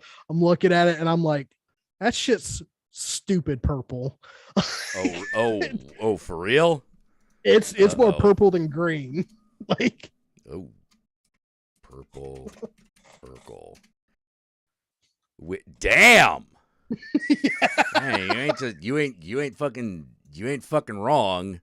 Holy crap. See the purple Sorry. Urkel strain. All right, let's get this. Like, look, kids, this is for educational purposes, just in case you happen to run into such a thing. Don't do drugs, kids.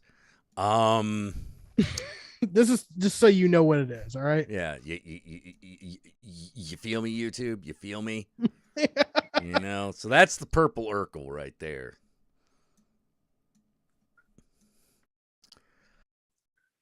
Apparently it's a 20%, which I actually prefer lower THC because like I'm getting older. Dude. And you fuckers are making this shit too hot. All Dude, right? oh God, that reminds me of a fucking. All right. There's one thing I definitely like become a complete like elitist bastard over. That's acid. Well, no. Well, I mean, yes, but like, no, more than even acid. It's fucked up movies. Uh-huh. Like I turn into Uncle Joey when it comes to fucked up movies. It's like, it's one of those, someone's like, well, I think like the worst movie I ever saw was Human Centipede 2. And I'm like, I wipe my balls with Human Centipede. Like I wipe my balls with that shit. That ain't shit to me. That shit's for Gentiles. That's shit's for you fucking white bastards out there. Ain't got nothing better to do. Yeah, I got nothing better to do. What the fuck? But yeah, that's for you that's for you motherfuckers to put ranch on your fucking wings. What the fuck?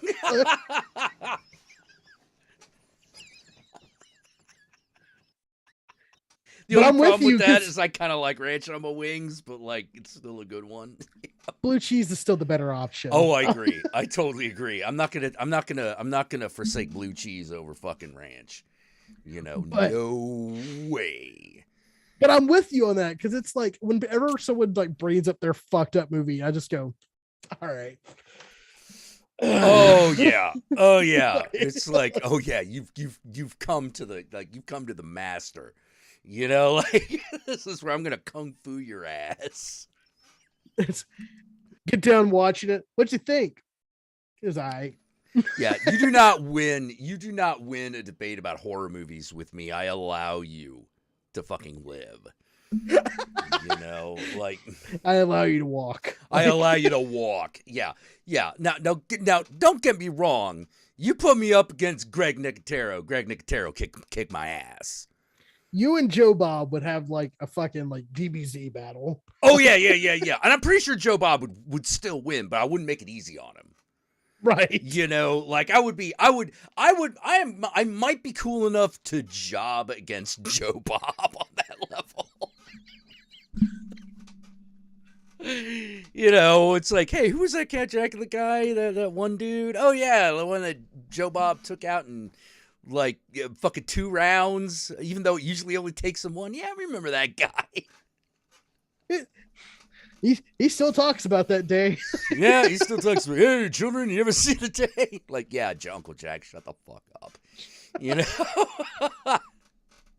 But like, I agree with you, man, because it's like, we both love fucked up films. You obviously way more than me, like, because your knowledge is vast while mine is not that big. Dude, there's just something about screwed up movies that is like going to church for me. I agree. I get excited when someone puts on a bad flick. Like when I see trauma trauma production, I'm like, from a trauma group release. Yeah, a trauma Like, team release. jeez. Dun dun dun dun dun dun dun dun dun. I'm like, I'm home. Like, Oh yeah.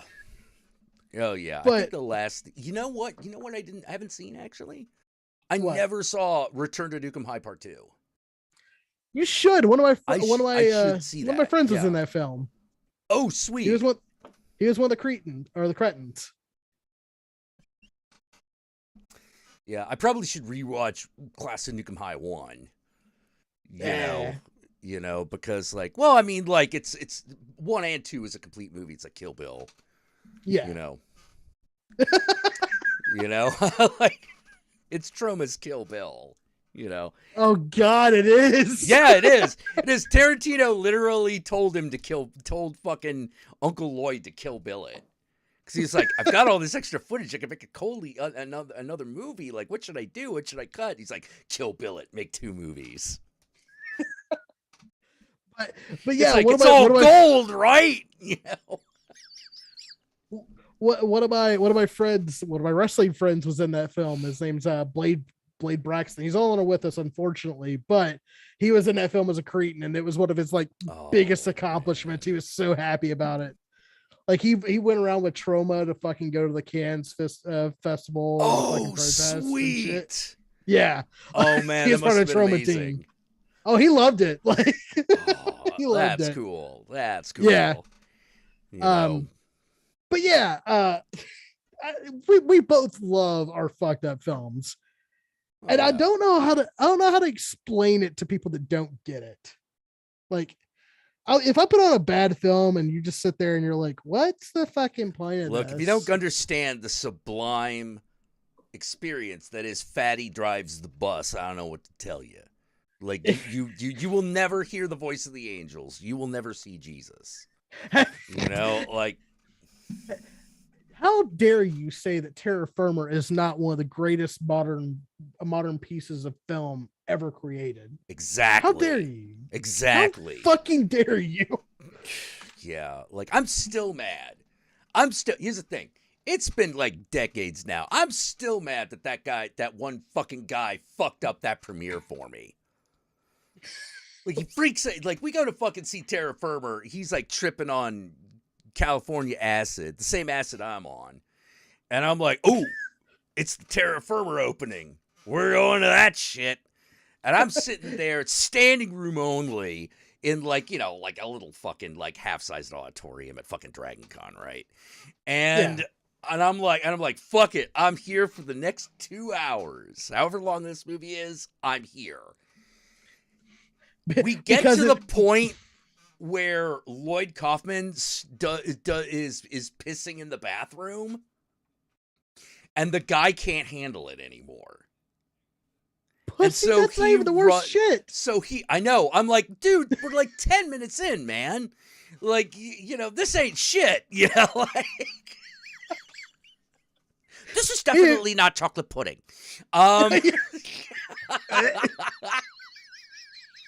Oh God, that's the one moment in that film where I'm like, oh, it's so rancid. Oh man. So he fucking takes off. And then I'm just sort of sitting there. 5 minutes later, I'm like, if he dies, gets himself killed, someone's gonna be mad at me. And I don't want to deal with that conversation. So I leave. I leave a movie that I really don't want to leave. You know, like if all other things were equal and there would be no drama and no one would care if this guy died, I'd have stayed. Right. You know, like anyway, so like, you know, I find the guy and I just don't even that guy was a piece of shit. I hated him. You know. Isn't it great to fucking reflect on people that you really should have never given a shit about? Yeah. Like all right. Someone asks you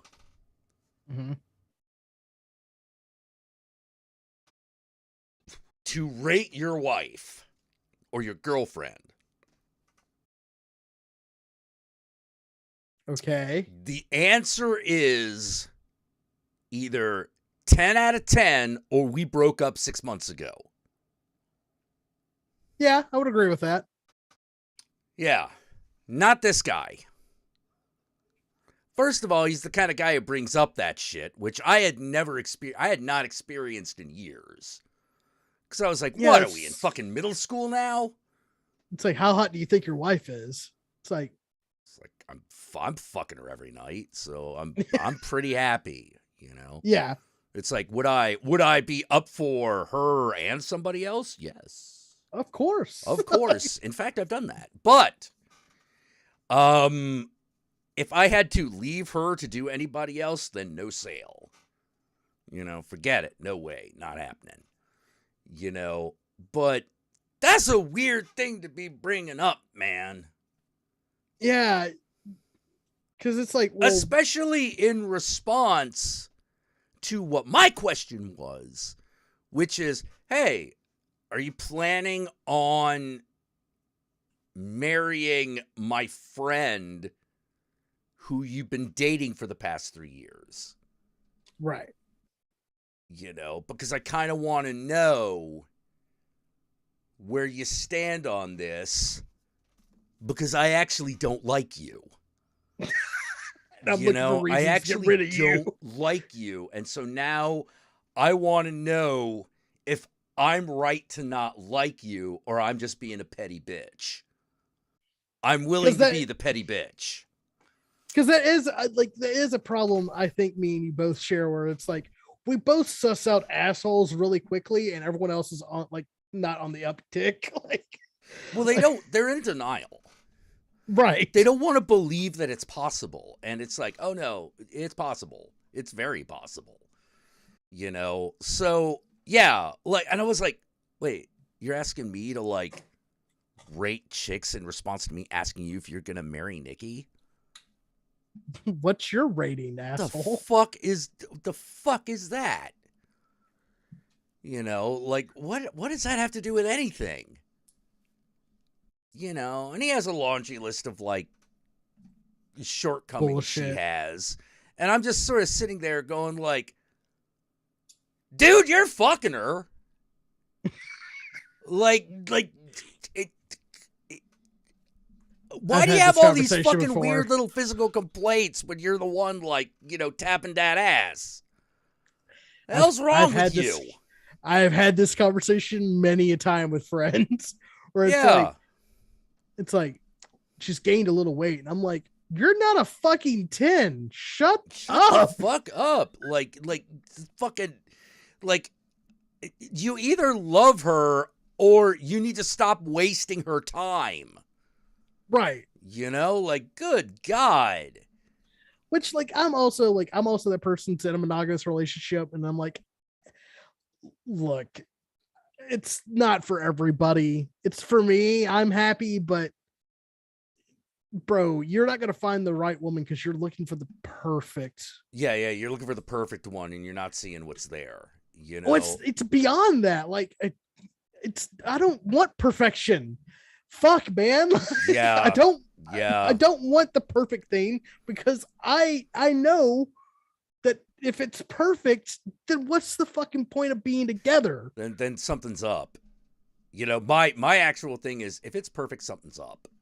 Yeah. You know, I'm in a simulation or something. It's the fucking Matrix. You know, just absolutely. Mouse and the count tangent. So who knows how we got on this topic? This is not about the destination, but about the journey along the way. Yeah. Well, it's welcome because to the I show. have this welcome to the show. Thank you all 33 some odd listeners who are here. And if you're just joining us going, what the fuck is going on? Congratulations, you're here. You found it. You found us. You found that you're in the right place. But yeah. I couldn't believe it. I couldn't believe I was hearing this shit. And because I was just like, what? Yeah. You know, I don't know how to say this, but my wife and your girlfriend are friends, and your girlfriend is, I am very friendly with her. I am her friend, though not as close as my wife is. Right. if I understand that it's kind of a dude's night out moment. So if we want to talk about girls we're not fucking or with, that's okay. This is not okay. This is weird. And I did report. I was like, nah, I'm reporting back. This guy's no good. You know, like, fuck that. We must have a council meeting. Oh yeah. No. It's one of those things where like, no, motherfucker, you thought I was going to keep your little secrets. Bullshit. I told everybody. Why'd I tell everybody? I didn't like you. That's why. Do not offend me, boy. You know, don't cross me. Look, bad idea. Look, I did it not because I thought it was the right thing to do, because I was trying to be a better man. I did it because I didn't like you. I was being petty. Yeah. And petty's okay. Because I couldn't believe it. I'm just sort of like, I'm expecting the like, I'm expecting the sort of like, you know, if you were to ask me if she was the kind of girl I was going to go for, wouldn't have been my first thought. But haven't been with her these 3 years. Can't imagine it being anybody else. You know, like something like that. Right. Yeah, but no. He was already shopping for other people. Oh yeah. He was already shopping for a side piece, and I'm like, you haven't landed the first one yet. First of all, you know. Second of all, you know, like, and I'm like, yeah, this is totally the kind of guy who's gonna propose marriage to get out of a fight. Fuck this dude. Ain't that the best ones? Yeah. Like, I almost fucking ditched that guy in the middle of downtown fucking Atlanta. No, because then it'd have been like Atlanta's problem, and that's kind of fucked up. Well, exactly. Exactly. Now, to be fair, it's not like Atlanta wasn't offering. Right. They were offering to take. It was offering to take care of my problem, and I was like, no, I don't know if I can have like a fucking idiot on my conscience. Not when I could just fucking like ridicule the man endlessly and fucking report back what a douche nozzle he is. You know, like I think that'll be my revenge. I'll just let everyone know what a fucking dick cheese he was. And as you should. He probably still is. You know, I don't know because I ain't seen the motherfucking over 20 years. You know why? Because he's a piece of shit. And genuinely, you don't like to hang out with pieces of shit. No, I do not. I don't care. It's one of those things where there's some people in this world that it doesn't matter what they bring in a positive sense because it doesn't make up for what they do in a negative sense. And he was absolutely in that fucking category. You know, it's one of those, I don't care. Let me put it this way. It doesn't matter if he can get girls to come to your party. They're all going to be underage and it's going to be weird. Oh, he's one of those fuckers? Oh, I can't hang out with that. Yeah. I can't. Yeah, no. I 18, 19, and you're like in your 30s, I can kind of get down with. I still think it's a little weird. I can't really get down with it, but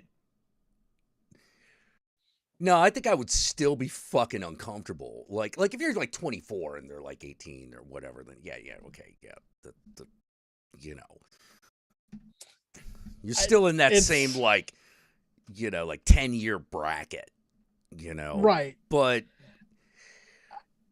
after a certain age, it's got to be like, it's got to be like mid-20s or later, man. You know, otherwise it's just weird.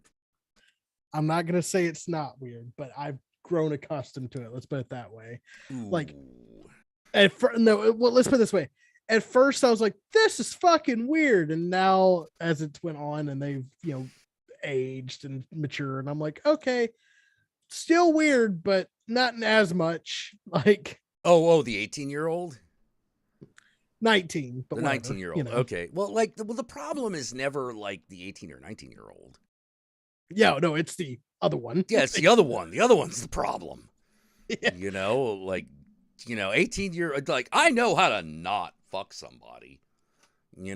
Easy. Easy. It's really easy. You just no. You just Like, don't, But what if she's really hot? That's why God gave you 2 hands, but only 1 dick? Come Look, on. Look, And after a just- while, you're not even going to think of that. You're just going to be like, Right. oh, 18, dude. Like, no. But like again, it's weird, but it's like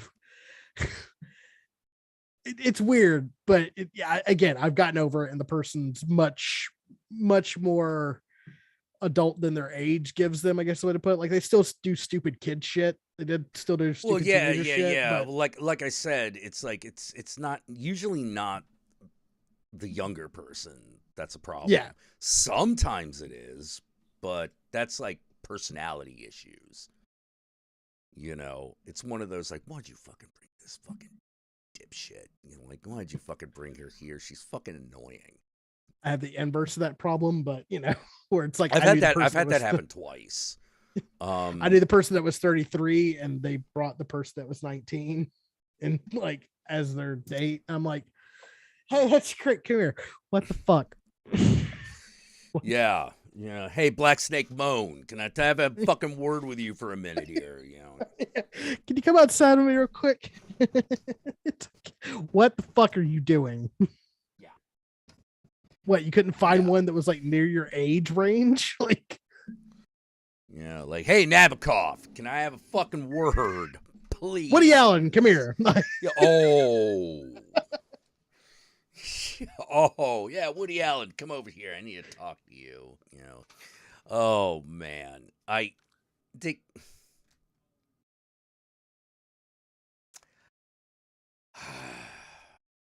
I'm sure out Anyways, there is some 30-year-old guy and who met a girl when he was 18 and everything's cool.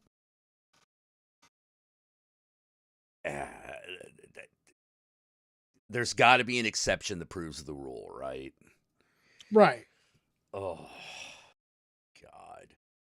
Or- I remember when I had a buddy who was starting to do that. And it was really one of those things where, like, he was getting older, but his girlfriends were staying the same age. And, all right. yeah. And it was one of those, I don't understand what's going wrong. And it was like that Mr. Peanut Butter fucking scene in BoJack Horseman, which is, yeah, when you start dating them, they're young girls, but then they turn into women.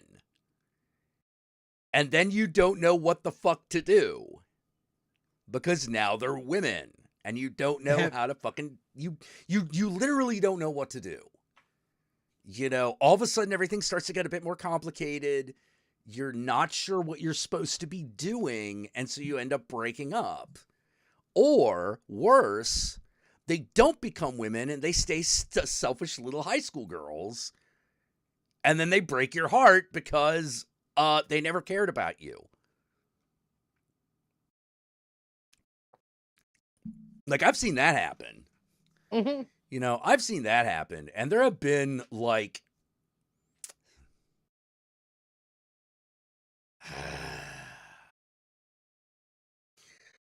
I have alcohol. What I'm saying is I have alcoholic friends. Okay. Because, no, I'm saying this kind of on purpose, which is I've noticed the friends that that have substance abuse problems are way more likely to be in this situation. Because a grown woman doesn't put up with that for the most part.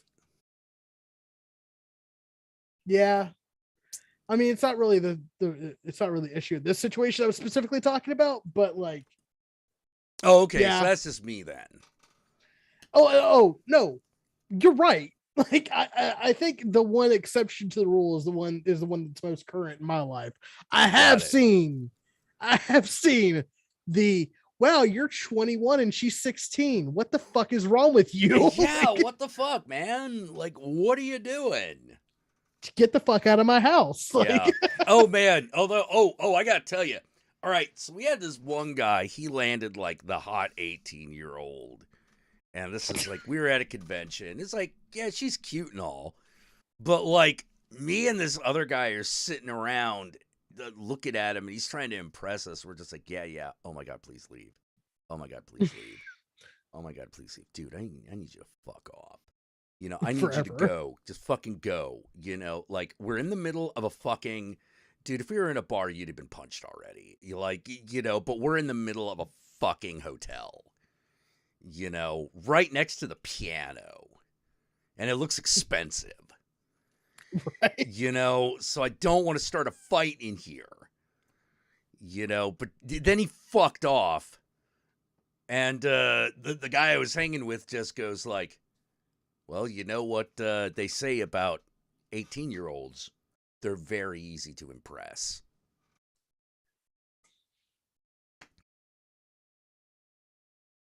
It's really easy when you're a mediocre white man to impress a 19-year-old. There's not much. Yes.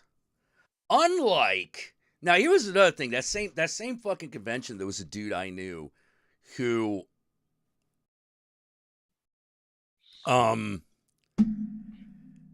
these two like young 20-somethings took him up to a room, but I'm like, oh, that's a little bit different. You know, and they're like, why? And I'm like, they took him up to the room. Right. They were like, oh no, we're tag teaming this one. Like these girls were wanted to do the Eiffel Tower on top of this guy. You know, and apparently they did. So it's like, okay, well, they got what they wanted. Good for you. Good for you. Like... You know, like, yeah. And he was like, oh my God, you won't believe what fucking happened. And I'm like, I probably will actually, dude. Like, you know, I'll probably be disappointed. I was here by when it. you left, you know, like I saw that. It's like, no. You did not trick those girls into doing anything they didn't want to do. Like that, those girls had an agenda and a checklist. And you were on it. Yeah, you were on it. They were just like, this is what we're going to do. We're going to find a guy. We're going to double up on him. And one of us is going to do anal or something. You know, like I never saw the list, but I guarantee it existed. Like, they looked like they was scheming. Like, he goes off to get drinks, and they're all like, okay. They do that girl whisper thing, and I'm like, oh, they're either going to leave this guy hanging, or they're going to give him the night of his life. I don't know which one it's going to be just yet. You know, then like 3-4 hours later, it was like, oh, you know, they come down. They came down without him, and I'm like, oh shit, did they ditch him? And then I'm sort of looking at them, and I'm like, no, I don't think they did. I think they were just sort of like, look, step 1, find dick. Step 2, write it. Step 3, high five each other. You know, like that was the fucking air they had. And then the other guy comes down. He's like, you won't believe what happened. I was like, actually, I think I will. I've read Hustler. I've read Hustler. Like, yeah. And then he wouldn't shut up about it. And I was like, all right, dude, look, I'm happy for you. I need you to fucking calm down or go tell somebody else because, like, I don't need to be hearing about sex that didn't involve me. Right. You know? Right. Like, I'm not really into this, you know? Like, yeah. It's like, I don't need to be hearing how you got laid, but I'm still hanging out here at the bar just talking with a bunch of other artists while we're all wondering where our wives are. You know? Like... Man, I wonder what my wife's doing. Oh, so this guy comes out. I just had a 3-way with fucking 2 clean-on women. Well, they were like anime girls. Of course. You know, they were like anime. Of course. Fucking course. Because he's definitely not man enough to pull 2 clean-on women at the same time. Oh, no. You don't hit Klingon women. They pick you up. Yeah. Like, literally. Like, they She-Hulk you. You know? Up. That's... Yeah. They She-Hulk your ass. You know? Like, that's the way that shit works. You know? Like, oh my God. Probably, like... although I gotta say, I've never been more intimidated by a woman I was attracted to until I met Um, fucking,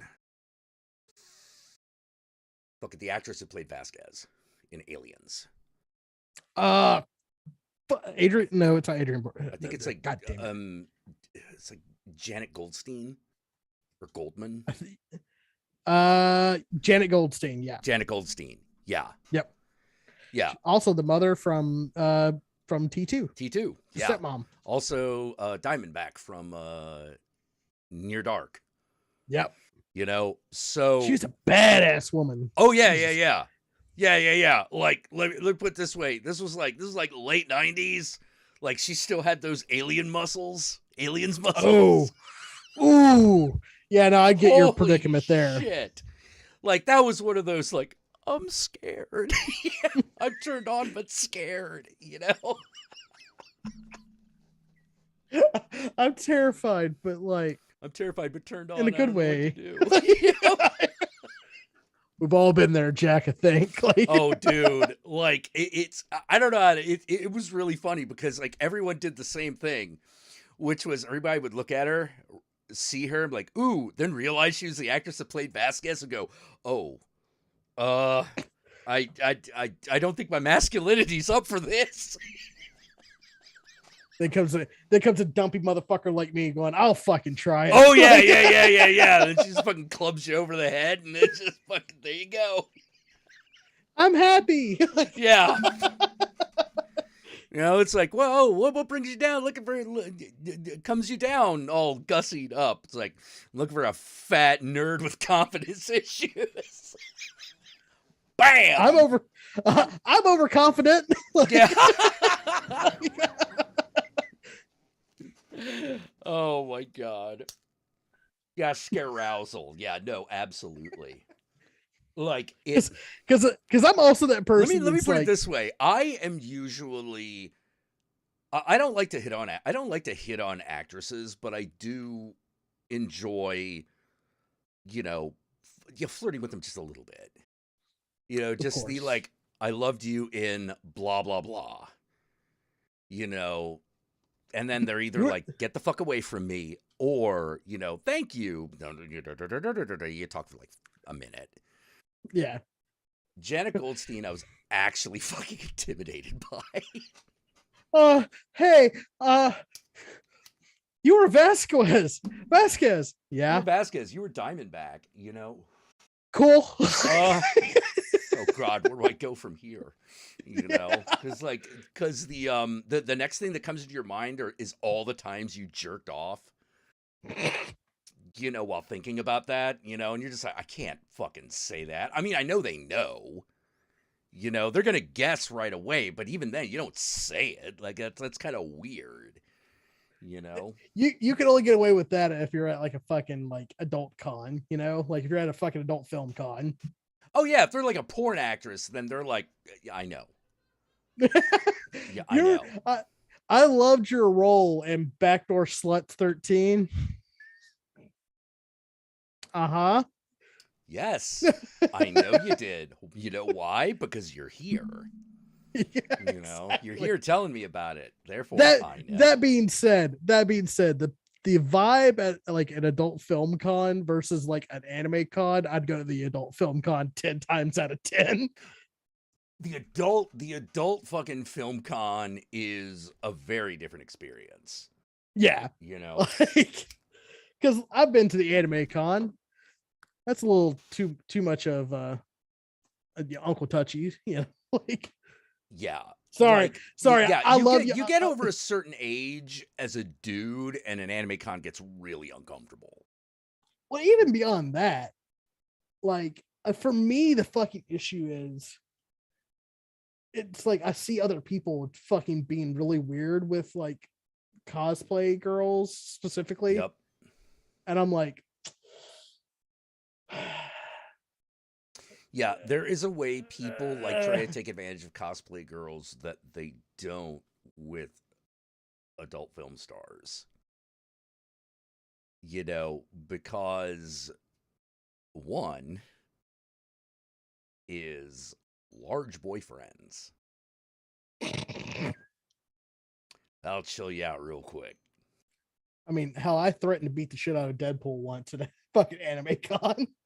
Yeah. But now imagine you're the size of like Tiny Lister. Oh yeah, no, totally. Like, you know, like the oh no, like, and that's the other fucking thing. You start some shit at a fucking porn convention, your ass is getting kicked. you're done. Like, Yeah. like, No, they got real security guards, you know? Like they got sci-fi anime convention got fake security. Fucking adult film convention got real security. I would be the most aggressive security guard at a sci-fi anime convention. Yeah, Like, yeah. You know, like holy crap. Oh, and I God, so many arguments with like fucking security at sci-fi and anime cons, and it always just comes down to one thing. Hey, I got an idea. Why don't you do your fucking job? oh, I'll even go a step further. Hey, is this what happens when you get like a modicum of fucking power? It is. Oh, that's sad. It is. Like, it is. I so many times, so many fucking times, like I've got into. Actually, here's the funny thing. Every time I know it's going to be a real hard time when the guy who's like either the head of security or like the second guy in charge wears a hat. Like if that guy wears a hat, I'm like, oh God, this is not going to go well. You know, my favorite volunteer fucking fan security guard of all time was just like this short, fat Asian dude. And the reason I liked him so much is that I accidentally fucking triggered him. Now, I don't mean like psychologically triggered. I mean like I did something I wasn't supposed to without realizing it, and he just sprang into action. of course. You know, he was just on it. And I'm just like, oh, what? It's like, you're not supposed to be here. You're not allowed to do that. Like,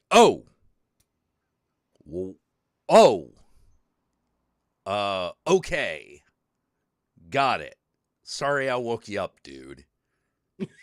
No problem.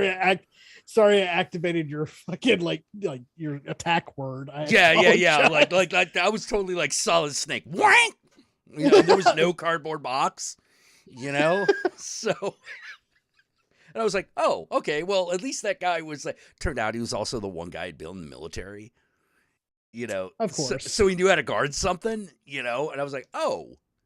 So yeah, because I'm sorry, anime cons. The skinny kid who looks like he has like who's got buggy whip arms is not intimidating in the slightest.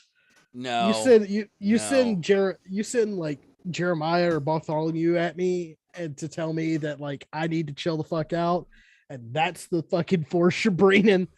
I turn down for what? Like, yeah, like, yeah. You know, like. Oh my God. Yeah, I knew I've known good security, volunteer security. I've known a lot of bad volunteer security.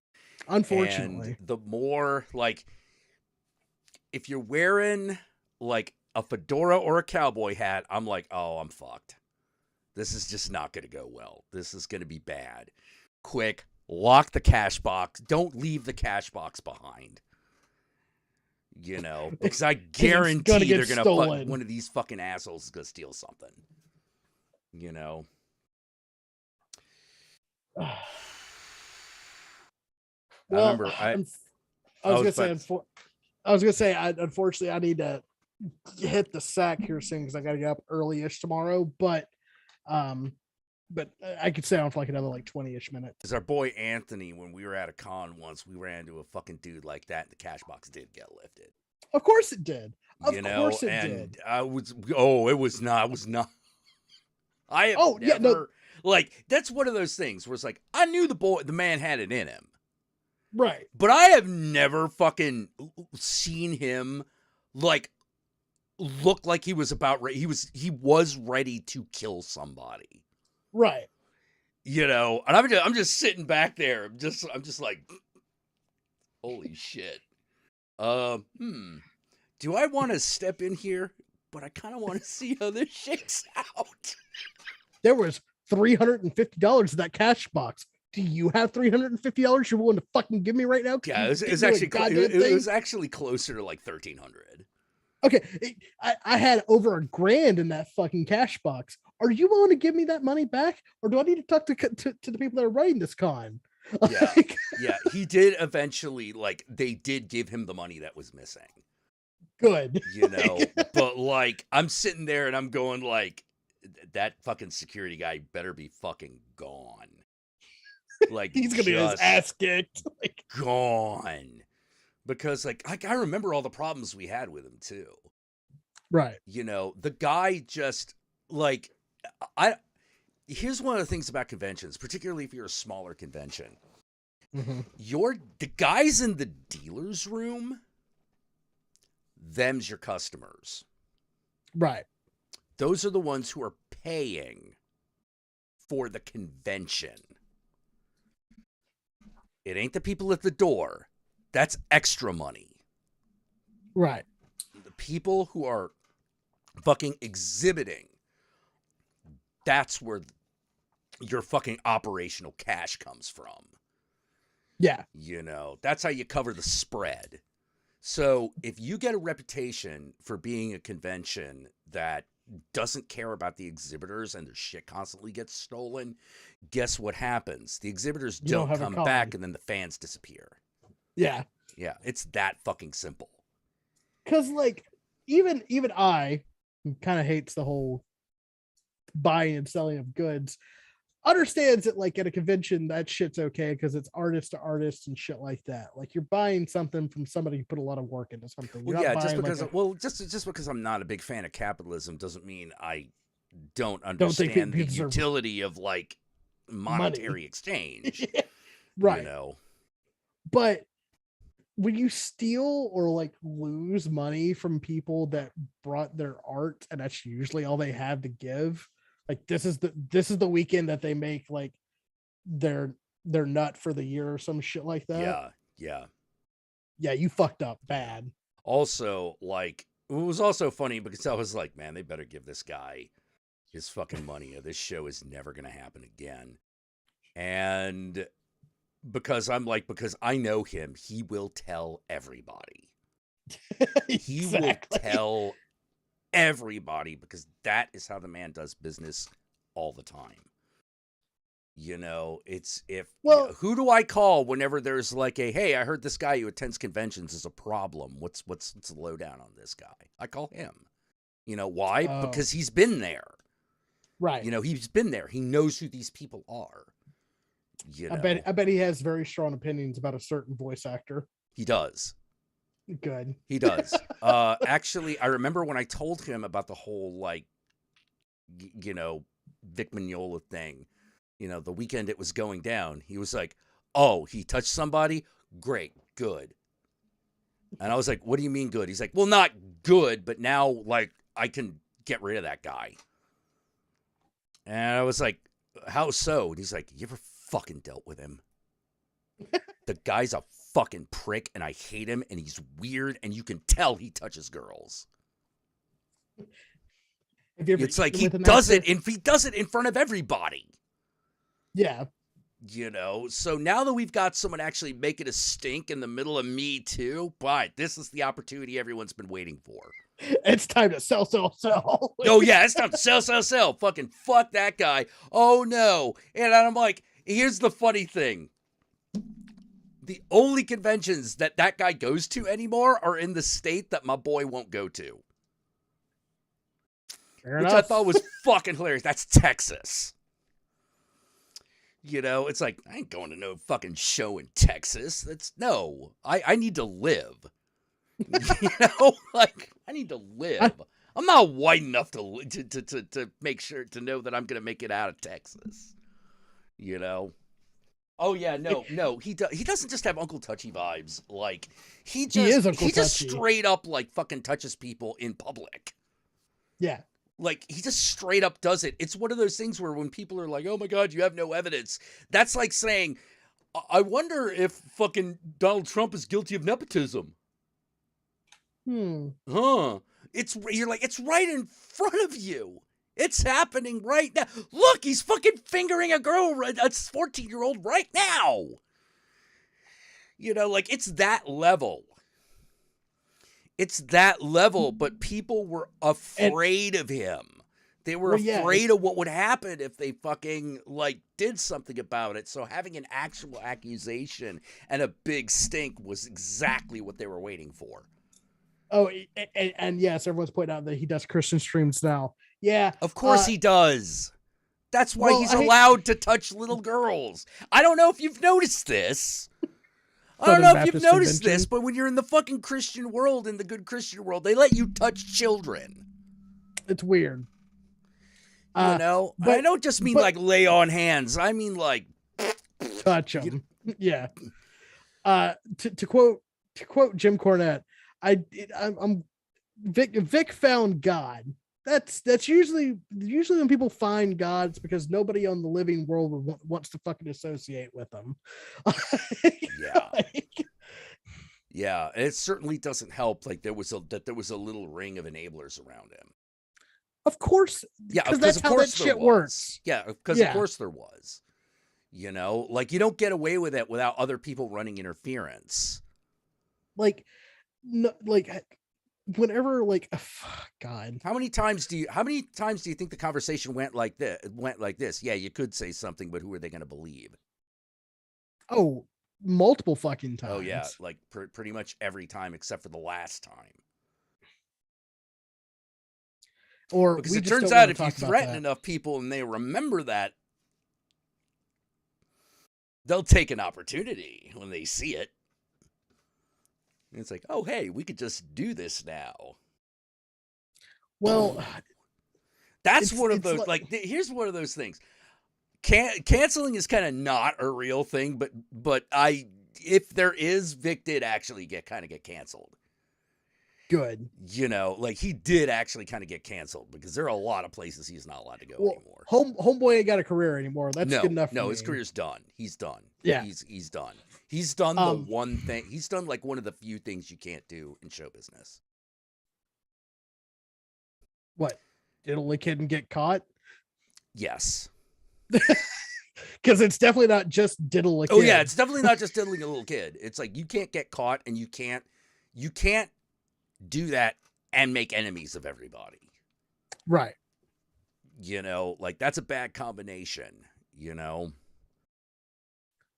And like, again, I hate, it's just like the way people like him get away with it is just, it's not that people like actively endorse it.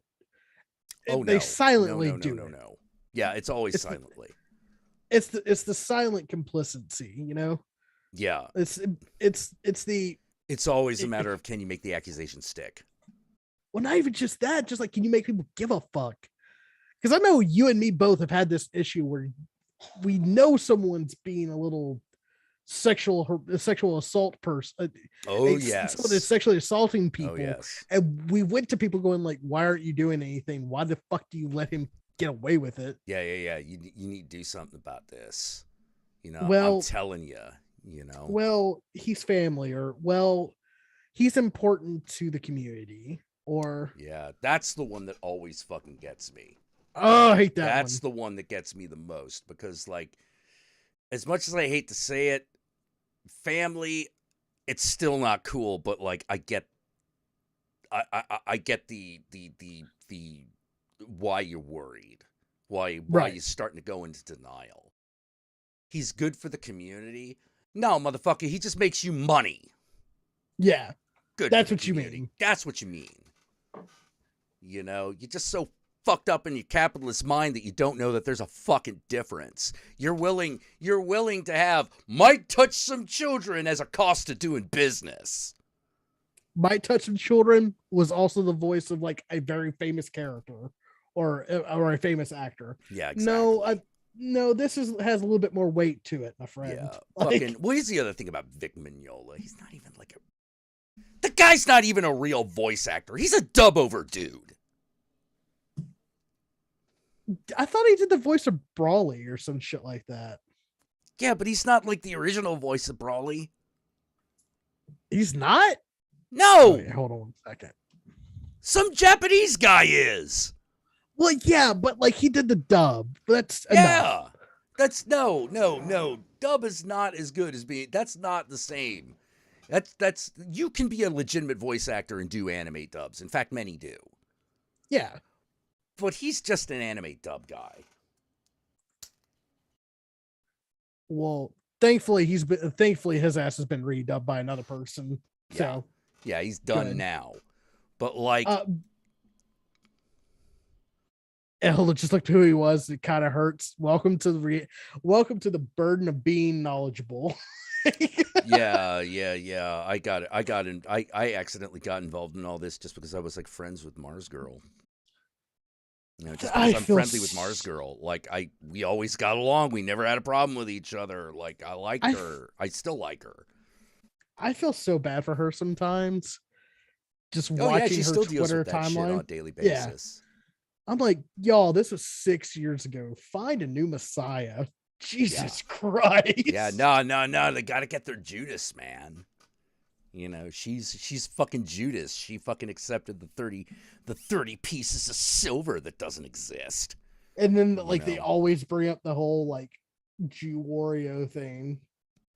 And it's like I literally it's the only time I ever commented on one of those statuses. All I said was it was channel awesome. It was clicky as fuck. Not everyone hung out. Like, and also, the thing that I said is, Justin hit it. Yeah. Vic doesn't. He denies it, but he doesn't hide it. Yeah. You know, let me put it this way.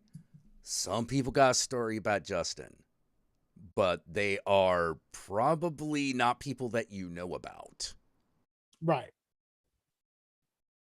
Everybody knew about Vic. Because he wasn't shy about it. He was not shy about it. No.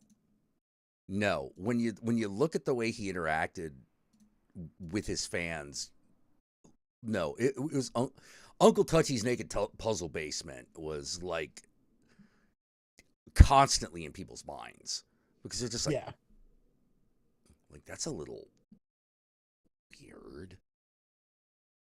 I'm not except for this. Us fuckers are like, yeah, it's weird because he's hitting on girls that are like 14. That's why it's weird. Well, like, let me put it this way: table next to that guy sometime. See what happens. Oh my God, no, it's bad. Like, it's really bad. It's to the point where you're just sort of like, oh God, you're that guy. You're that guy who uses Jesus to molest kids. I've seen this before. I know this. I can name this tune. Oh yeah. You know, I probably even know like the lines you use to control them. It was bad. It was real bad. And I'm sorry, if you're a 50-year-old man still living with your mother, you're either gay, you're either straight up gay, or a misogynist. There's no in between. There's no fucking in between. Yeah. You know, you're either a gay guy who's like, well, I really love my mom, you know, and at which point it's sort of like, oh, he's sweet. He's taking care of his mom. You know, he's a gay guy. But if you're like in any way heterosexual, no, you have women problems. You have deep-seated misogyny problems. You know? Of course. Well, you know, that's who he is. Oh, it is. It is. It absolutely is. You know, damn. Yeah, George Version is like, I was raised Catholic. I know what he's all about. Yep. I was raised Pentecostal. I'm familiar with this work too. Hey man, no one's a bigger rapist than a preacher's son. I always hated preacher's sons. I never got along with them. Yeah. No, you don't leave them alone with them. They're all bratty little assholes. Exactly. Guess who rapists tend to be? Oh, I know, right? You know, like it's yeah. Woo. Yeah. Sorry, we got a little heavy there. You know, there's a subject, and I feel strongly about it. You know, oh man. You know, like it is Oh, Vic Manola's into NFTs. No shit. No shit. Because every piece of shit's in NFTs. Yeah, Like- well, I don't know about how much longer. Well, some of these motherfuckers are doing it until that last dollar fucking clears the bank. Oh man, I'm just like NFTs have crashed. I'm like, you don't say. Because what What a happened? shock. Because what happened? What I told you was gonna happen. The minute someone tries to cash out, there's a problem. You know, someone's gonna want to cash out because someone put in like X amount of dollars and now they want their investment back because the house mortgage needs to get paid and shit. Mm-hmm. And like I hate that shit because it's like celebrities who are like, fuck you, got mine. Oh in yeah. this whole like crypto bullshit, and they don't have Oh, to pay yeah. for it. But some fucking poor bastard who is trying his damnedest to get out of his situation in life. Yeah, he's the one that's like his life's totally fucking Yeah, shattered. yeah. or her. That person's life is fucked. Their Yeah. finances are fucked. You know, and should they have Forever. known better? Well, yeah. But they were desperate. yeah, like- exactly. Like that's because that's the thing. Like this shit, like it reeked of like just people desperately trying to get out of being broke. And yeah. it worked for a little bit, didn't work for forever. Well, and- like for me in that whole thing, like I definitely felt the pull because it's like I understood what they were selling, right? It's like Yeah. you could be a millionaire, and like there's a part of your lizard brain that's like, I want to be a millionaire. You know, and then the adult part of your brain is like, you know, this is fucking bullshit, right? you know Yes. this. You know this is bullshit, right? Yes, but could you prove it to me just so I feel better? Fine. All right, lizard brain. We'll go through the motions. I'll explain how this all fucking works and why it's a bad idea. You know, and then it cries, and then the lizard brain cries and goes, okay, thank you. You know, thank you, reason and logic. You have served me well yet again. Because again, it's like when I saw the NFT things come out, I went, so it's JPEG. Well, no, you get like the digital rights to it. So it's JPEG. So what? Yeah. You know, like that was the big question. It's like, to what? Well, so you get the exclusive URL for this thing. And I'm like, do you know why the Mona Lisa is valuable? yeah. It's because there's an original. Well, here's the thing that got me, right? They said this shit, and I'm like, well, okay, well, what artists are getting into it? Because I have artist friends, Right. and like all of Maybe my they artist would friends like to fucking make some get fat paid. stacks. Yeah. yeah. Like none of my artist friends, even the ones that like got like made an NFT, got paid. That's what I went. Of course oh, not. Oh, this is just fine art, but on the internet level. Got it. Yeah. It's fine art, but like such an open scam that it's not going to work. Fine art is an open scam. Oh yeah, fine art's an open scam, but at the end of the day, that is the painting that Picasso painted. Oh, totally. That's what it hinges on. If you lose that, you've got nothing. And here's the other thing, right? And yes, 4 Mona Lisas exist. That's true. The little Oh yeah. Yeah. But one But, of like, them's got to here's- be real, right? yeah. Well, that and also like they're all real, but like the most famous one, the first one, that's the one that's in the museum. Exactly. Yeah. That well, at least the one that people go see. Yeah. And how did that museum get it? Someone stole it during the war. You know, Look, don't ask questions. Actually, do ask questions why your museum has like indigenous bullshit in their thing. yeah. You won't like the answer. Oh, yeah. Hey, it turns out there is a big club and you're not in it, you know? Yeah.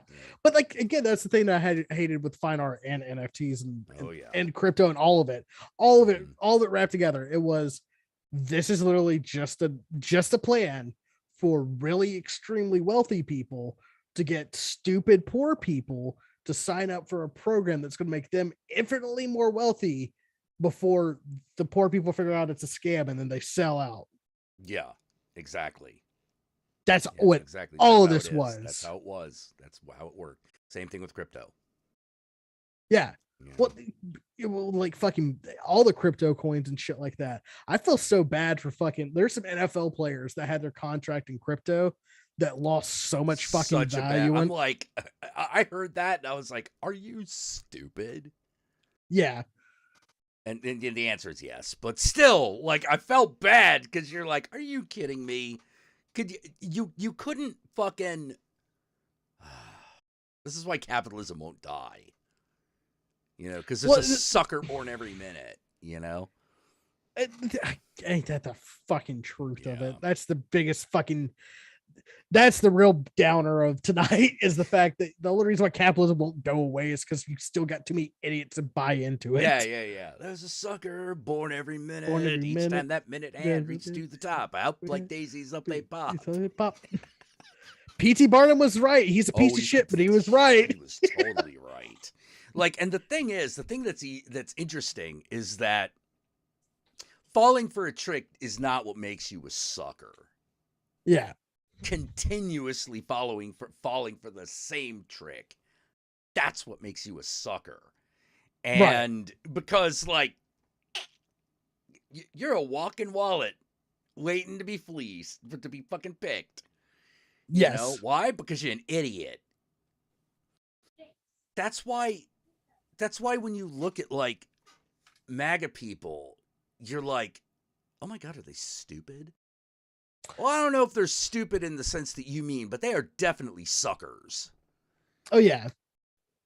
You know, these are people who I guarantee lose their information when you call them up saying that there's a problem with their car's warranty. Oh, yeah. Oh, yeah. Like that shit happened to my mother-in-law very recently where she got scammed out of, like, her entire bank account. Yeah. Jesus. Yeah. Also a Trump supporter, I take it? Not really political. She doesn't get into it. Okay. But she thought she was doing the right thing. And like as she was telling the story from the get-go, I was like, oh no. Yeah. Because it was like, there's a problem with your savings account. We need you to empty it out onto gift cards. And I was like, that should have been your first fucking clue. It's like, I got a better idea. Why don't you put that in my bank account fund, into the bank's fund, deal with the problem, and then put it back and not tell me, because that is literally what you're supposed to do. Right. You know, like, holy crap. You know, that was.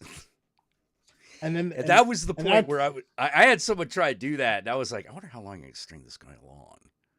Oh, I love doing that shit. You know, like, I had one call me like I was working at a gas station trying to set that up. And I was like, oh, where are the gift cards at? Oh, how much money? Well, I don't think I should be really doing this. Hold on, let me put you down for a second and go talk to my manager. Yeah. And then I'd go put him down for 30 minutes. I'd put him down for 30 minutes and then go back to him and go like, hey, sorry, I just got done talking to my manager. He said it's okay. Now, what's the next step? And then go to that next step. Be like, oh, hold on 1 second. I need to talk to my manager about this. And just keep him on the fucking line until you just keep doing what they do to you. And my trick was, at the end of the day, I would pretend to forget my social security number. When it was like, what's your social security number? Don't you have that? No, we need you to confirm it. Well, wait, you called me. I know it starts at like a 3 or something. Yeah, like 3 or something. I don't know. I haven't looked at that card in a while. It burned up in a fire. You know, I just, I really don't know. How do you not know your own social security number? Well, what's your social security number? I'm not supposed to fucking tell you that. Well, then why are you yelling at me? You know? Or probably Or during, oh God, I forget what it was, but when that tax scam was going around. Mm-hmm. And fucking dude boy all of a sudden, I was like, at the third call, I was like, yes, I am here to help you with your foreskin. What is your foreskin? Do you have foreskin? Sir, we're here to talk about, you're here to talk about foreskin. Okay. How is your foreskin? Is good? Is good? Is good foreskin? Is good? Well, sir, I mean, I've never had issues before. Well, sir, we have and I was like, because at that day was just, if I pick up the phone and a motherfucker fucking starts talking to me about this shit, my job is to make them hang up. That's my job. My job is to make them fucking hang up, because I got out of the shower to answer one of these. And at that point, I was like, that's fucking it. That's fucking it. I literally actually did one of the like Uncle Roger routines at the guy. You know, like, you want to, okay, car, to $300 for car, you buy today, I make deal for you. You know, I tell you what, I throw in crab ragoon. I throw in crab ragoons just for you today only. You know, you want to help me? Are you looking for a sex place? You looking for a sex place? Oh, no, this not massage parlor. No. This is legitimate business. You know, and like, it turns out, like, if you tell them to fucking take your name off the list, that doesn't work. But if you do that shit at them, they'll stop calling. They stop calling. You know, because they're like, ah, oh, shit. You know, like, this is going nowhere. And I'm like, that was the idea. So I'm getting the shepherd's hook, so I need to get off soon. Oh, okay. You're getting that look. Okay. Yeah. All right. I'll let you go, man. You pissed? Very pissed. Emotional damage. Oh, man. But anyways, thanks for having me on, Jack. See y'all later, Slut Pit. Yeah, you take care, man. Yeah, remember to wash your ass. Bye, everybody. Oh, man. You know what? Let's just check out some Uncle Roger. Actually, it's been a while. I haven't watched some Uncle Roger in a fat minute. Whoops.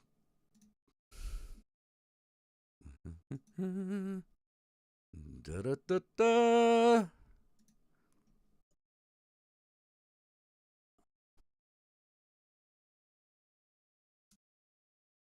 Da da da da.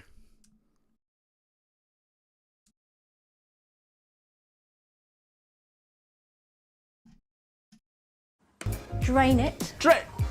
What's she doing?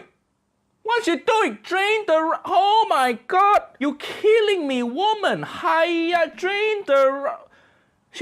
The rice. She draining rice with colander. Hi.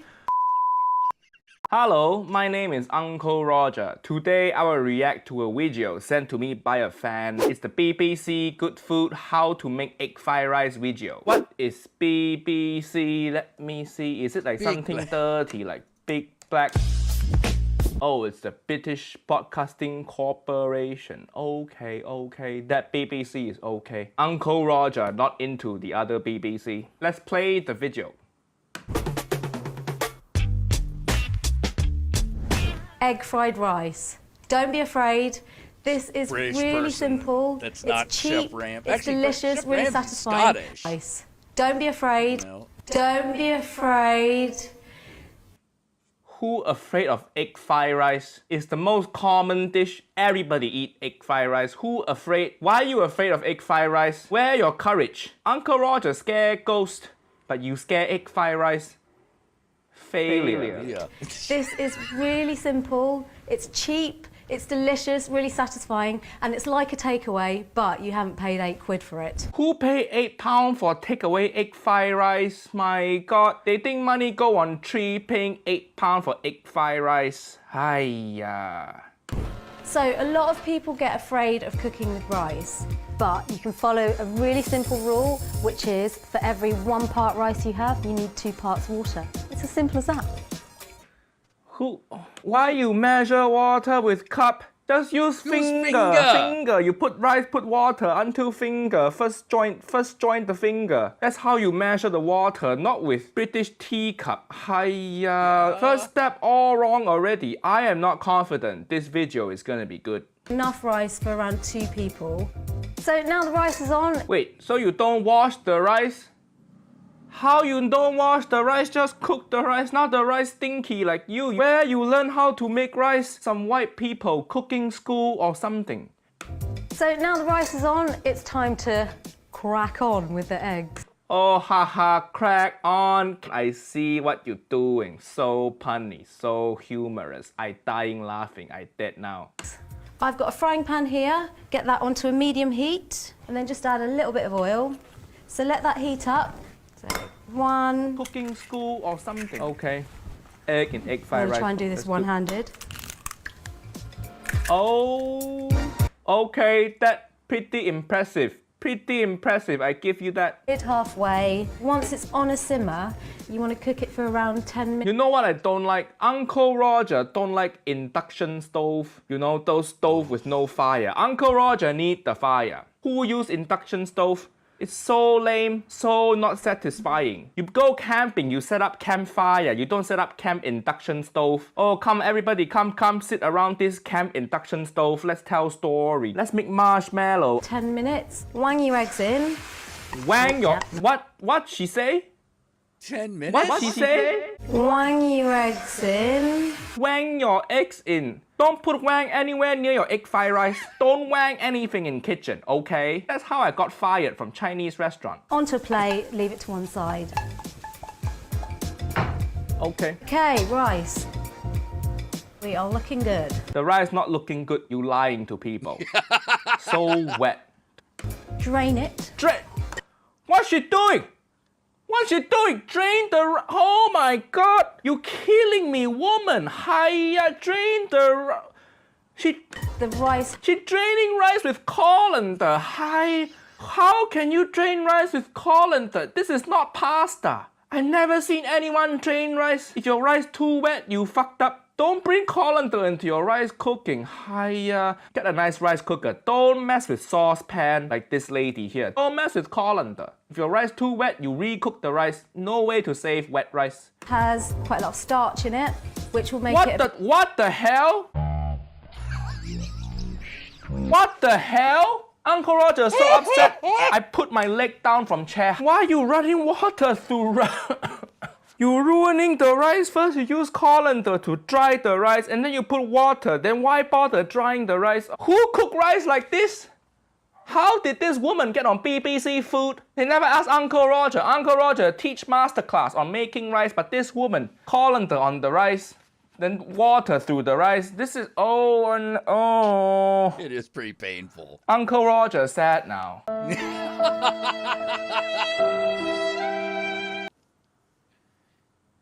now, and then just add your garlic and ginger. Garlic, ginger, okay. Classic Asian seasoning. Okay, this one okay. And then you want to put all the other ingredients in. Rice. Oh, the sad, gloopy rice that ran through colander. The egg. The spring onions. And peas. And then you just want to stir it all together and cook it through for about 3 to 5 minutes. This look okay, but look too healthy. Where your MSG? You don't use MSG. How to make good egg fried rice? This is just white people egg fried rice. MSG is the king of flavor. If you sad in life, use MSG. If you happy in life, use MSG. Put MSG in everything. It'll turn it better. You just get a baby, put MSG on baby. It'll be better baby, smarter. And that's done. Time to plate up. The colours are still vibrant. Oh no, You're using metal to scrape your saucepan. Hiya, this is non-stick saucepan. Cannot use metal. Hiya, your parents never teach you. If I use metal on saucepan at home growing up, I will be this old. No more parents. Why are you orphan? I use metal on saucepan. Mom don't want me anymore. Very few things break Asian people heart. One is when your rice run out. Number two is when you scrape pan with metal spoon. First my wife leave me, now you scrape pan with metal. Hiya, Uncle Roger wanna suicide. So delicious. I'm very proud of myself. Why are you proud of yourself? You messed up everything. You scrape saucepan with metal. You dry the rice and wet the rice and dry the rice with colander. You don't use MSG. Why this woman proud of herself? Egg fried rice, Uncle Roger know how to make egg fried rice and Uncle Roger 3-year-old. And this lady, I don't know, 34, making egg fried rice on induction hob. Oh, I'm so proud of myself.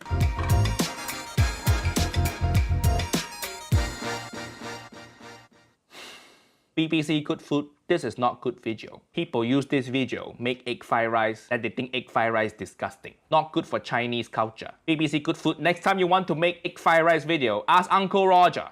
Uncle Roger teach you proper technique, the Asian way. Follow me on Instagram. This is my Instagram. It's my nephew Nigel. He set up Instagram for me. He managed my Instagram. But follow the Instagram. Bye bye.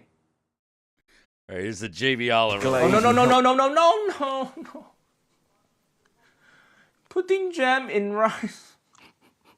This is disgusting. Who put jam?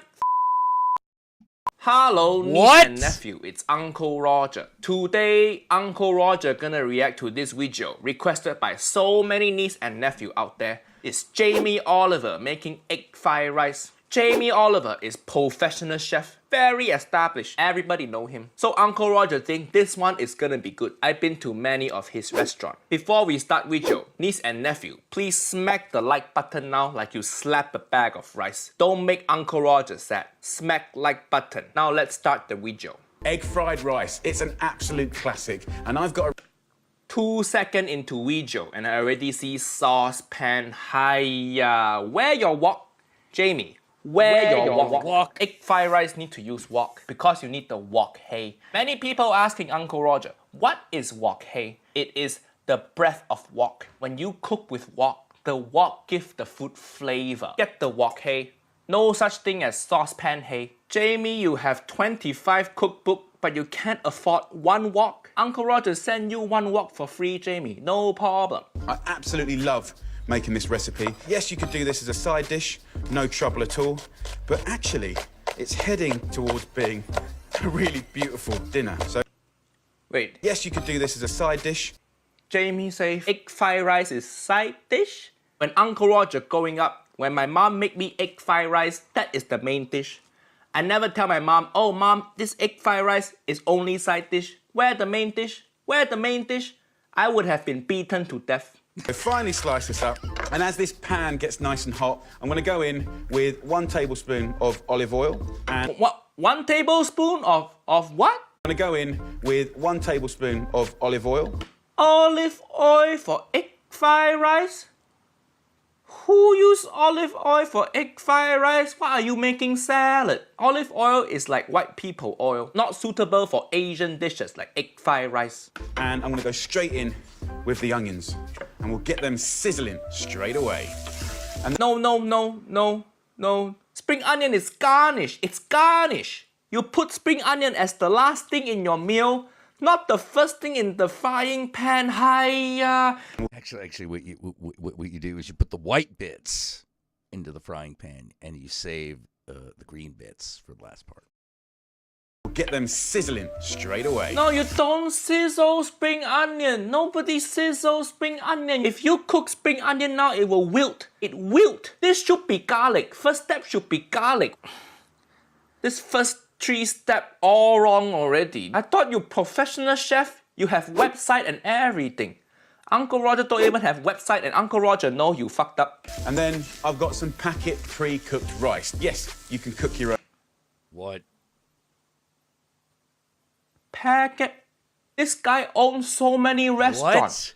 And he still can't be bothered to make his own rice. Packet rice? Imagine if you go to Fun Japanese fact, olive oil restaurant and can't you ask fry for for noodle, shit. Oh, and yeah. the chef gives you instant noodle. That is what this guy is doing. And rice, white rice, 12 minutes. But for stir-fried rice, you have to drain it and chill it. Wait, what? You have to chill it. He correct, but don't drain. Rice, white rice, 12 minutes. But for stir-fried rice, you have to drain it and chill it. You have to chill it. He correct, but don't drain rice. Uncle Roger made a whole video, 12 million view now, of Auntie Hersha draining rice. Don't drain rice, but chill rice, correct. 45 seconds in, first thing he got correct. So for me, that feels like a good cheat. You can hear it sizzling. You hear sizzling, I hear my ancestors crying. It's fast, it's hot, it's furious. We're just gonna toss it around. Right, the next. Oh, Uncle Roger don't like the look of this. He taking ingredient from this drawer, and this drawer looks so white because Asian ingredient never come in jar. You ever notice that? Asian ingredient always come in plastic bag or bad packaging. If your packaging look this nice jar, nice bag over there, then it's not Asian ingredient. Next ingredient. I have this in my home all the time now, chili jam. It's What I tell you? What? It's not Asian ingredient. What he doing with chili jam? Let's see. brilliant for cooking. It's got heat, but it's also got the sweetness, and it's going to kind of glaze. Oh, no. Putting jam in rice. This is horrible. disgusting. Who put jam? First of all, what is chili jam? Uncle Roger knows fresh chili, chili oil, chili flake. Never heard of chili jam. Is this how you trick white people to eating chili? You give them fresh chili, they go, No, I don't actually like chili. give them chili jam and they go, Oh. Chili jam is so weird thing to use. Jamie, do you know about sriracha? Yeah. This is Asian chili. Just use this. No need to use jam. What are you gonna put in there next? Peanut butter. Okay, why do you go bake PB&J egg fried rice? How many things can a chef get wrong in one video? Hiya! 2 nice teaspoons go in to our pan, and then just start tossing again. He tossed very po, but he tossed all the wrong stuff. All style, no substance. That'll start to coat every single rice grain, and it'll shine in the most beautiful way. And then just give it a little splash of water. Wait, what? No. In the middle of cooking, you put water. Oh my. Uncle Roger say, if your rice too wet, you fucked up. You fucked But up, if your yeah. rice too dry, you also fucked up. At this stage, just push the rice up the side of the pan, like that, and then straight into the middle. We're gonna crack in 2 beautiful free-range That's why eggs. you need the wok. Okay, the egg look good, And then it's time for the last ingredient, which again, to a lot of people, He reaching for that shelf again. So Uncle Roger don't think it's gonna end well. Uncle Roger just don't like that shelf. I think it's wrong shelf for egg fried rice. Maybe during filming, they put the wrong shelf there. And Jamie's like, oh shit, you bought the wrong shelf. What I do now? And the filming people are like, we don't care. Just use whatever in the shelf.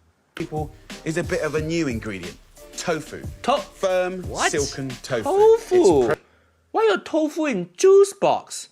Who make your tofu? Capri Sun? When Uncle Roger buy tofu at Asian market, always come in plastic bag, plastic seal wrapping.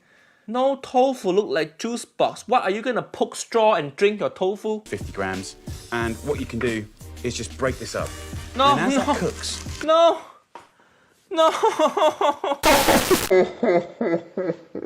He make Uncle Roger put my leg down from chair. Baking tofu like how Auntie Helen baked Uncle Roger hut. Asian cooking, when you cook tofu, you preserve the whole shape of tofu and serve to customers. Yep. This video, so many sad things happening.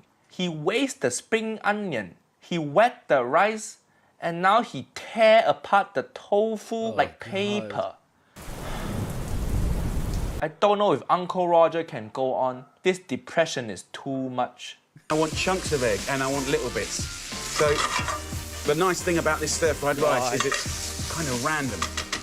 What? What he say? What he say? The nice thing about this stir-fried rice is it's kind of random. Random is not compliment. You made food for your friend one day and your friend say, why your food so random? And Jamie say, oh my god, so random. Gonna start restaurant. Season with a little salt. Give it a little toss. Salt, again, no MSG. But Uncle Roger talk about MSG too many video now. Mix it all up, and then we're ready to serve. Get a bowl, put a little oil. This guy loves olive oil like how Auntie Hersha love colander. He put olive oil on everything. Do you shower with olive oil also? Don't go get massage from Jamie Oliver. He will put olive oil on your body. Rice dishes and that kind of street food, which is beautiful. It's often associated with being unhealthy. This has been made to be healthy. If by healthy you mean disgusting, then Jamie, you are right. You could have that as a meal. I think it's the time to have a little... This rice looks so wet. Look at this. You can see your reflection inside. Mulan is gonna start singing when she sees this rice. So silky and delicious. Looks fantastic. And it's really good fun to make. Jamie is professional chef. All the steps he messed up. Does this guy hate rice or something? What else have he done with rice? Oh, this guy, I think he just hates rice in general. Maybe he's sponsored by Potato Company. They are competition. Uncle Roger don't like this Jamie Oliver recipe. Too wet, no garlic, no MSG. He break the tofu, no wok. It's all wrong. Subscribe to Uncle Roger channel for more videos. See you next time. Bye bye. Hello. Hi.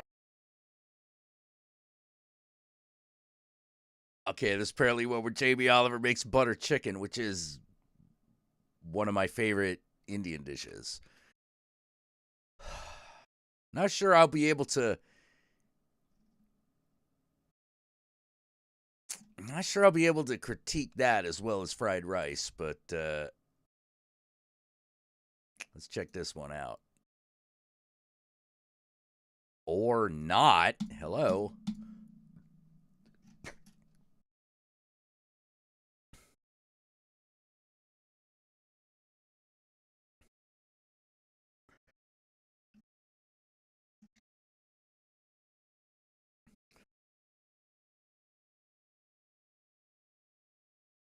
Uncle Roger hate Jamie Oliver butter chicken. New year, old enemy. Jamie Oliver is back. And this time, he making butter chicken. This guy destroyed fire. Whoa. What? New year, old enemy. Jamie Oliver is back. And this time, he make... What the fuck is that?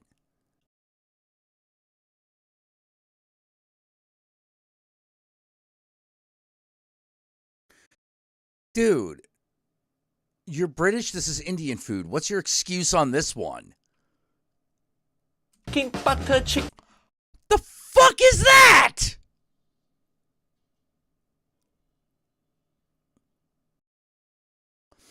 What the hell is that? This guy destroyed fried rice, destroy ramen, destroy Thai green curry. Is he now gonna make... And this time, he making butter New Year Thai cockney curry. Is Oliver is back, and this time he making butter chicken. This guy destroy fried rice, destroy ramen, destroy Thai. That's his green curry.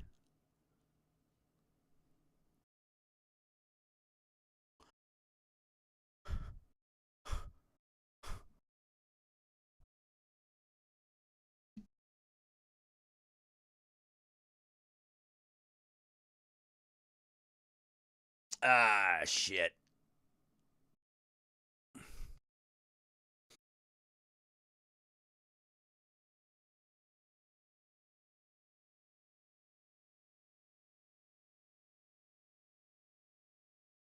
That combination.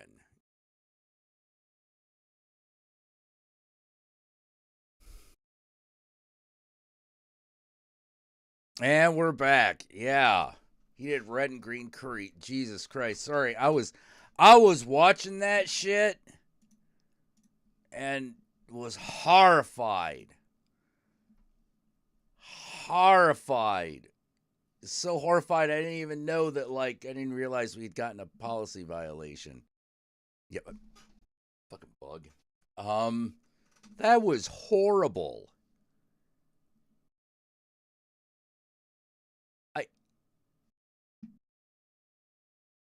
Like, That's the green curry.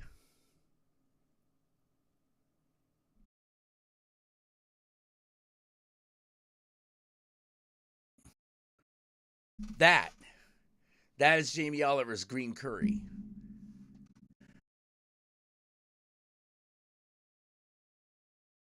What?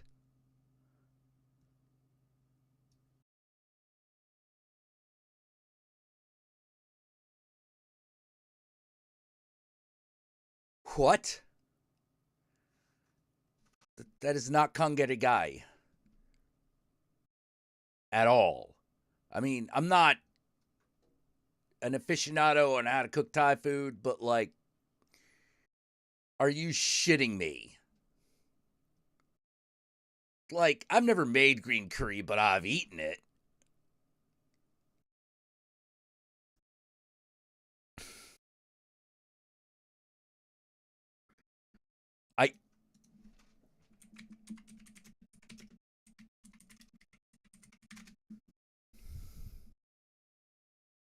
Is Gordon Ramsay a better chef than Jamie Oliver? Yeah. Gordon Ramsay's bitter 10-year feud with Jamie Oliver. I'm betting it fucking really comes down to they have a major disagreement, which is Jamie Oliver says he's a chef and Gordon Ramsay disagrees. The green thing you're seeing isn't the curry? Good. Oh my God. I can't even. What the fuck is he putting in this? All right, let's see what it looks like. No, you are wrong. That is the green curry. You are 100% wrong. That is his green curry. You gotta be fucking kidding me. What is he putting in this shit?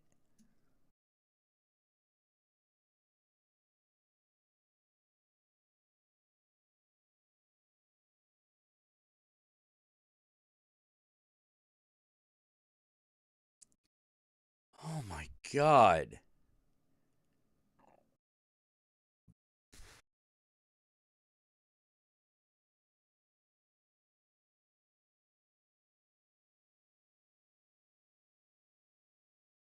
Jesus Christ, man.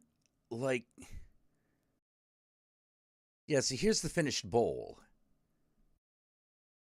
What? What am I looking at?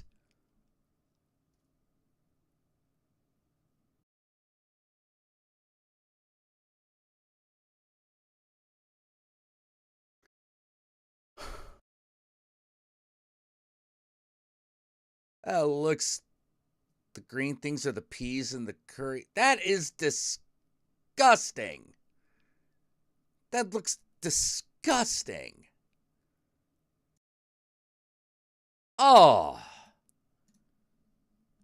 What the fuck?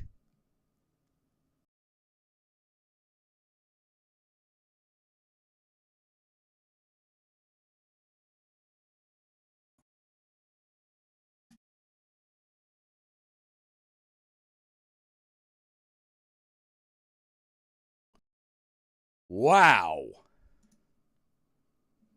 Yeah, it looks pretty bad. Like I don't know what I was I was expecting it more to be like funny nitpicky shit as opposed to what the fuck are you doing?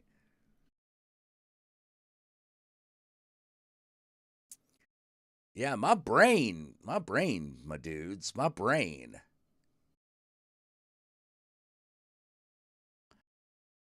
Yikes.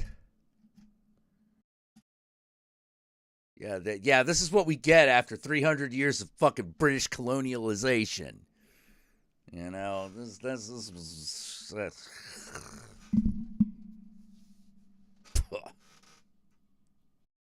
the red curry is bad too. After seeing how he fucked up the green curry, I don't even want to see the red curry.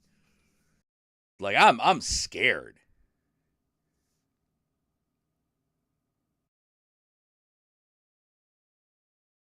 Like, I'm terrified. I actually don't know. I'm assuming it's just probably Uncle Roger himself let the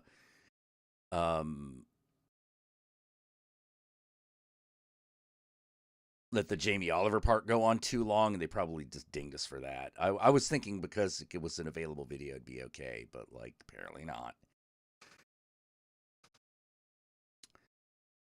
Oh man, that's just upsetting. You know, that is upsetting.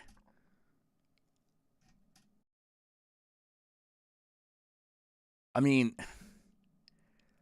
I've heard jokes about like Jamie Oliver being a shit chef, but I thought they were just jokes.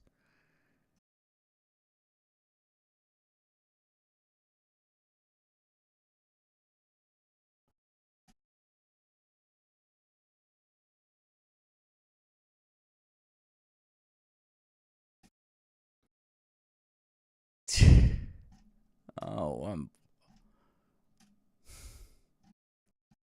fucking dead. Just dead. Dead inside. Why? Why you do this to me? You know, why you do this to me? You know, ugh.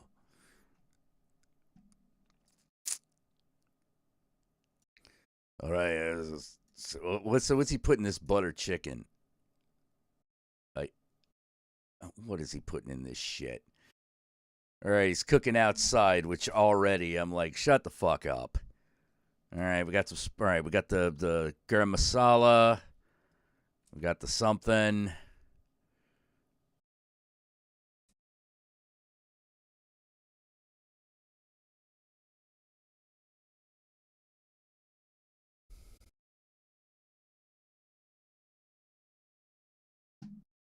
No, Jamie Oliver is a legit shit cook.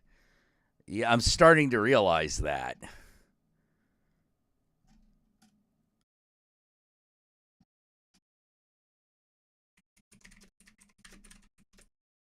All right, so I probably can't play the red curry one either, but I could at least find a picture of what it looks like.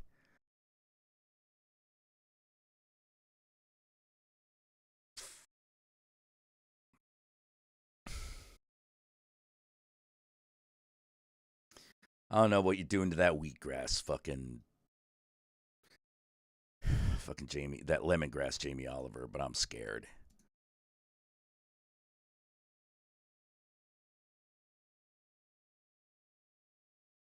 Oh my God. What the shit is going on here?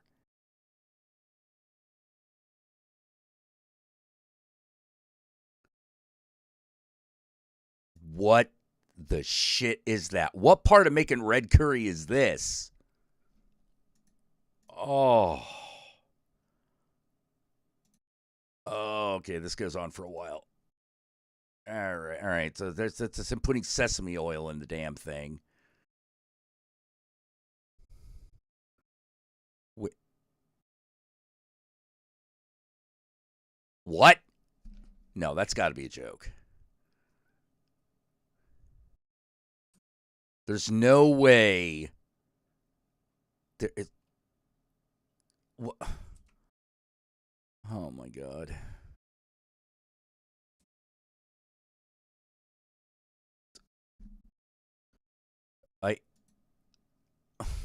What's going on?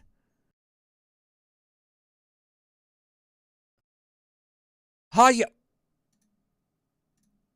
What? Wait, whoa. How are you gonna make red curry that's not red? Okay. All right. Calm down.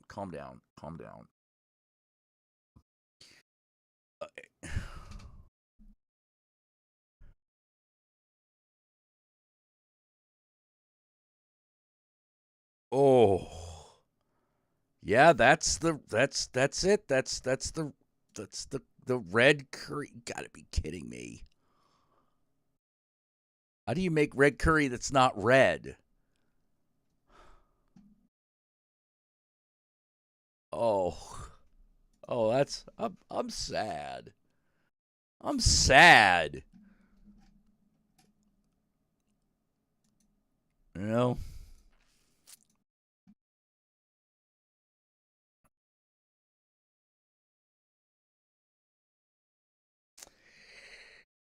Oh man.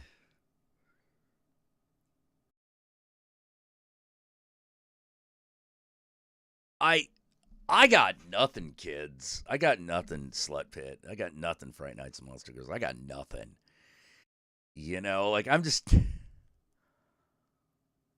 that is disgusting.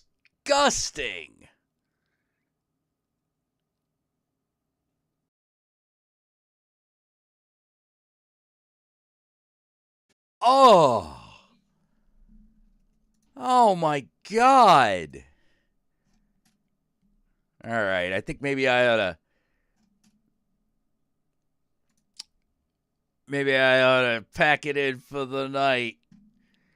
I've been going for like 5.5 hours. That's pretty good. I could go on a little bit longer, but I think, like the rest of you, in about 20 minutes, I'm going to be watching either Kenobi or Stranger Things 4. So, let's just let everybody off the hook and do that. You know, I want to thank you all for joining me. Please follow me on Twitter, at Counting Jack right there, the lower left-hand corner, to be informed when I come online. I know that I know Jamie Oliver's yellow curry can't hurt me unless I eat it, which I would never do. Yeah, Gordon Ramsay and Marco Pierre White don't think much about him. Yeah, I'm not surprised. Holy crap. Well, until next time, everybody, I will see you back on Sunday, if not before, and I will talk to y'all later. Y'all take care. I hope one of those shows is good, because like that Jamie Oliver cooking was shit.